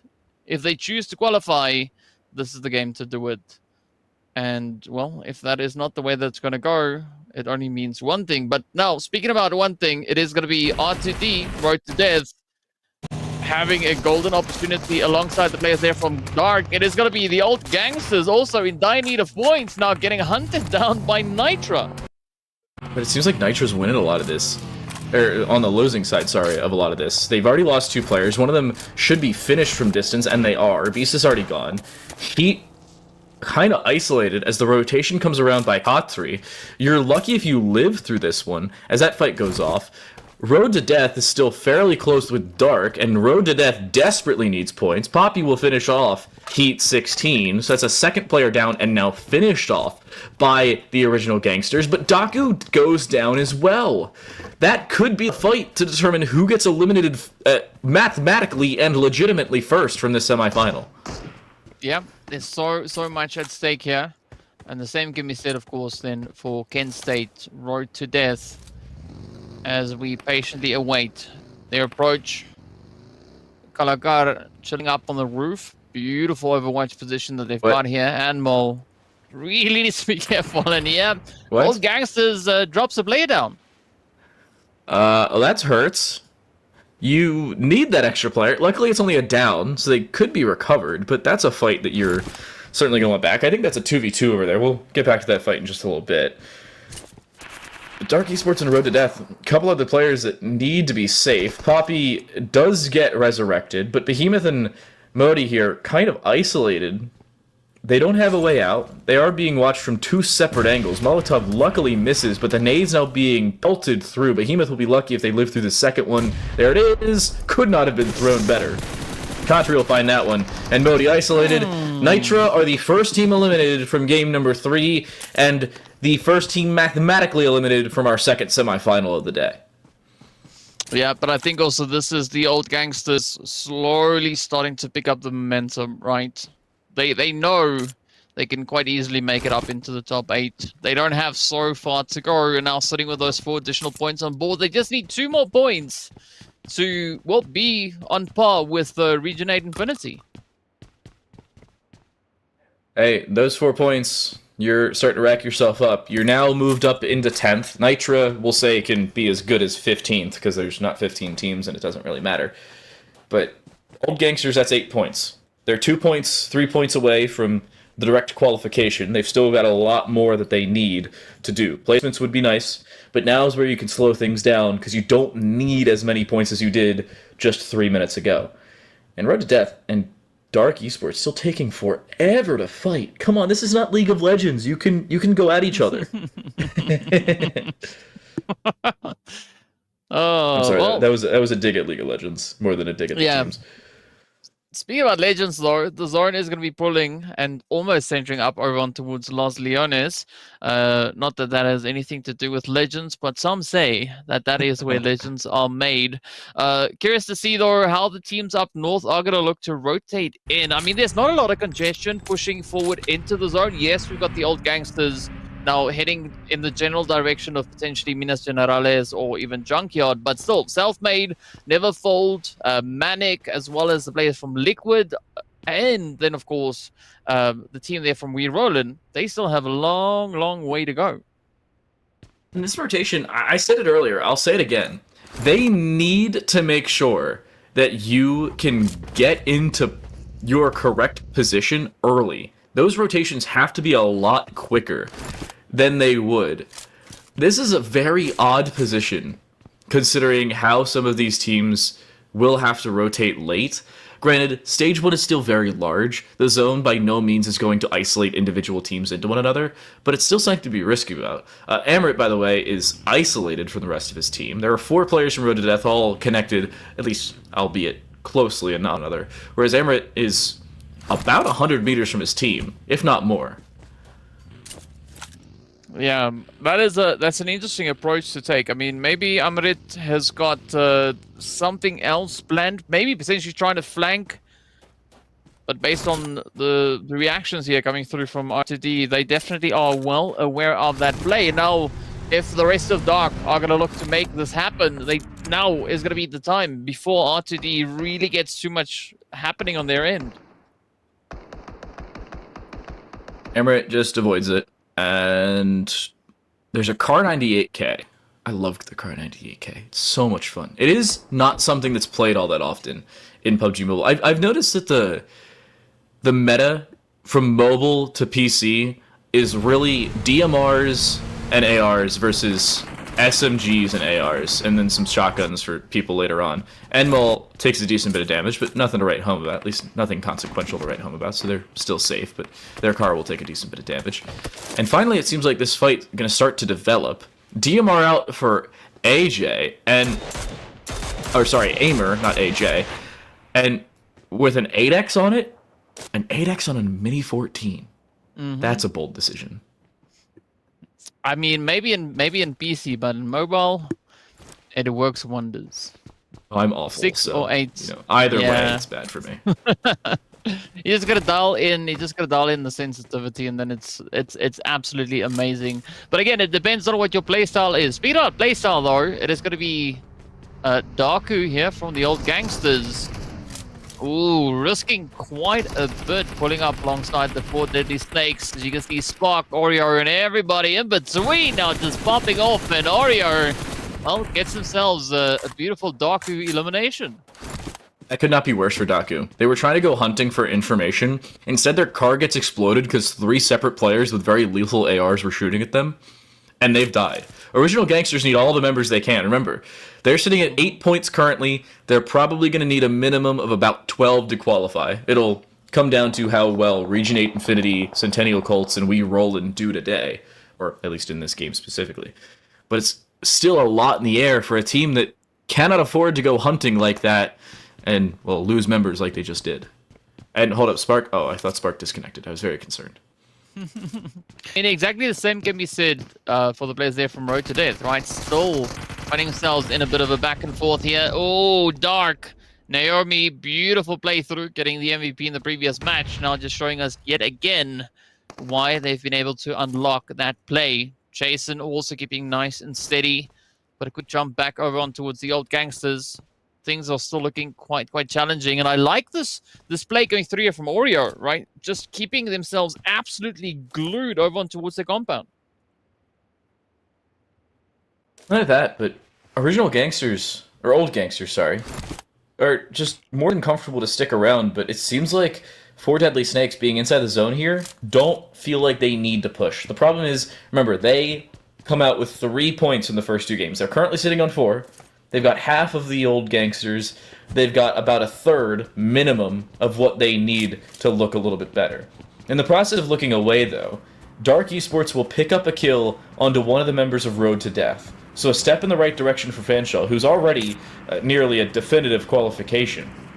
And Road to Death, another team that has very few points, 2 of them, to be specific, through 2 games. They need a lot more than, well, dying early to make it into qualification territory. Yeah, so there's got to be a lot of pressure, especially now for Road to Death. But you got to give it up to Dark, right? They are just absolutely relentless, right? They're searching high, they're searching low, and eventually they are going to get their hands on the remainder of Road to Death. The vehicles are starting to come on through as Amrit starts to pull on forward, maybe trying a bit of a distraction, and both teams essentially doing the dance. But unfortunately, that dance is going to get cut short very soon as, well, the zone has pulled away from them, and we've got just over a minute and a half left before the blue is going to start to close in. And they still haven't finished fighting. This has been, let's see, it takes 10 minutes for Zone 1 to start and then finish. It takes another 4 for Zone 2 to start. Or 3.5, I think it is, for Zone 2 to start. So this has been about a 14-minute engagement or so. And only 1 player has even died, much less even taken damage. Prince is being walked in on, but they're in a great spot to deal with this. Nade being pulled early. Could catch 1 if he finds a timing on it. Molotov on the other side popped. There goes a nade. How much does it find? It's only damage. The swing outside, though. There's damage to return, and Prince has just been seen by 3 separate players, reloading and caught out while doing so. There's the engagement from Dark, and it's down to just 1. It's Thor from distance, needs help from Mjolnir, and I don't think they're going to find the hammer anytime soon. Road to Death has just 2 points through 2.5 games, and they've got 1 player that needs to find a minimum of 10 to get Kent State to qualify. Yeah, if Thor can't make the magic happen here, well, their hopes of making it into the grand final is going to get absolutely obliterated. Even smashed, though. But you got to give it up. As I said before, Dark, absolutely relentless. They continue to push on forward with it. Amrit and Naomi now going to be leading the charge as they go out hunting, looking for Thor. Will they find Thor? That is going to be the question. I'll be honest, I don't think so. Thor is so inconspicuously hidden. I think on the balcony of the top floor of the motel, there's just absolutely no way that you're going to go hunting for Thor and take that much time to do so, and then you're going to find him. If you do find Thor, you're probably going to lose a player in the process. He's actually just stood up. He's found 2 players. Wait a second. He's just found it down, almost a down onto a second. Naomi's lucky to currently be alive, but both of them need to be very careful of their position. How accurate is that Molotov to try and finish off Amrit? It's not. But it's right next to Naomi, who needs to be very careful. Well, in all honesty, this is an absolutely phenomenal position coming through from Thor, right? Thor now knows exactly where Dark Esports find themselves. The only pressure is going to be that blue zone that has found its way in as well. Fortunately, it's only stage 2. But how much time can Thor afford really to spend in this position? Amrit slowly going to be losing a little bit of health there. As we continue to push on, the play is being made by Dark, trying to lure Thor out. And you still got to watch out for that player over on towards the offside. Right, Kalakar can definitely play the upset. Playing the rotation, I don't think Thor's fully aware of it. The problem is you can't rotate from either side of this, and you can't stand up because the movement of standing up will make you unscope, so you can't stand up and shoot. It's not like crouch spraying in any other first-person shooter you're usually used to. Amrit shot down, damage into a kill. There's a step in the right direction. 1 picked up for Road to Death. But how much more does Thor find? That's the real question. Again, this is a 1 versus 4 from about 40 meters, 50 meters or so. And you have a 3x on an M4. By no means is this a comfortable position to lock down. And you're doing all this while in the zone. You can see the healing on the bottom. 2 energy drinks, 2 painkillers, a first aid, and a full med kit still available. So there could be a lot of time spent in this first stage, and even, honestly, the second and third stages as well. But this is still going to be a little bit more problematic should this fight draw way too long. Dark, however, they basically qualified. They can extend this as long as they want. I mean, but this is such an interesting position, right? Dark, they've got the numbers advantage. They've got the HP advantage. But looking at Thor, I mean, I definitely say Thor has the positional advantage here. The only thing that is going to bite Thor at this point is if the entirety of Dark get an opportunity to land a shot in on Thor, right? That's going to be the end right then and there. But you also still got to watch out for Kalakar that is going to be coming in on the end. It seems like Ajmer does realize that the team kind of needs to get out of the blue because you can't afford to spend too much time, or scratch that. It's going to be just pure aggression rushing straight up onto the doorstep. Does this work? That's the real question. Yes, it does. Okay. UMP is actually what closes it, and it's from Kalakar from distance. He's going to start shooting the pseudo-dead body in front of him. Aimer will be able to heal up over on the dead body. Dark end up finishing Road to Death. The second team eliminated not only in this third map, but overall. This means that 4 Deadly Snakes, Old Gangsters, Never Fold, and Manic all have a much easier time of building up qualification because they have less teams on the lower side of that top 8 to contend with. Oh, Are yeah. you what? Huh? Yeah, Arpit having a little bit of a tough time getting up on that one. I mean, it's a golden opportunity here for Region 8 Infinity, as you said before, right? They are going to try and just solidify their position within the top 8. They were in that position coming into this lobby. They now got 4 eliminations to their name, and they still have the full squad to utilize. So things are looking pretty positive, at least then for Region 8 Infinity. But now we got to see what the rest will bring, right? Manic also still having to step it up quite a bit. We've not yet seen any points come through on their end. Ooh. It's a big fight. Liquid Esports need to continue with this one. We roll in kind of in the same spot. Both of these teams would contend for a much easier time in the top 8 and less risk when push comes to shove as to who seeds a little bit better. Sandu smokes off Man, who will be able to at least mostly disengage behind the UAZ safely. Another smoke there. Liquid seems like they're allowing We Rollin' to build back up to 4 full players, but ding ding, how accurate's this nade? That's the real question. How close does it land? Just on the other side of the UAZ, but the blue zone, alongside the rotation from outside, means they have to get off that original heal, and this all inside of the stage 3 zone. They have to make this quick, or they could get caught out. The nade will kill one, down a second, and We Rollin' losing members quickly. They cannot afford to do this. They currently have 0 points. They need at least a couple to make themselves feel fully safe. Yeah, well, it's a tough position to find yourself in. For Deadly Snakes also still have a very comfortable position up on towards the north. It doesn't seem like they are going to be looking to make too much noise.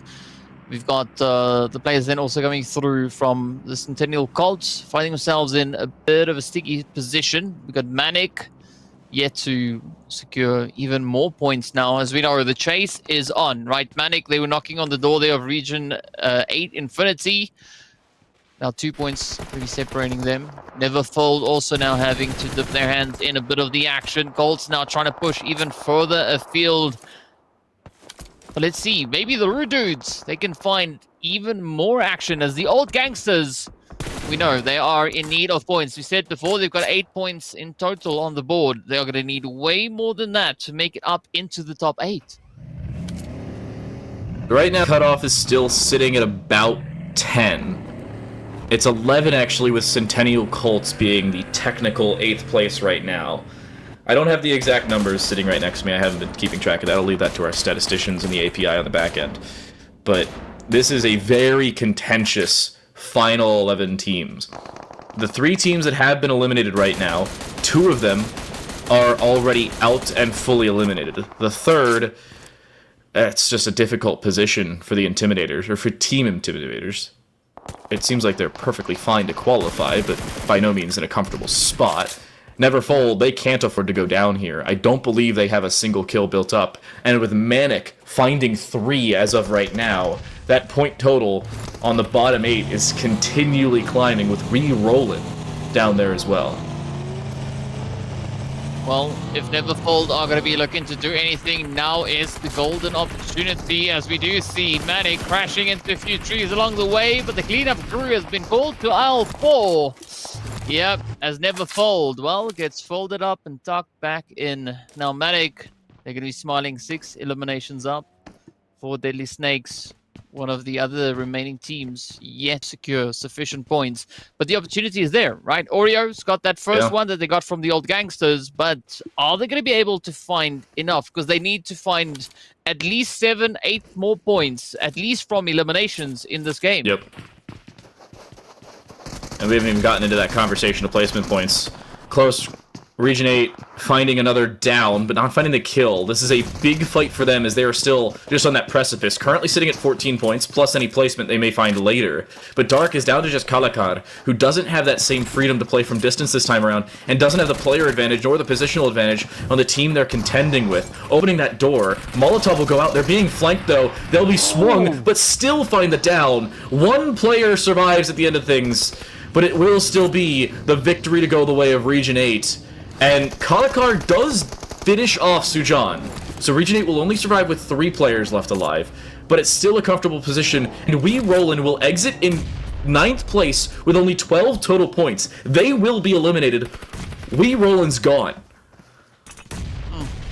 Oh, what a nade. Ooh, that one was right up in there. Liquid, it seems like they are out to prove a point. Showing some pretty good pacing here as they now start to warm it up for Deadly Snakes. Holding on with 3 players. Spark trying to maybe bring in a little bit of that fortification.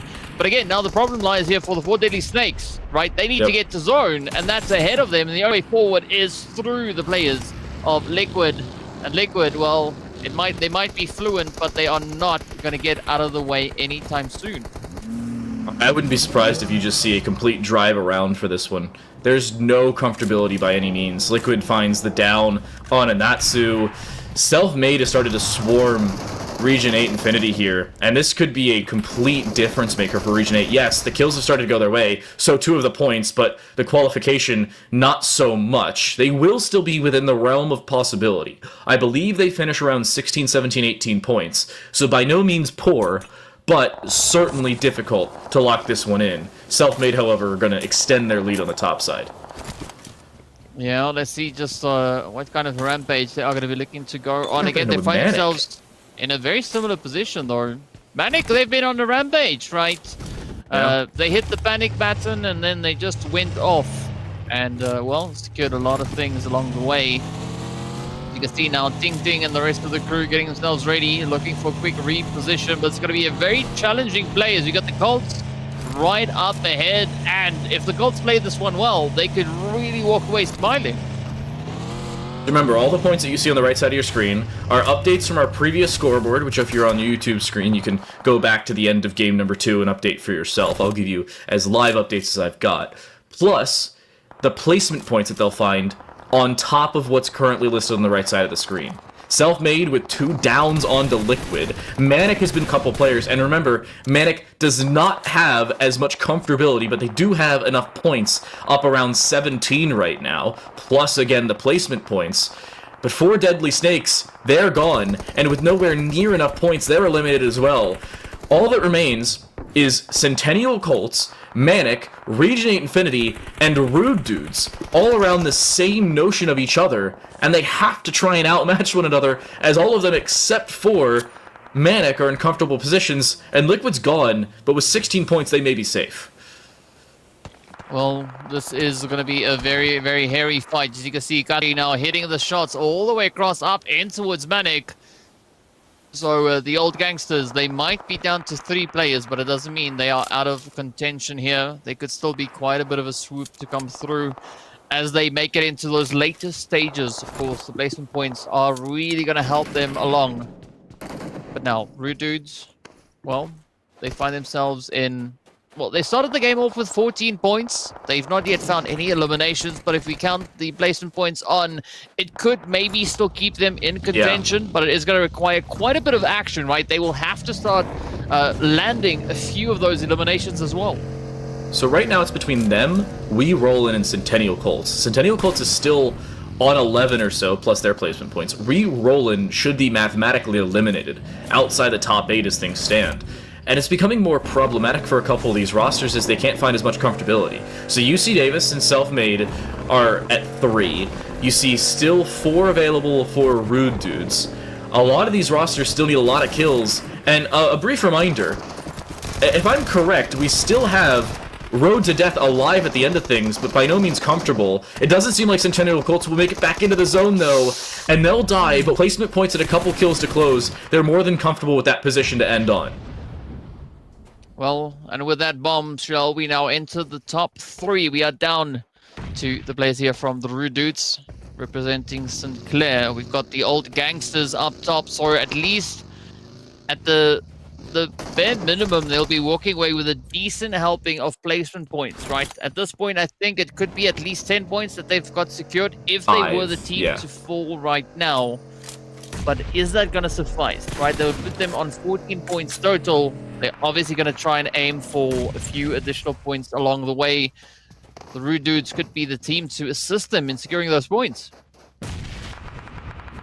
So right now, Original Gangsters need either A, to kill Rotators, or to B, initiate a fight between the other 2 remaining teams. The placement points alone may very well do it for them, but kills would certainly be nice. It's right now a 3 for Original Gangsters versus 3 for Self-Made versus 3.5 for Rude Dudes, as many is still down. But this rotation is going to be very difficult for Original Gangsters, especially considering Self-Made is the all-important watchful eye on the far west side of the zone, far south side of the zone, actually. Well, I mean, it's going to be really difficult to this position coming through here from Humber. They've got phenomenal high ground. They've got a beautiful reach down onto the teams. The only thing I think that could pose a little bit of a challenge here is going to be this low end of the cliff right below them. But Self-Made going to be cooking up a few nades, letting them loose. Puppy is going to be looking to clear out the edge. There we go. Manny is down. Self-Made really assisting OG. Whitebeard is down. That is now the Rude Dudes down to only Jazz. They're out. They're completely gone. It's Self-Made left alone. Remember, with some of those kills, it is not all of them finished off by Original Gangsters, but it's certainly perfectly fine for the OGs. A 2 versus 3 on the high ground. Sure drops self-made 666 and will finish them off. So the kills started to go a little bit better for Old Gangsters up above. But the high ground certainly is not as favorable as it may seem.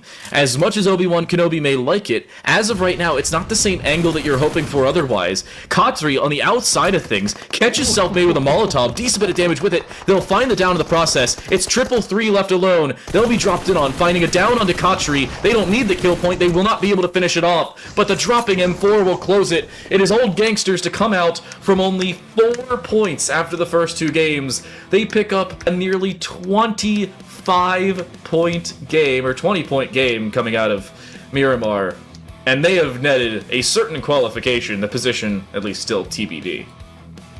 I mean, and that is why their prefix is OG, right?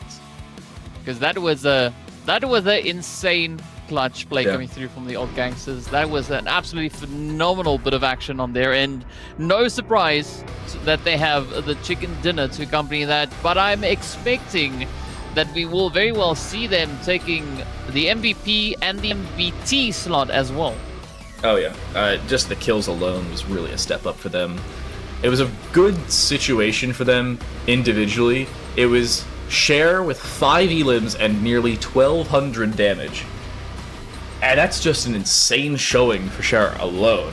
The fact that the team as a whole steps up in a big way, that was the difference. Yeah. Especially early. They just started off well. They took down Nitra, another team they were contending with for an 8th place spot. And the 3 Centennial College rosters were also contending for that. We'll see the scoreboard in just a second on that one. But first, the most valuable team, it is the Old Gangsters. 10 elims, 2250 in damage, and 20 points to take away from this 3rd game. They'll go up to 24 at the end. Wow. I mean, that's pretty impressive though, right? Cher getting the big share of the damage in this one as well, right? 1177 is just about half of 2250, so you know, well played on that front, and a very much needed performance coming through from the Old Gangsters. Wow. They went all the way from 12th position and just pushed up into 3rd. So Dark Esports picked up 7 points from that game.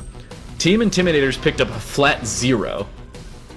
Rude Dudes picked up 8. Liquid Esports picked up 8 as well. Or no, they picked up 6. Rude Dudes picked up 10. I don't know. Somebody picked up a certain amount and they got up to the top 8. I promise I know how to do math. Don't do math on stream, kids. It never goes well for me. But we rollin', the team that really fell off in game 3. And honestly, the team that needed a lot more out of it. I mean, and they were just there, right? They were holding on to 6th place, and now they've moved down into 10th place, you know, getting nothing but bubbles in that game. That is the unfortunate part about, you know, Battle Royales. Things can go phenomenally well in one match, and, well, not so much moving into the preceding games. And as we've seen now, right, Old Gangsters, they decided this game was the game that they could qualify, making a phenomenal jump, gaining 20 points in one single match. Insane performances. And I mean, unfortunately, we have some amazing playing teams like we had now, but in the same instance, we've got another team that had some pretty tough luck for this, you know, for these semis, road to death. Yeah. Right, having a phenomenal time coming through the qualifiers, making it up into the semis, and yeah, not making as many points along the way. Yep. Yeah, coming out of that one, that is an insane close to finish things off. Self-made the big name out of series number 2. Utopia will join them as the 2 number 1 seeds, but seeding again doesn't really matter going to grand finals. DK, honestly, just a great semifinal for this one though. A lot closer towards the middle of that field. Yeah, 100% agree with you on that. But before we get on to the next bits, of course, we're going to have to take a very quick break. So be sure to stay tuned, and we'll be back in a short few moments.